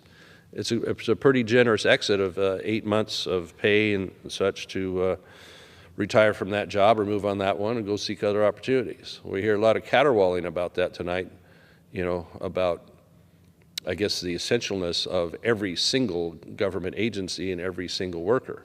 Now, there's plenty of really good workers willing to work hard and do a good job in so many of our federal agencies, but there's also quite a few that aren't as motivated. And we see this battle over them returning to work as is being mandated. We saw President Biden, just before leaving office, trying to give out super generous contracts and extend the term of not having to be at the workplace, based still upon basically the COVID era and getting used to that concept and way of doing things. It's proper for people to show up to work. It's essential. Around here, we had proxy voting, and our committees were, not meeting in person. And doggone it, it's essential in this place that we sit across from each other, that we sit next to each other, and have these real debates in front of the American public to allow true debate, true public debate on the things that are going to affect, over 300 million Americans on the decisions made here. So I'm certainly glad we got rid of proxy voting here and got back to work doing things after the COVID era finally ended, and a lot of manipulation that happened in that era to make things, still we haven't completely recovered in our workforce and the attitudes, I think, of certain people that feel like they're entitled to just having the government send them checks, and the attitude of not having to show up to work. We've found that certain people can do a certain amount of work for home, but the battle here in town, where some really high percentage, I've heard his number as high as 92, I don't know if it's accurate or not, 92% aren't showing up here. Some of these buildings are almost ghost towns from the workforce not coming in there. So yeah, this needs to be looked at. So what is being looked at by the Department of Government Efficiency, DOGE, DOGE they're calling it, and Elon Musk, is basically saying, hey, American taxpayers, we know you work hard for what you earn and what government takes from you. These aren't contributions, as we hear talk, these contributions, they aren't contributions, they're compelled payments of taxes here. You don't have a choice, or they come start taking things away from you and auctioning off your home or your car or your farm or whatever if you don't pay your taxes. It's not voluntary. It's not contributions, as these guys talk about. It's not investments. They take it from you. So I think any taxpayer, any working person has the right to demand that government is looking at things and is it being efficient with what it's using. And the stones they're flipping over and what they're uncovering so far with USAID and many other aspects I can't list here tonight are showing that it confirms what I think normal people know. There's a lot of money being wasted in government by many entities, And look at the situation with Ukraine. Now Zelensky is claiming of about $177 billion that's been transferred over there, he thinks only $75 billion of it actually got to him or the causes they were working on over there in Ukraine. So where's $102 billion gone? Are these real numbers? Let's investigate. Let's find out. And that's what we need to do respectfully with tax dollars that are taken from people, not voluntarily. And so every aspect of government needs to have that accountability. It's okay to audit. It's okay to ask these questions. It's not against something or against a certain group of people. So when we're talking about, in this case, the opportunity for employees to find other opportunities, then what would be wrong with that if they so choose? And if agencies are going to be downsized, and everybody's mad at Elon Musk now, at least on that side of the aisle. Well, when he took over Twitter, now known as X, He cleared out about 85% of the employees there, that a lot of them are just hanging on and going for the party there. He seems to be able to run that entity a lot more efficiently. So that should be an example for government, instead of this scourge that we're hearing about, is that, oh, it's awful, it's terrible. But we appreciate those to do the things that we as Americans ask the government agencies to do, and they do them efficiently and with cheerfulness, and remembering that the customers are the taxpayers, are the people that come to the counter and say, you know, hey, I need a permit to do this, or I need this or that service. These are the customers, you know. Getting a passport. We've had horrific stories come in out of my own office about during the height of COVID and such, that you could hardly get anybody to process a passport for you, at least very timely, you know. In my home state of California, just a simple thing like a personalized license plate at the state level from DMV, it takes 9 months now. 9 months to get a personalized plate. Wow. You know, I mean, that's a revenue generator for the state, supposedly. So, you know, we've got to really check and see what are the attitudes of people that work and serve in government at any level, whether you're elected, whether you're hired, or, you know, an agency head, what have you. And these are good conversations to have, not the caterwauling we're hearing about, oh my gosh, it might be displacing somebody. Like, well, maybe we need to have a little downsizing. I believe we do. So anyway, that's that piece on that debate. But I'm going to return back to issues going on in the West. I privileged to chair the Western Caucus in the House here, and the important issues that it has addressed over the years, and a lot of that revolves around energy. And I'll tell you what, the issue with energy in this country, when we've seen the skyrocketing prices of all types of fuel, that has been a major inflation driver. Really, two aspects of why we're suffering from inflation is government overspending beyond anywhere close to what revenue it was. The new trillions we have seen as a government being spent during the COVID era and beyond, and the end of the Biden administration. Well, we're going to have to take some medicine on that and get back to, how about a concept of pre-COVID level of spending, maybe even adjusted for inflation. Old inflation, not this massive inflation. We have the right and the obligation to be looking at it this way. So inflation driven by massive government spending, eating up the pool of available currency and credit, as well as the cost of doing business driven by issues such as energy. You know, in farming, for example, on my own farm, a couple years ago, we saw that our price of fertilizer tripled and our price of fuel doubled in that season. So what does that mean for a farmer like me or any other farmer growing a crop? Well, they still have to be in the black at the end of the year. They still have to make a profit. And so those costs are going to be passed on somewhere, aren't they? And so that's going to always comes back to the consumer. It always comes back to the taxpayer having to pay for these things.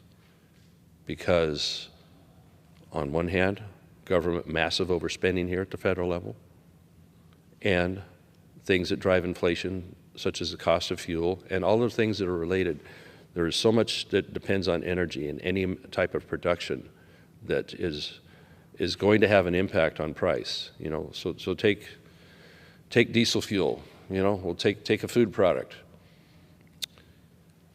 As a farmer, when you start out in the spring, you need fuel to start tilling the land and getting it ready for preparing a seed bed to plant that crop. So someone has to bring you the diesel to run your equipment. Then soon after, someone delivers that fertilizer, likely with a diesel vehicle. Someone delivers that seed. And at that point, you've planted, and then you have irrigation of one type or another, depending on your crop. Well, in some cases, it's going to be fuel that's required to run the pumps, or electricity to run wells, fuel for lift pumps. In some cases, you're fortunate you have gravity-fed water, like much of we do in Northern California, due to storage of water. So what is our energy policy? Well, I guarantee you under President Trump, it's going to improve. And with that, we're going to see improved prices on energy. And that will help us to tame inflation. And on the other side of the coin here, with the work of Elon Musk and others on the Department of Government Efficiency, prices can go down if we're not doing so much massive spending and sucking up all the credit and all the currency out there by government action. That's a pretty good recipe. Why don't we allow success to happen on that? Because American people are clamoring for it. As they've had their eyes opened on what's been going on, where their tax dollars are going, I'd say to my colleagues on the other side of the aisle, you might just slow down a little bit and look and see what's really happening here and how people are feeling about that, how they're thinking about it, how they felt it for several years in their wallets with inflation and wondering why is it I no longer have any money left over to do some of the things I want. At the same time where there's these mandates coming down the pike in my home state of California and affecting things even nationally here, like, well, you can't buy a gas-powered vehicle anymore, or diesel-powered pickup in just a few years because we want to ban them because of CO2.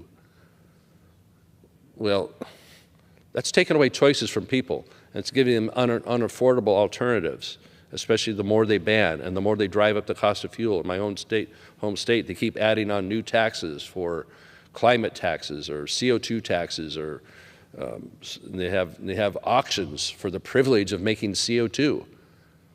Where did that come from? That's like they devised a new currency, CO2, you know? I mean, so I can remind you, you've probably seen me on TV doing this several times, but let me remind you, the composition of our atmosphere is those main components. Right there in yellow, that's nitrogen, 78%.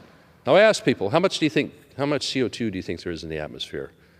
Most folks, you know, going about their lives, not worried about all this stuff, they say they'll guess somewhere between 20 and 50%. Well, nitrogen is at 78. Here in the blue is oxygen at 21. That adds up to 99.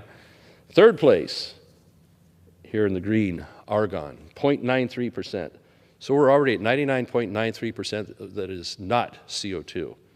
So look over here. Here's some other trace gases that has to do with, you know, water vapor, and there's even krypton gas up in the atmosphere. That's 0.03. So you come down here to this little purple stripe right here.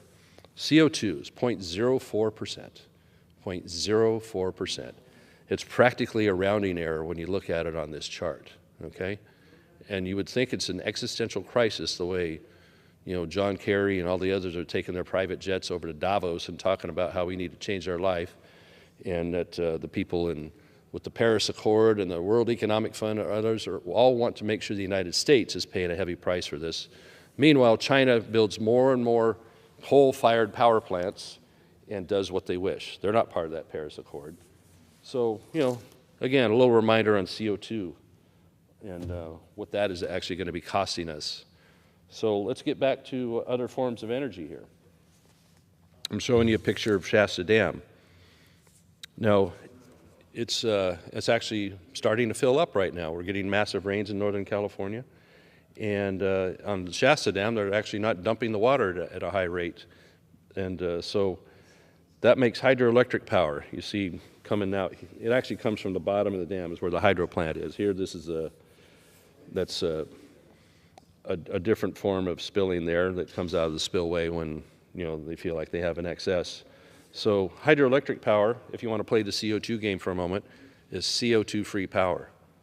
So it's available for 24/7 as long as you got water behind the dam. You can generate that CO2-free power. It's reliable. You don't have to wait for the sun to come up to heat your solar panels, or the clouds to go away, the rain to go away, or the wind to come up to blow your windmill. So what's happening in Northern California? Well, recently they decided, after many years, to tear down, this is kind of related to that subject, 4 dams on the Klamath River. Now, you see some of the Klamath system here that helps transfer water to agriculture and other needs and wildlife as well. They tore them down, took down 4 dams that produce hydroelectric power. The CO2-free power everybody thinks they want. Tore them down, and guess what's happening now? Because they're getting a lot of rain in the area, we're actually getting flooding in certain areas, and we will get more flooding with the even greater amount of rain because we don't have the dams anymore as a tool. all ostensibly to help a fish population go up and down the Klamath River.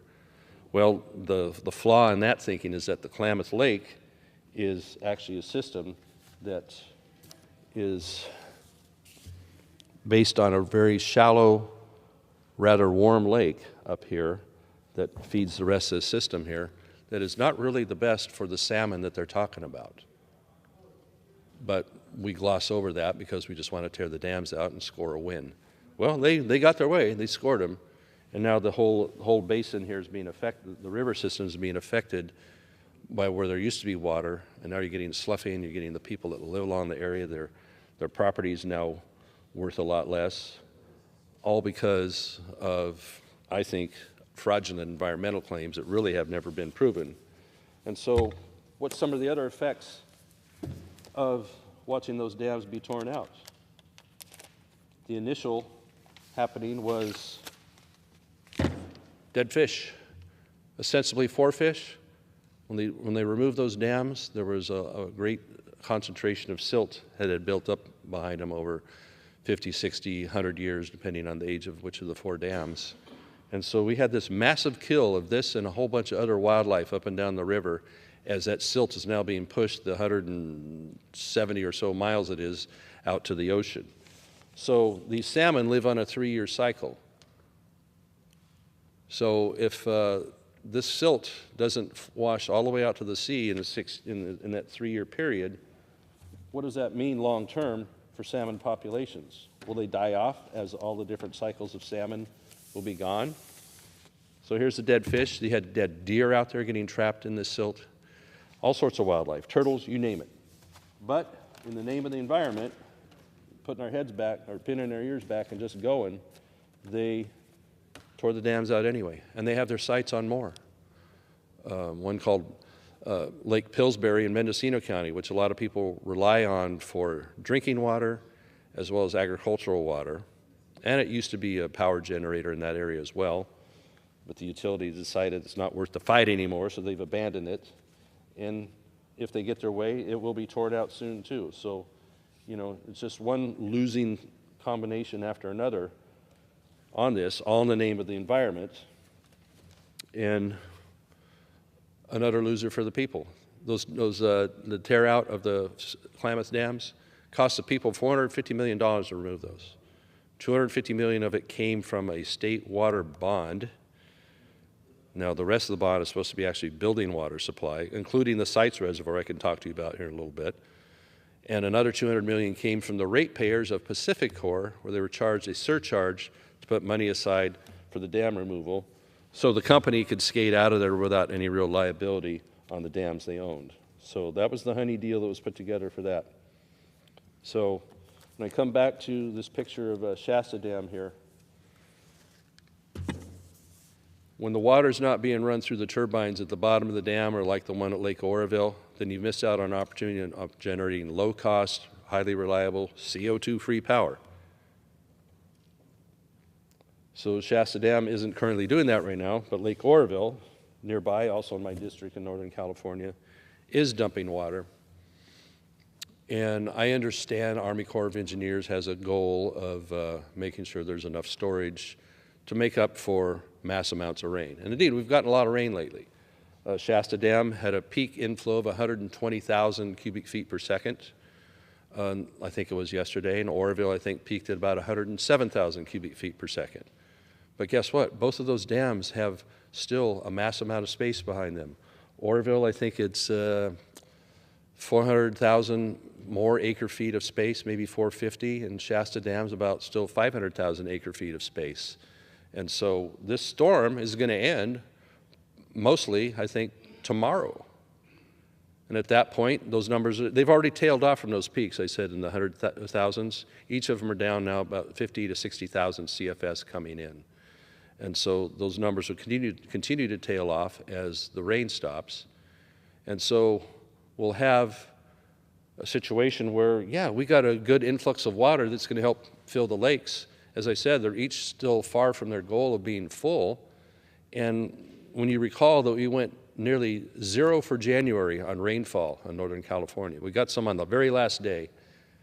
and we're going to expect that we can count on filling these lakes in February or March. April 1 is kind of the magic date where they relieve the flood control mandate on that and allow the lakes to fill up more than their action level, which those numbers are being caught up to now and maybe slightly exceeded.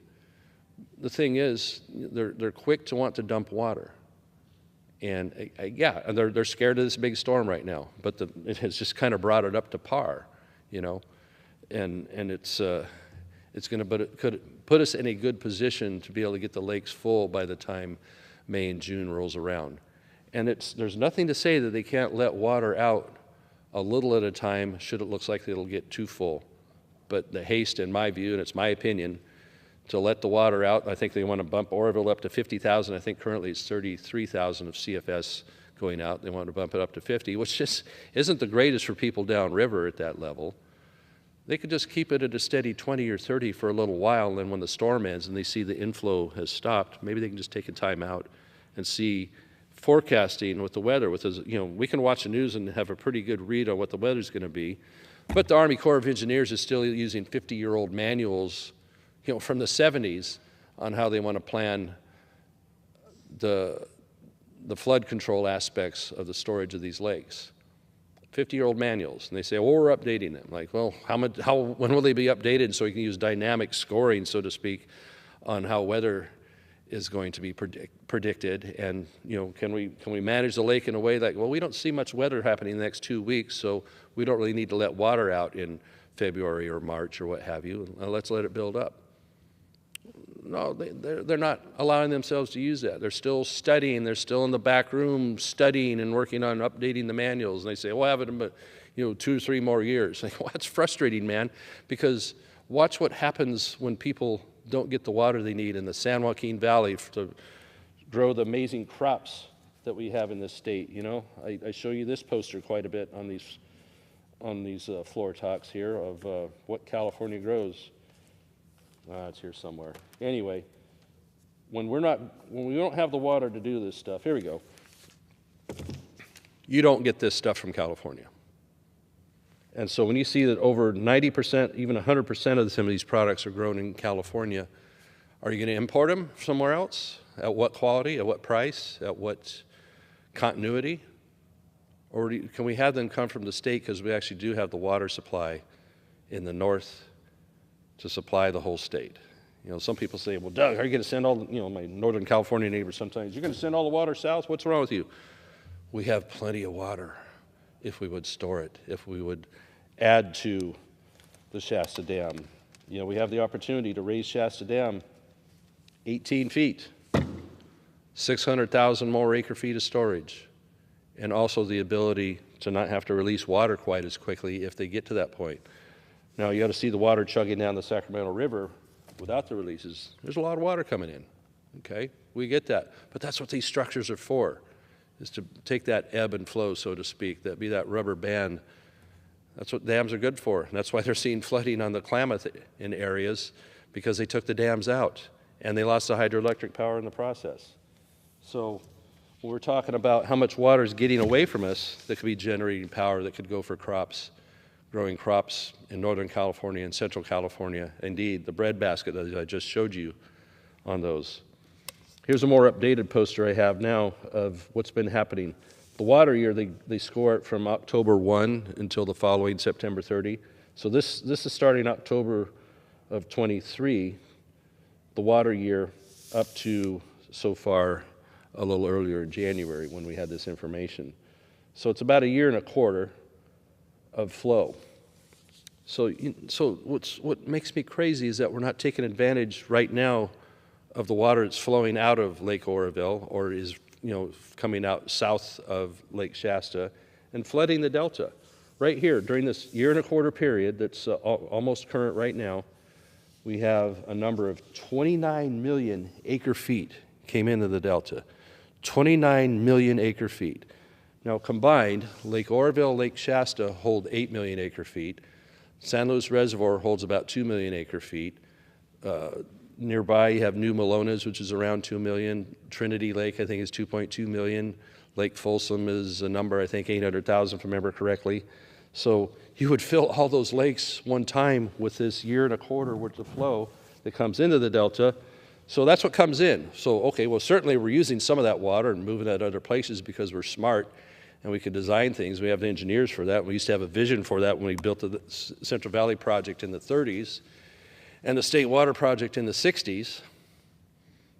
Well, their vision did put away a lot of water, and they had a vision for even more, but they quit building it because the population didn't really demand it at the time, back in the 30s or the 60s or whatever.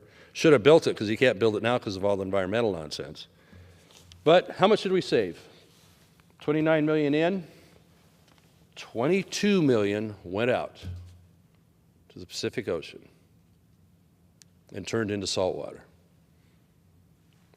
Some people say, like, well, we should build some desal plants along the coast. Yeah, we could do that. Certain areas that might be strategically smart.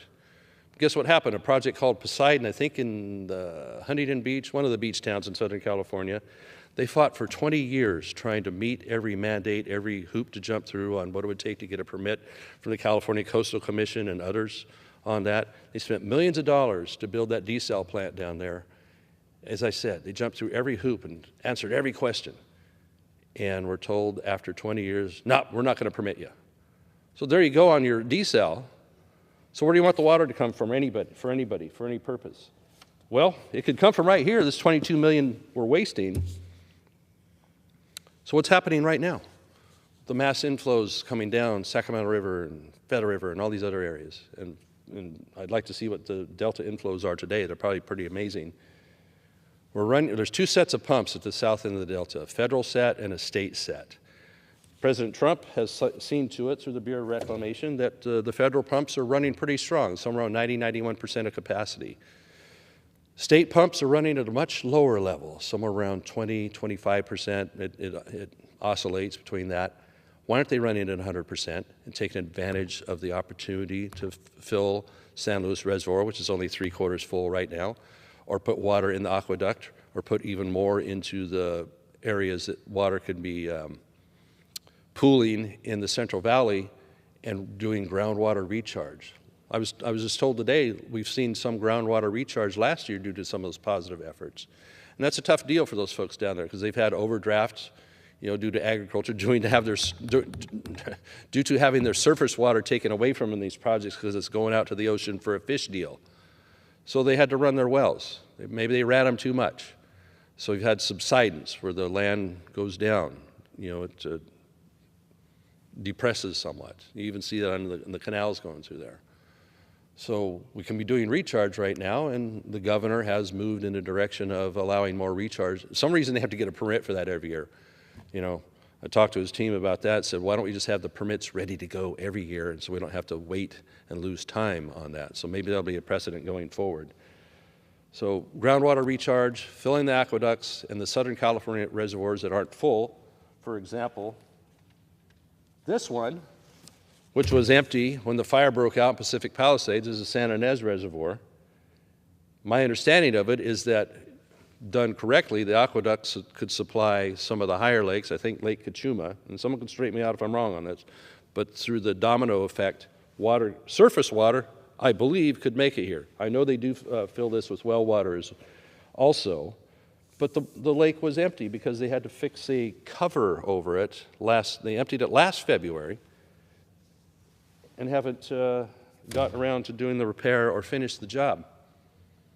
So it sat empty, 117 million gallons of water, which is about 40 acre-feet, which would have helped keep the hydrants full instead of just a few hours, as they're relying on 3 1-million-gallon tanks instead of 117 million. It lasted a few hours down there as they were valiantly trying to fight fire in Palisades and other areas. They could have had several days' worth of water had that been full. So was it bad planning? I don't know. Bureaucracy. And the crazy thing was that the LA Fire Department didn't even know, they didn't have the knowledge that it was empty. So instead, burned out community. Because they didn't have everything they needed to be able to fight that fire the way they could. Could they have beat it all? I'm not sure. They had a lot of wind to beat. And the firefighters fought valiantly and people did a lot they could, but certainly having that extra water supply could not have hurt. I know I've seen plenty of that in my own Northern California area with communities just disappearing due to fire. And this falls more to forest management, land management. Down in Southern California, they had a brush removal program in the areas adjacent and above those communities that burned that they suspended. The brush is the fuel that allowed the fire, driven by high wind, to come all the way to the edge of town and burn through the town. The brush removal, maybe it wouldn't be the be-all, end-all on that, but it sure would have helped. It sure would have given them more of a fighting chance. And that's what it is. We're doing forest management, especially focusing around our cities, to thin the the trees and such to a point where that a fire coming high speed from a distance hit that because the trees are thin enough and spread out enough that it hits the ground and slows down, and you have a chance to save whatever town it is. We lost a town at Paradise. Partly because of that, we've lost a town called Greenville in Plumas County, another one next door called Canyon Dam. Above my hometown of Oroville, California, lost a town, Berry Creek, other adjacent areas there due to fire after fire after fire because of lack of management.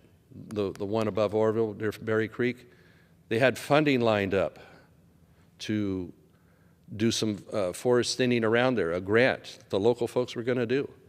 And because there was an 18-month or longer process to get the permits to do something. This is not something new either. This isn't new under the sun of thinning forests and managing them. But they didn't get it done, so those areas burned. They burned out, these towns. Talk to the cattle rancher there, what that looked like for him. A family had been farming or ranching and grazing up in those forested areas for many, many generations and decades. Look it up on the internet. Read his column. A man named David Daly, D-A-L-E-Y. Look at his column. Look at the emotion. Look at what it meant to him on that. He wrote a really good column on that 2-3 years ago on what that means. You want to talk about a real human story on that and a real thing that affects a community and all that, I'd ask you to look that up. David Daly. Go search that and find his column and see what lack of forest management meant to him and the burned out,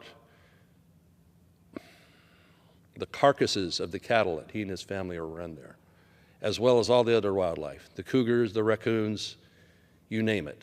This happens to everybody. And then the next effect of that after the fire is that when the rain does come, it's going to wash all this ash, wash all this mud down into the brooks and the creeks and the rivers and the streams and eventually into, in this area, Lake Oroville, which is being a key part of the state water project, supplies water to 20 million Californians.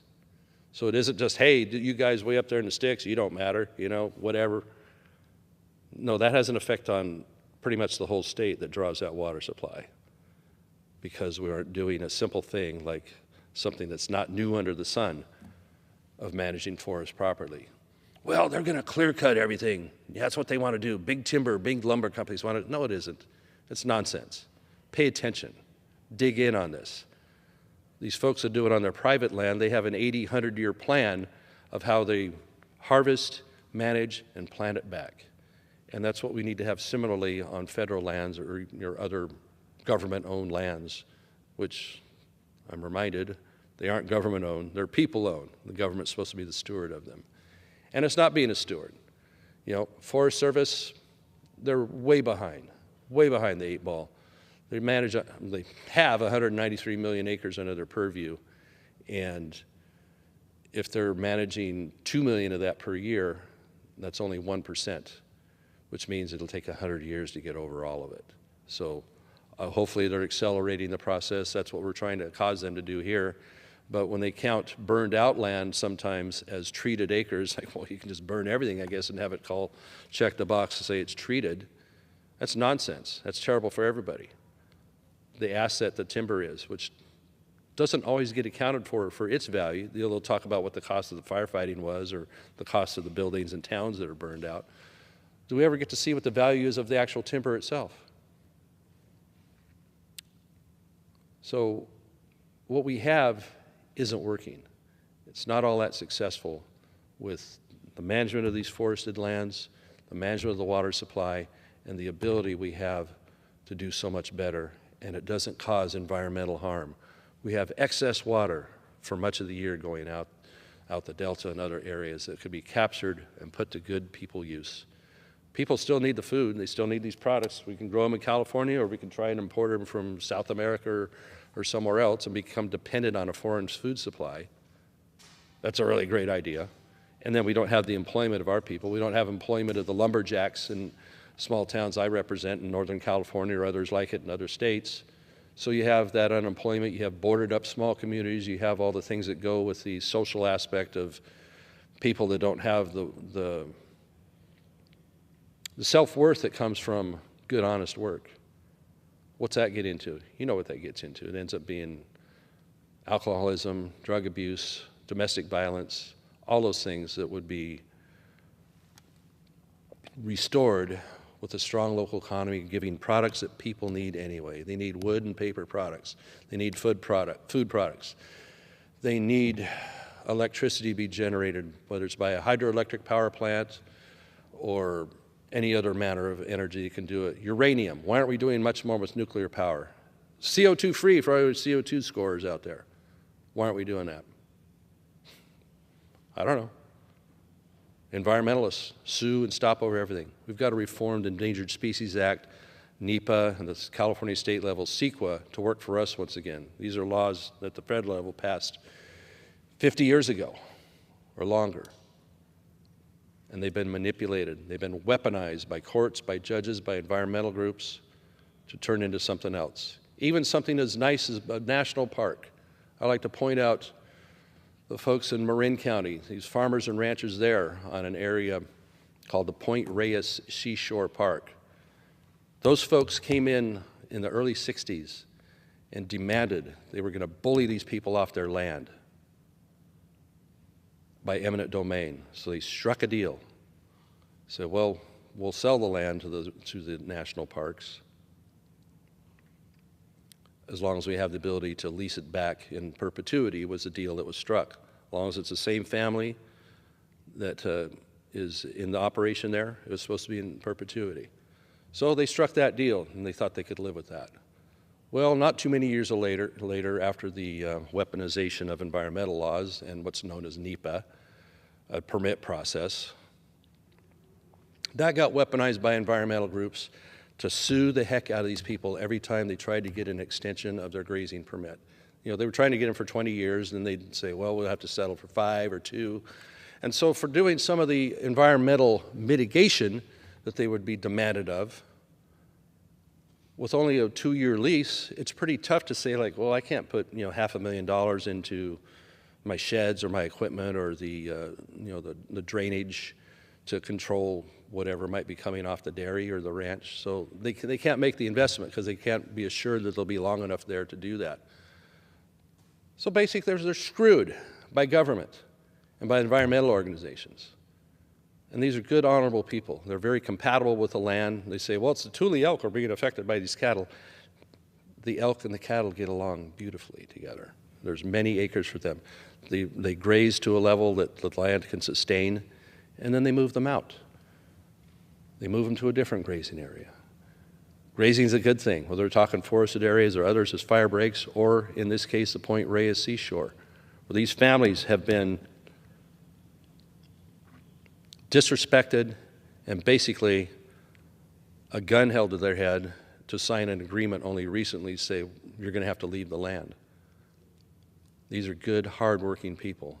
And there doesn't seem to be much reward in California and some aspects of the federal government for being good, hardworking people, honest people, the ones that'll pull over on the edge of the road and help you with your flat tire or make sure you're okay, like that, What do they get? Litigated to death. People, some of them very elderly now, just say, I just can't fight the fight anymore. I don't have enough money. I don't have enough will. So what happens? Government wins, extreme environmental organizations win, and somebody comes in and says, save the day, hey, we're going to buy you out there. You'll get 15 months to be eased out of this. So all the employees are gone, the cattle's gone, the dairies are going to go somewhere else. It's hard enough to run a dairy in California anymore. They regulate that out of business. Well, there's people that don't like dairy products. They don't like that. They don't like that it comes from animals. You know, a lot of wrong people are in charge. And it's been pretty refreshing to see what the Trump administration has done to put things back on a direction here that rewards hard work, honesty, and the right way of doing things. So it can be kind of discouraging, very discouraging. And for the families, the farmers, the ranchers in this Point Reyes situation right now, my heart goes out to them. I hope we can find a solution for them, because they shouldn't be getting kicked off that land. They, in good faith, when they were bullied off that land and had to sell to the parks, otherwise lose it to eminent domain, and now been bullied off by regulations, by NEPA, by endless lawsuits. That ain't right. That ain't America. They're still making a product that people want and people need. They would like to continue doing that as good stewards of the land. Instead, they have designs like, well, we're going to have more tourism on there. Like, well, is that as good? I would suggest it probably isn't as good for that land. But, they power ahead. So I hope maybe something can be done to rectify that and rectify a whole lot of other things that have affected rural America so much so. Mr. Speaker, thank you. I yield back. The gentleman's time is expired. Under the Speaker's announced policy of January 3rd, 2025, the Chair recognizes the gentleman from Illinois, Mr. Schneider, for 30 minutes. Thank you, Mr. Speaker. I was listening to my colleague from the other side of the aisle. He was talking about how families they want to be able to go to the grocery store and afford food for their kids. They want to be able to put not just food on the table, but put their kids in clothes and shoes, pay for their health care, for housing. I rise today, Mr. Speaker, to share much of the frustration and anger of our constituents watching as the new administration has come in and done a whole host of things, announced a whole litany of actions, but failed to deliver on the key promise of working to lower the costs for American families. Costs are going up. In fact, you may have seen the news today. Waffle House just announced that they are putting a 50-cent per egg surcharge because the price of eggs have gone up so much. In fact, in my community in Highland Park, Illinois, a dozen eggs costs $5. A generation ago, President Clinton ran on a campaign built on a very simple axiom. It's the economy, stupid.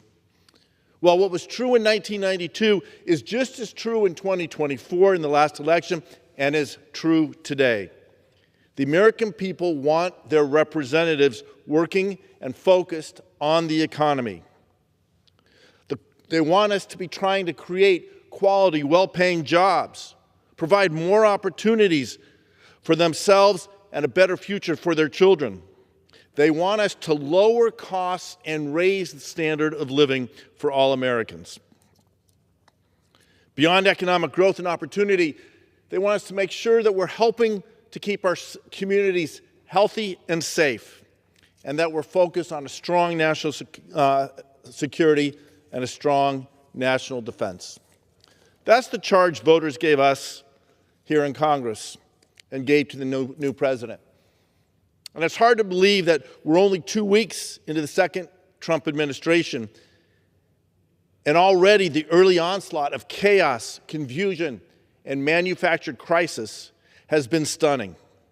It's easy to feel overwhelmed. In fact, folks at home are telling me how they feel just this onslaught is nonstop, which I guess is the point of what the administration is trying to do.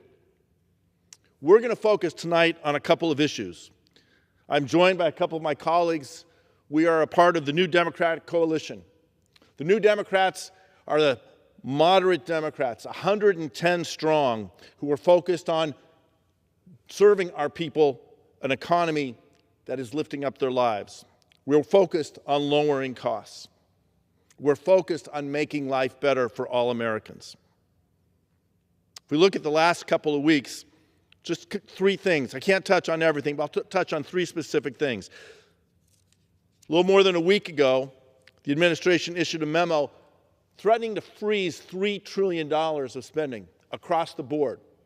It was confusing, It had no clarity of what specifically or how specifically anything would be frozen, who would be included, who would be excluded.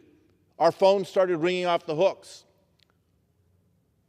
Preschools providing early education to our children, giving them that head start to get ahead in life, were saying they might have to close. Programs like Meals for Wheels by seniors were struggling. Infrastructure projects in my district, a project that it was decades in the making, and it received a $19 million grant from the Department of Transportation, was threatened. Healthcare providers didn't know what they were going to continue to do. First responders were concerned. There was an extraordinary outcry from across the country. And on Monday, the administration started backtracking. By Tuesday, they had pulled it all back, the memo back altogether. Chaos, confusion, manufactured crisis. Just this past weekend, President Trump announced 25% tariffs on our two most important trading partners, Mexico and Canada, as well as 10% tariffs on China. Across the board, the Wall Street Journal issued a op-ed, the dumbest trade war in history. This is not a Democratic rag. This is the Wall Street Journal calling it the dumbest trade war in history. And evidently, the president got the message because within just a couple of days, he paused the threat against our trading partners in Canada and Mexico. And today, for the past week, our phones have been ringing off the hooks again, this time talking about the fact that an individual who didn't receive a single vote, a billionaire who controls the largest or one of the largest social media platforms, who would benefit from having access to data, classified, confidential, personal data of Americans, was, in fact, given unfettered access to that confidential personal information of Americans. Their pay information, their social security numbers, health care information, all of this is now in the hands of Elon Musk, who no one in this country voted for, no one empowered him to try to control our government, a man who is positioned to reap billions of dollars off the personal information of the American people and gain his own personal power, is now having access to that information. We need to make sure that this stops. Those are just three examples of the chaos, crisis, and confusion sowed by this administration in just 2 weeks. And yet none of this has focused on bringing down the cost of eggs or the cost of living for the American people. That's why we're here tonight, calling on the administration, calling on our colleagues in Congress to work with the Democrats, to work together to focus on the economy, to make life easier for all American families, to help families get ahead and lift their children up for a better future. So now I'd like to call on some of my other colleagues. I'm first going to yield to my friend Salud Carbajal from the great state of California. Thank you, Chairman Snyder. I am proud to stand here as Vice Chair of the New Democrat Coalition to make it clear that we are here, 5 weeks into this new Congress, fighting to end the chaos of this new administration and get us back to what the American people elected us to do: lowering costs, promoting safer communities, and actually governing. The American people elected us to tackle the cost of living, not cut public education. The American people elected us to lower the price of groceries, not declare trade wars with allies that will raise those prices for Americans even further. Mr. Speaker, the American people elected us to ensure their communities are protected, not give billionaires backdoors into their personal data. I want the American people to see this. This room is empty. The majority has gone home for tonight. We have not even tackled one bill this whole week to deal with the high costs. This is a co-equal branch of government. But my colleagues seem content to give up our congressional power of the purse. Where is the so-called party of law and order? That party is willing to look the other way, on enforcing the law, like the laws that protect funding approved by Congress into law. The self-proclaimed party of law and order is willing to let chaos reign, and thousands of Americans see the funding they rely on to get frozen, their benefits put on the chopping block, and even their jobs eliminated by what? An unelected billionaire. My constituents are crying out for us to do something, and I want to assure them we are doing something. We are here even as they get ready to turn off the lights, working to craft legislation that will block right-wing activists and the use of our power in this chamber to halt all the efforts to deny the law and promote chaos over order. New Dems are the tip of the spear. We will fight ill-conceived tariffs, plot to raise your taxes, to pay for tax cuts for who? The richest people in our country. Fight invasions of your privacy. And of course, we will fight to deliver what we hear every single day. Lower the cost of living, make our communities safer, and stop the chaos and gridlock. Mr. Chair, I yield back. Thank you. Again, I want to thank Salud Carbajal from California, and he touched on a critical thing. The Republicans are literally trying to take money from hardworking families to pay for tax cuts for those who need it the least, for billionaires like Elon Musk and Mark Zuckerberg, or for the president's family. The president threatened to put tariffs on our trading partners, Canada and Mexico. That is a tax on American families. We are not going to let it stand. That's why the outcry is important. That's why it's important we are here tonight. I'm proud to yield now to a dear friend from Florida, Congressman Darren Soto. Thank you, my dear friend from Illinois, Mr. Schneider. Mr. Speaker, you may have heard this, but inflation was one of the biggest issues in this last election. Let's take you a little ways back here. We saw during the height of the pandemic, it caused global inflation. Supply chains broke down, production broke down, and every country felt it, even the U.S. Inflation at one point rose as high as 9%. But over many months and many years, and through efforts to boost production, to improve supply chains, to improve our infrastructure, to get back to normal, we saw it go down to as low as 2.4% in September of 2024. 2.4%. Groceries and housing specifically have been a challenge. When President Trump took office, inflation was still under 3%. Still under 3%. Hundreds of executive orders have been signed. Some divisive, some illegal, but few, if any, address lowering costs for the American people. Many may have even increased costs. First, the tariffs, chaos against our own allies. And President Trump admitted, well, this may cause some pain for Americans. Don't we remember he ran on lowering costs? Or maybe that was just a joke to get elected.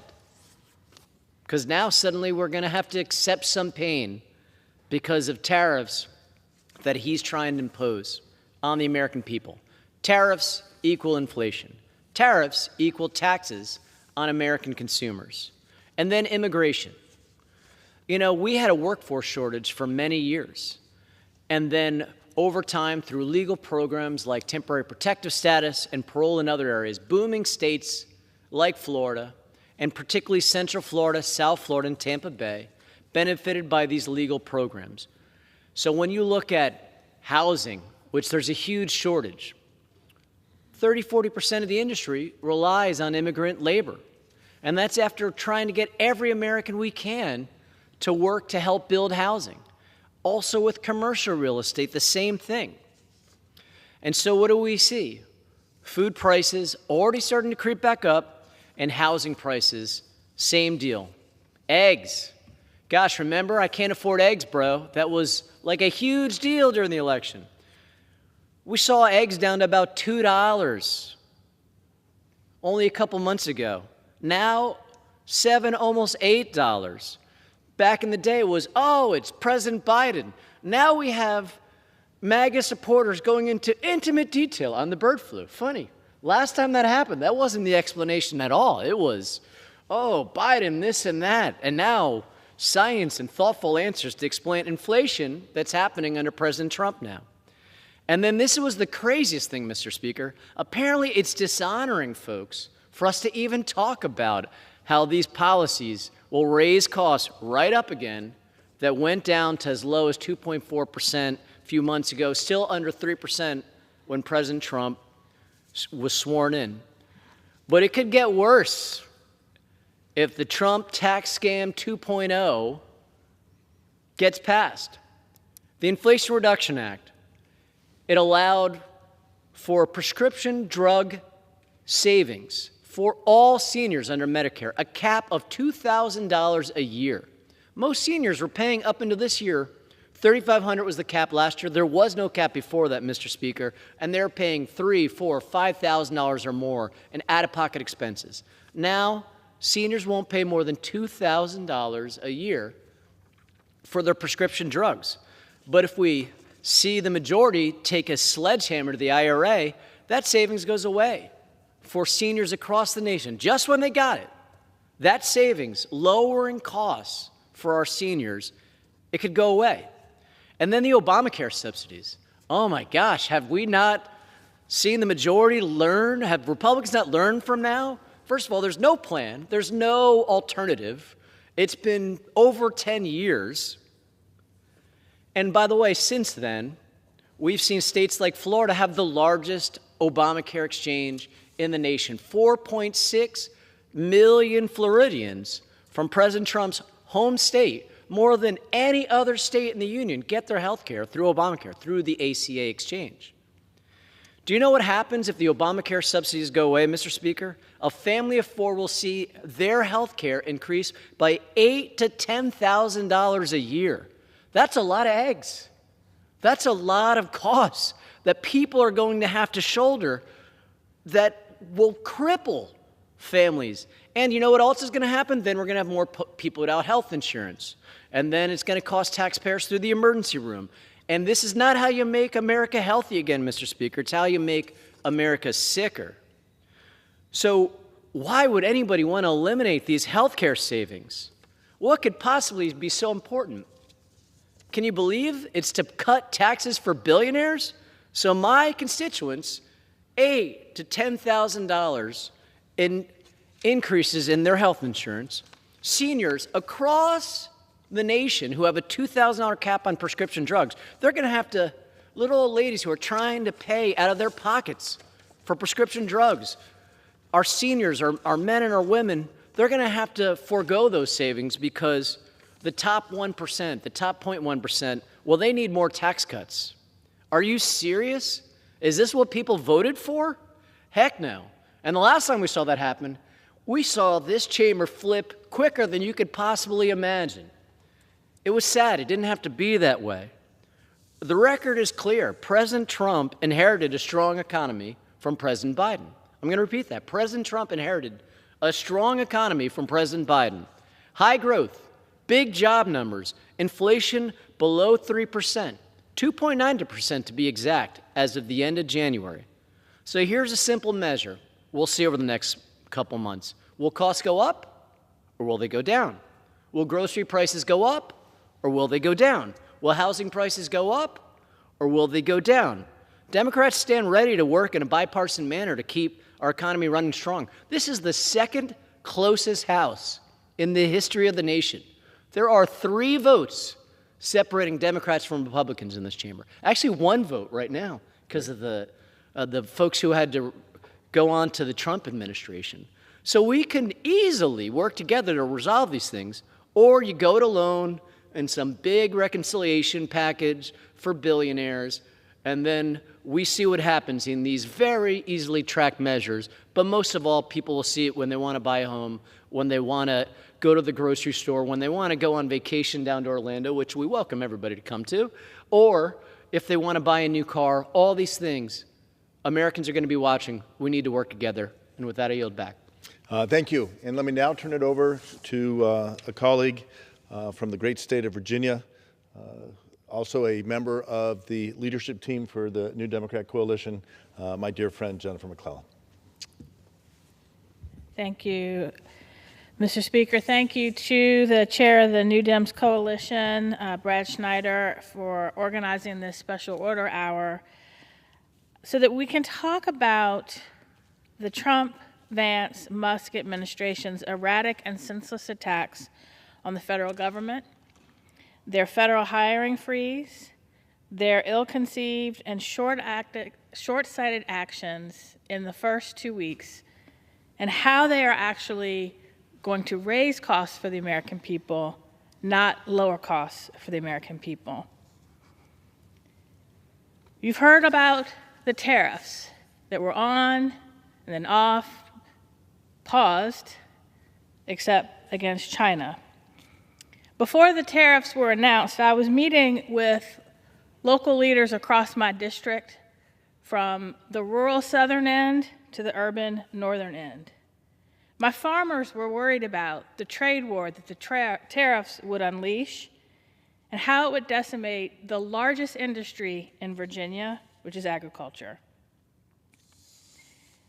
The seniors across the district were worried about the impact that rescinding efforts to reduce prescription drug costs would have on their health care bills. Other seniors were worried about how attacks on energy efficiency programs that they use to weatherize their homes and reduce their electric bills would lead to higher utility bills. We've seen whole flocks of poultry farms, the chickens on poultry farms, having to be put down, which will impact the cost of eggs that so many people supposedly voted this election because of their worry about. We have seen hardworking federal employees whose jobs are at risk, who fear whether or not they will receive their pension if they take this illegal offer to buy them out.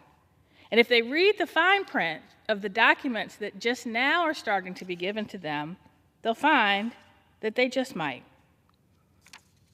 I don't think any of that lowers cost. What it does is throw the American government, which so many people rely on, into chaos, grinding it to a halt, and that was the point. But what we're going to find is that that does not lower costs. It hurts the American people, and the New Democrat Coalition will fight it every step of the way. Thank you, and I yield back. Thank you. Mr. Speaker, we heard in the last half hour or so people talking about the rising cost of eggs, and they talked about the fact that there is a bird flu epidemic that is devastating our flocks. The Centers for Disease Control is being cut by the Trump administration at a time when we need their work more than ever to try to make sure that this horrible epidemic comes to an end and costs come down for American families.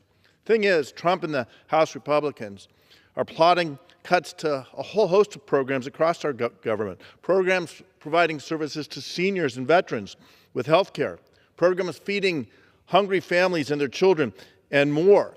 And all of these cuts are simply to pay for tax cuts for their billionaire friends like Elon Musk and others. The New Dems will continue fighting on behalf of the American people to cut inflation, to improve the lives of hard-working families, and make our communities safer and our national security stronger.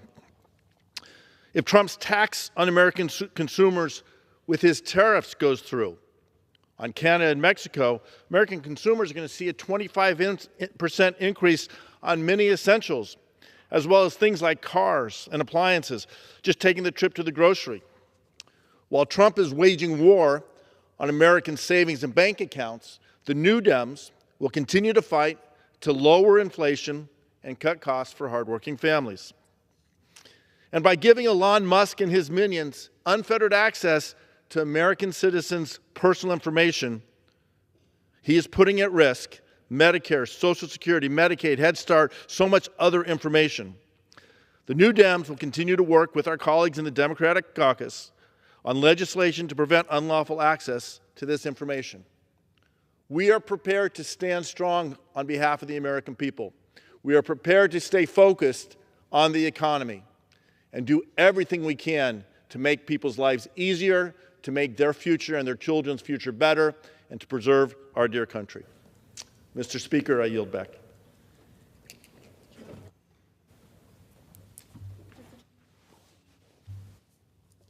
Does the gentleman have a motion? I do.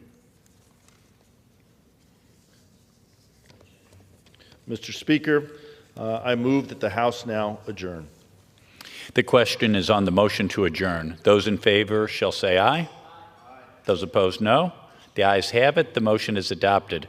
Accordingly, the House stands adjourned until 10 a.m. tomorrow for morning hour debate.